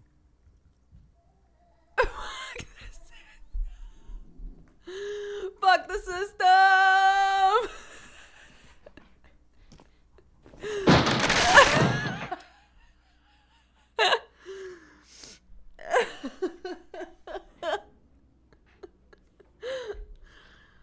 Feels good to be a hobo cop, baby. Why isn't she stopping me? This is so weird. Oh, there's weights in here though. Oh my god. I could get big. A barbell lies on the floor. The color has worn off its weight plates. It's 60 kilograms. Your triceps hum at the sight of these weights. Show the world what kind of beast it's dealing with. Lift them.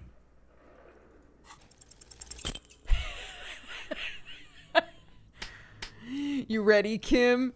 You ready, baby? Ooh! You manage to hoist it off the ground, but the barbell feels wobbly and dangerous. Your hands slick with sweat.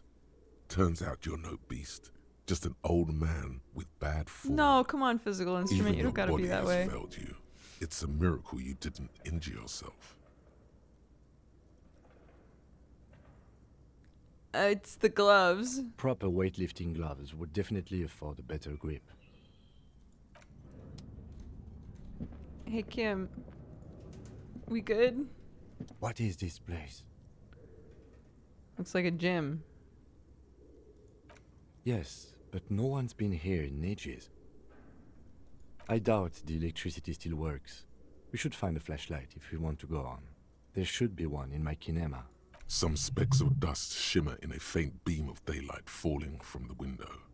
Other than that, the room is dark.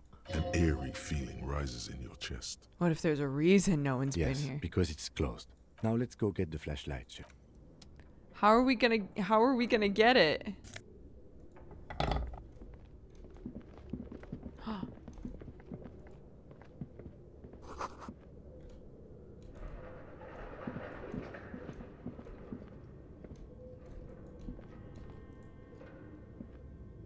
It's dark. This would be a lot easier with a flashlight. I've got one in the kinema's toolbox. I know, but isn't that lady gonna like lose her shit at us? Isn't she gonna be like, never come back, you hoodlums?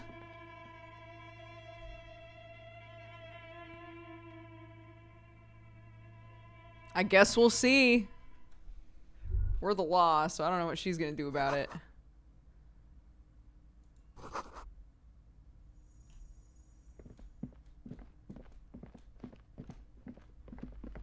Cool, bye.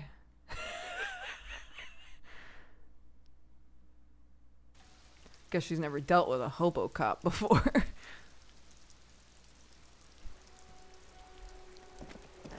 Hey, your mom's pretty cool. Alright. Can I give that to the... I know it's not what they wanted, but can I give it... Can I give it to these sweet geezers?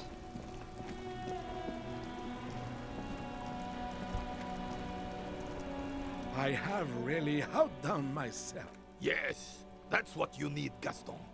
More padding on that fat ass of yours. I hope your heart gives out. Goddamn, Renee, calm Renee, down. It's a little pleasures. Life doesn't need to be a struggle. Hello, officer. How might I be of assistance on this fine day? What about you? We're still waiting for I found you guys a new bull. Bull, what is this? Are you mocking us? This isn't for pétanque. Now, no need to get angry again, René. I'm sure the officer tried his best. It's not like there's a bull kiosk here in Martinez. I did try. Is worth as much as is accomplished. In this case, almost nothing. Fine. You try to right a wrong. Thank you. It's still a gram better than actual nothing. I saw the statue of Philippe III. Yes! King Philip III on his steed. A reminder of what Revachol once was. Oh, absolutely. At the mercy of a cocaine-snorting tyrant who emptied the treasury so he could sleep on a bed of gold. Cocaine. Cocainum. Sounds like our kind of king. And just imagine what kind of cocaine a king would have had. A superpower, feared and respected. A testament to what this country can be under the leadership of a true king. Someone who knows how to rule. What's that about cocaine? Oh, old Philip was a big fan of the purple nose candy the nobility loved so much. A cocaine connoisseur of sorts. His egocentricity is borderline legendary. You can't even take the responsibility for yourself. How could you fathom the responsibility weighing on the shoulders of a ruler? That's why the Philippian kings use cocaine. For clarity of vision, to aid in their work. Regnum cocainum. Revachol's finest years. I'm satisfied with this explanation. Of course. Good. Clarity of vision. Awareness. Philippe III was even brought into this world with the help of cocaine. The court medic administered a dose to his mother when she was in labor. And it is well known that with the help of cocaine, only the purest, of course, he was able to connect with higher realms. Sure, yeah. I'm listening. Anyways. Right. Cool. I think that's everything that my character would care about. Okay, let's get a flashlight. Oh lord. Let's get a flashlight.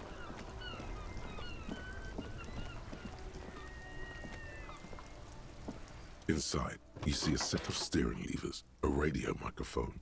A metallic drawer slides out from under the seat. Take the flashlight. It's robust, which lets you see things in the dark you would otherwise miss. The pry bar, cold and heavy, like truth. You feel like you're reunited with truth once more. Useful for opening all sorts of doors and lids. The pull-out toolbox. Cool. Tight. Back to the bookstore.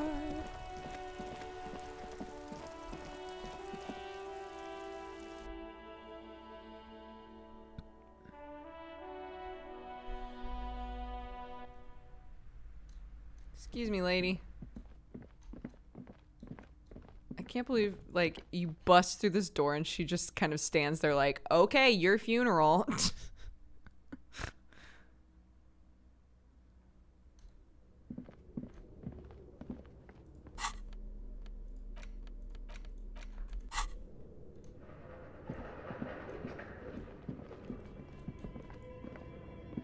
Oops. It's dark. And the flashlight works a lot better if you hold it in your hand. Yes, you might even call it a feature of the universe that you need to hold tools to use them. That makes right? so much sense.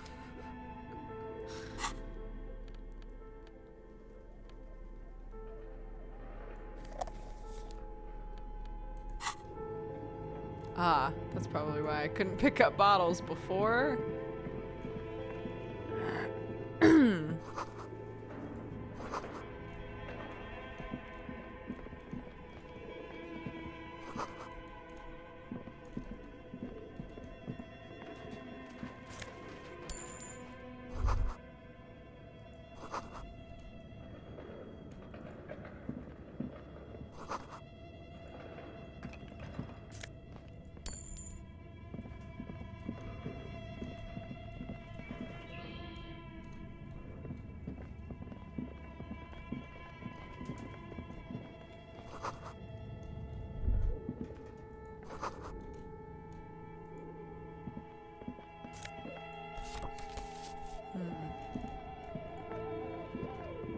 An iron safety curtain curves before your eye.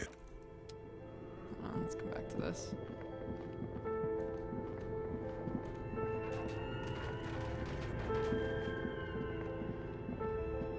This appears. The radio computer. Oops. Sorry, I'm Just listening to sitting my here kid laugh. without anyone inside.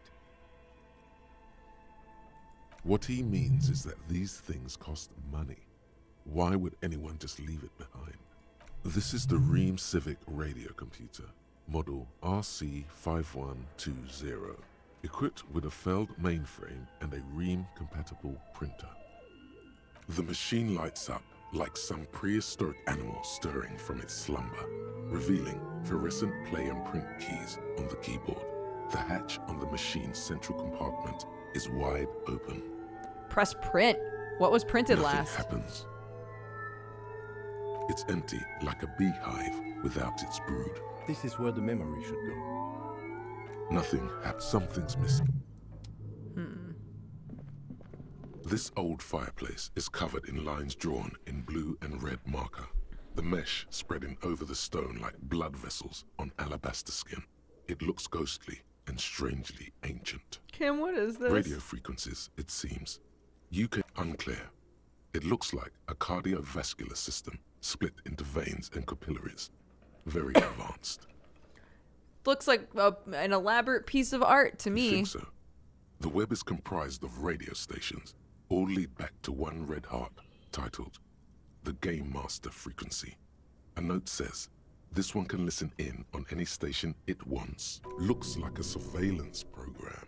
They must have had massive airwidth. These things don't come cheap. Wait, who's the game master? Someone very important. The leader of a massive on-air game built by these people.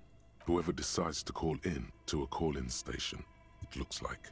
A list of names under the stations suggests people across 6 Isolas would be playing. Muindi, Insulinda, Kotla, Grad, Samara, and even Ilmara. My God. It's as if the less money they had, the more ambitious their project became. Why do you say that? I know doom when I see it. The company was running out of funding. Nothing. It's just lines on marble. An echo from times long gone. No one has used the fireplace in ages. Okay, tight. Your flashlight slides over an old green chalkboard covered in scribbles, sketches, and schemes like some ancient cave mural. Some of the writing has faded with age, but you can still make out sections here and there. Photos and drawings have been pinned to the board. These lithe, pointy-eared creatures appear to be different types of welkins. You make out autumnal candle welkins, casting wax-based magic, translucent welkins, with organs shining under their skin, and even ether welkins, hailing from the vast emptiness of sidereal space. One of the welkins, towering among the rest, appears to be different, however. Sure. It's Vara Hamira, a high welkin, his face white and scarred like cracked marble. This is clearly a Welkin supremacist. The note says, all non-Welkin races will be purged. Ooh, yikes. The Haldor, the Tworg, the humans, and even headless men, all of them purged. Imagine a world filled only with Welkin, Green Welkin, Dread Welkin, and the High Welkin to rule them all. An inordinate amount of time has gone into drawing these little Welkin creatures. One of them is a Welkin supremacist. Mm-hmm. Political commentary. That one has a great beard, too. Are they real? This looks like concept art for a project. It's not really real. Okay. Just look at those details. So much effort. I think at that point, my character would be like, alright. The most advanced RPG in the universe. Okay.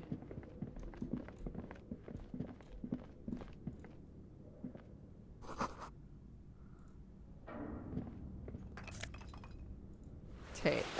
Production schedule. Oh, the memory.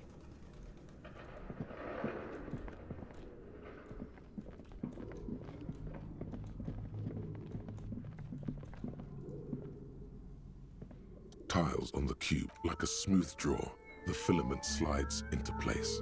A bar of fabric right above the keyboard starts producing a soft hum. The sound of static seeps through the machine's planar magnetic driver.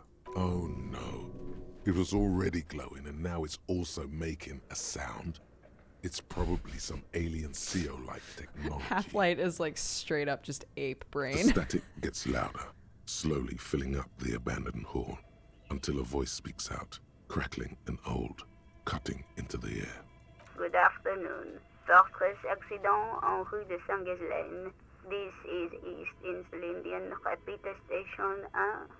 Please repeat. Is this the production schedule?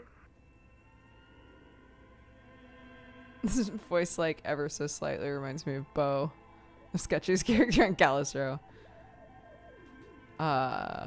What's the production schedule? The filament you have inserted into the reader. Oh, that yeah. was a question. Have you inserted it into the core? Yeah. Good. Please repeat the password. Is it my birthday? I don't know it. Received. I will register this login attempt. That sounds bad. A login attempt. Something a criminal would do. Don't worry. Passwords have a way of turning up sooner or later. Fortress accident. Is there anything else I Nope, can goodbye. do? And goodbye. Tiles on the cube are still... Okay. Anyway, what's through here? The outside world.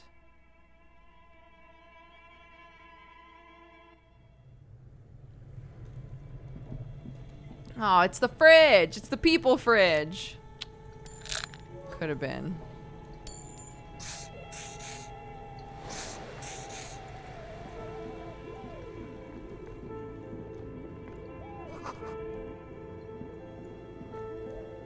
Oh my god, there's so much shit back here.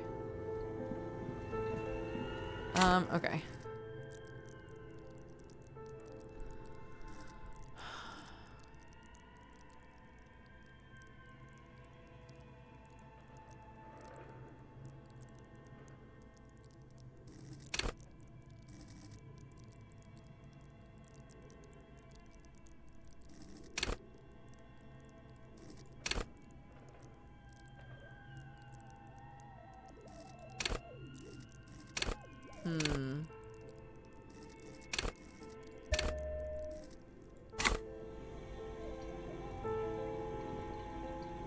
You see a terrifying ice... This ice bear is a hyper-carnivore. Be careful. A gust of freezing cold air rushes to greet you. You hear a low grumble as the bear regulates itself. This is the inside of a refrigerator. The lieutenant takes a peek inside. His hand has found the holster of his gun. Don't worry, Kim. It's a Of fridge. course, just a giant ice bear-shaped fridge. Let's take a look inside. The shelves are empty.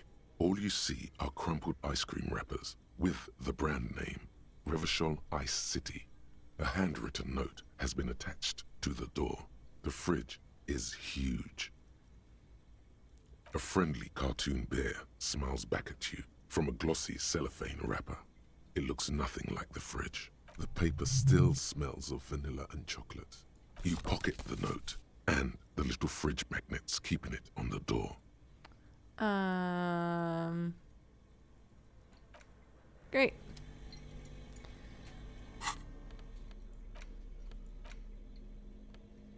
It's a postcard. Oh.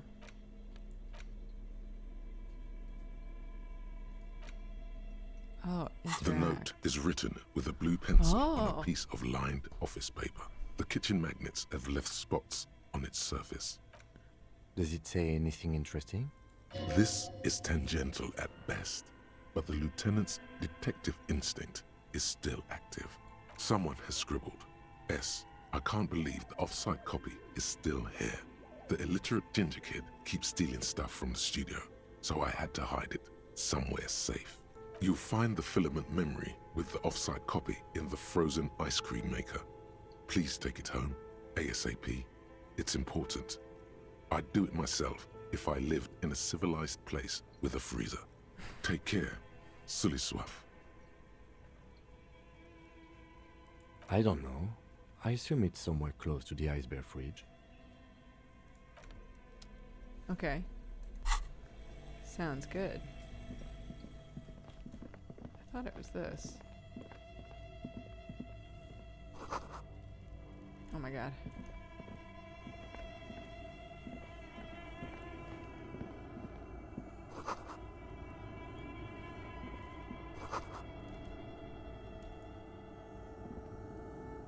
A few bricks have fallen off, revealing a compartment behind the wall. It's too dark to see in. Look, there's a hole in the wall. There is, yes. And there also appears to be something inside the hole. Interesting. Do you want to take a look? Yes. Your hand reaches deep into darkness and spiderwebs. Rummaging around, you find rusty rifles hidden away. Rifles, Kim! Good? Most of them are rusty and inoperable, like the rest.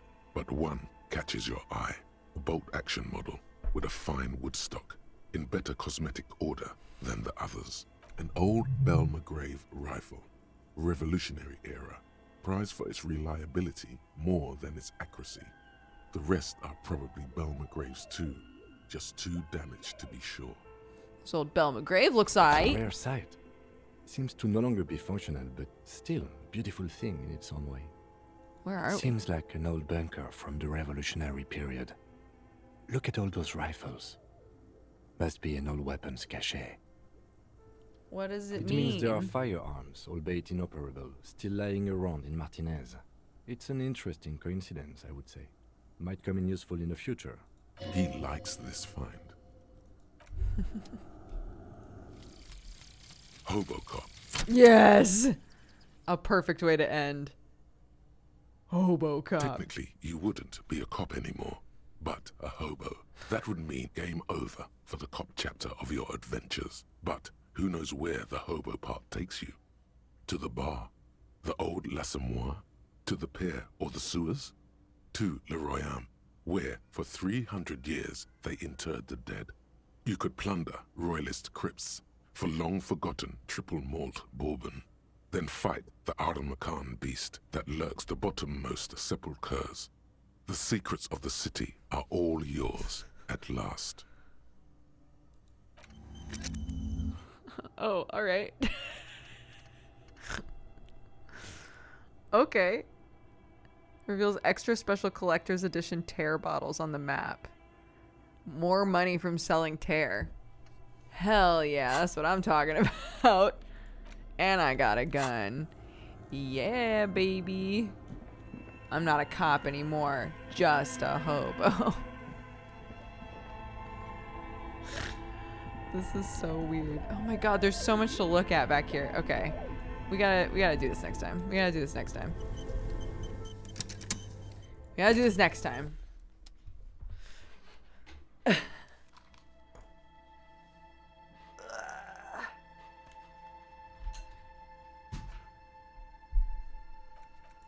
Quito.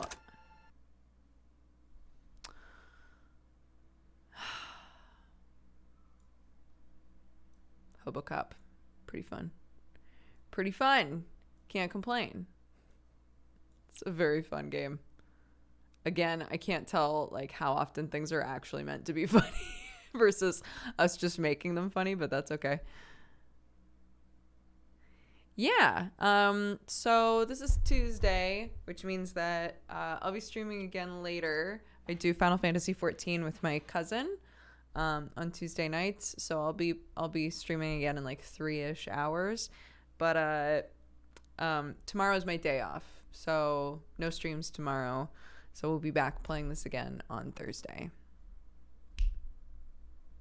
Cool. Let's take a look at our activity feed. We also have a bunch of Valentines. Henry said, "Hey chat, I wanted to let everyone know I had an argument with my mother a few weeks ago. She said some things that were misinterpreted as her not accepting who I am. I went into a sad mode for a while, but I just had a talk with her, cried a bunch, and here I am. Guys, remember to talk it out. Holding grudges against family hurts, and I'm more relieved that I didn't run away from home for this. Stay positive and stay lovely." Oh, Henry. Reikio says this one goes out to chat. You cute. Dark Gareth also says you guys are cute. Akabara says a Valentine to all of you chat lovelies. I can't stick around today. I have to mow the lawn before it gets hot here. Take care of yourselves, whether that means taking your meds, eating something healthy, getting work done, or just relaxing. D. Wexley says, I just this second finished my final uni project. I'm sending a Valentine to everybody here for being a great place to come and hang and procrastinate for the past 3 years. Here's to many more. Congratulations, Wexley. And Zilasara says, hi, beautiful people. I'm sending love to everyone. I wanted to thank all of you for being so positive and rainbows of pure awesomeness. My husband and I are closing on our very first grown-up house this Thursday. I couldn't have gotten through all of the packing and planning without you guys. Don't forget to love each other and yourself. Beam on. Oh, congratulations. That's great. That's great. Love to hear good news from y'all. Okie dokie. Caffey Night, thank you for the 19 months. Johnny Servo for the 1 year. Happy anniversary. Jake Loans for the 25. Porzio for the 46. Watcher for the 76. Grandmaster Sal for the 4 years. Happy anniversary. Thank you so much. The Arse for the 33. Wet Nudes for subscribing. Welcome to the Cat Gang. Math Guy for the 2. Warhouse Bard, thank you for gifting a sub. Midna for the 2. Canny for the 9. Happy Twitch baby. MacTX for the 45. Apex Effect for the 9. Happy Twitch baby 2 as well. Except Streams for the 7. Voltaire for the 3. Ravenblade for the 84. Sean Zod for the 10. Gimmelresh for the 75. Lord Bagabuts for the 1 year. Happy anniversary. Also, okay, wait. Is 84 7 years? Yes. Holy shit. 7 years. Happy 7 years. That's wild. I think last stream was Stupid Ale's 7 years as well. And I know I need a cheat sheet. Seriously, I need a cheat sheet for years, but happy anniversary to you guys, all of you who've been with me since the very beginning of streaming. It's wild. So thank you guys so much. Happy anniversary to you. Sean Sod, thank you for the 10. Gimmelresh for the 75. Sour Chuck for the 21. Fight Groth for the 26. Of Mythos for the 22. Teviston for the 53. Danny for subscribing. Welcome to the Cat Gang. Not Oreo Zima, but Z Danny T in chat. Last Firefight, thank you for the 4. Kaylee B for the 4 as well. Trent for the 13. Zerpoon for the 16. Gypsy Rose for the 53. Nilo Cortex and Rediger, both of you, welcome to the Cat Gang. Thank you very much. Sloth DOS for the 29, Jun Coffee for the 8, Real Al Gamer for the 4 years. Happy anniversary. Jason WF for the 72, and Eric for the 40. Thank you all very, very much. I appreciate it. Once again, I forgot to open up Raid Leader. So, let's see. What are people doing right now? Sketchu. I was just talking about Sketchu. Sketchu's the one who made my model for Moral and plays Bo in Callous Row. So let's go say hi to Sketchu. Thanks so much, guys. I'll see you guys in a couple of hours if you're around. Otherwise, I'll see you on Thursday, or I'll see you when I see you. Take care. Thank you all very much. And I'll see you next time. Bye-bye.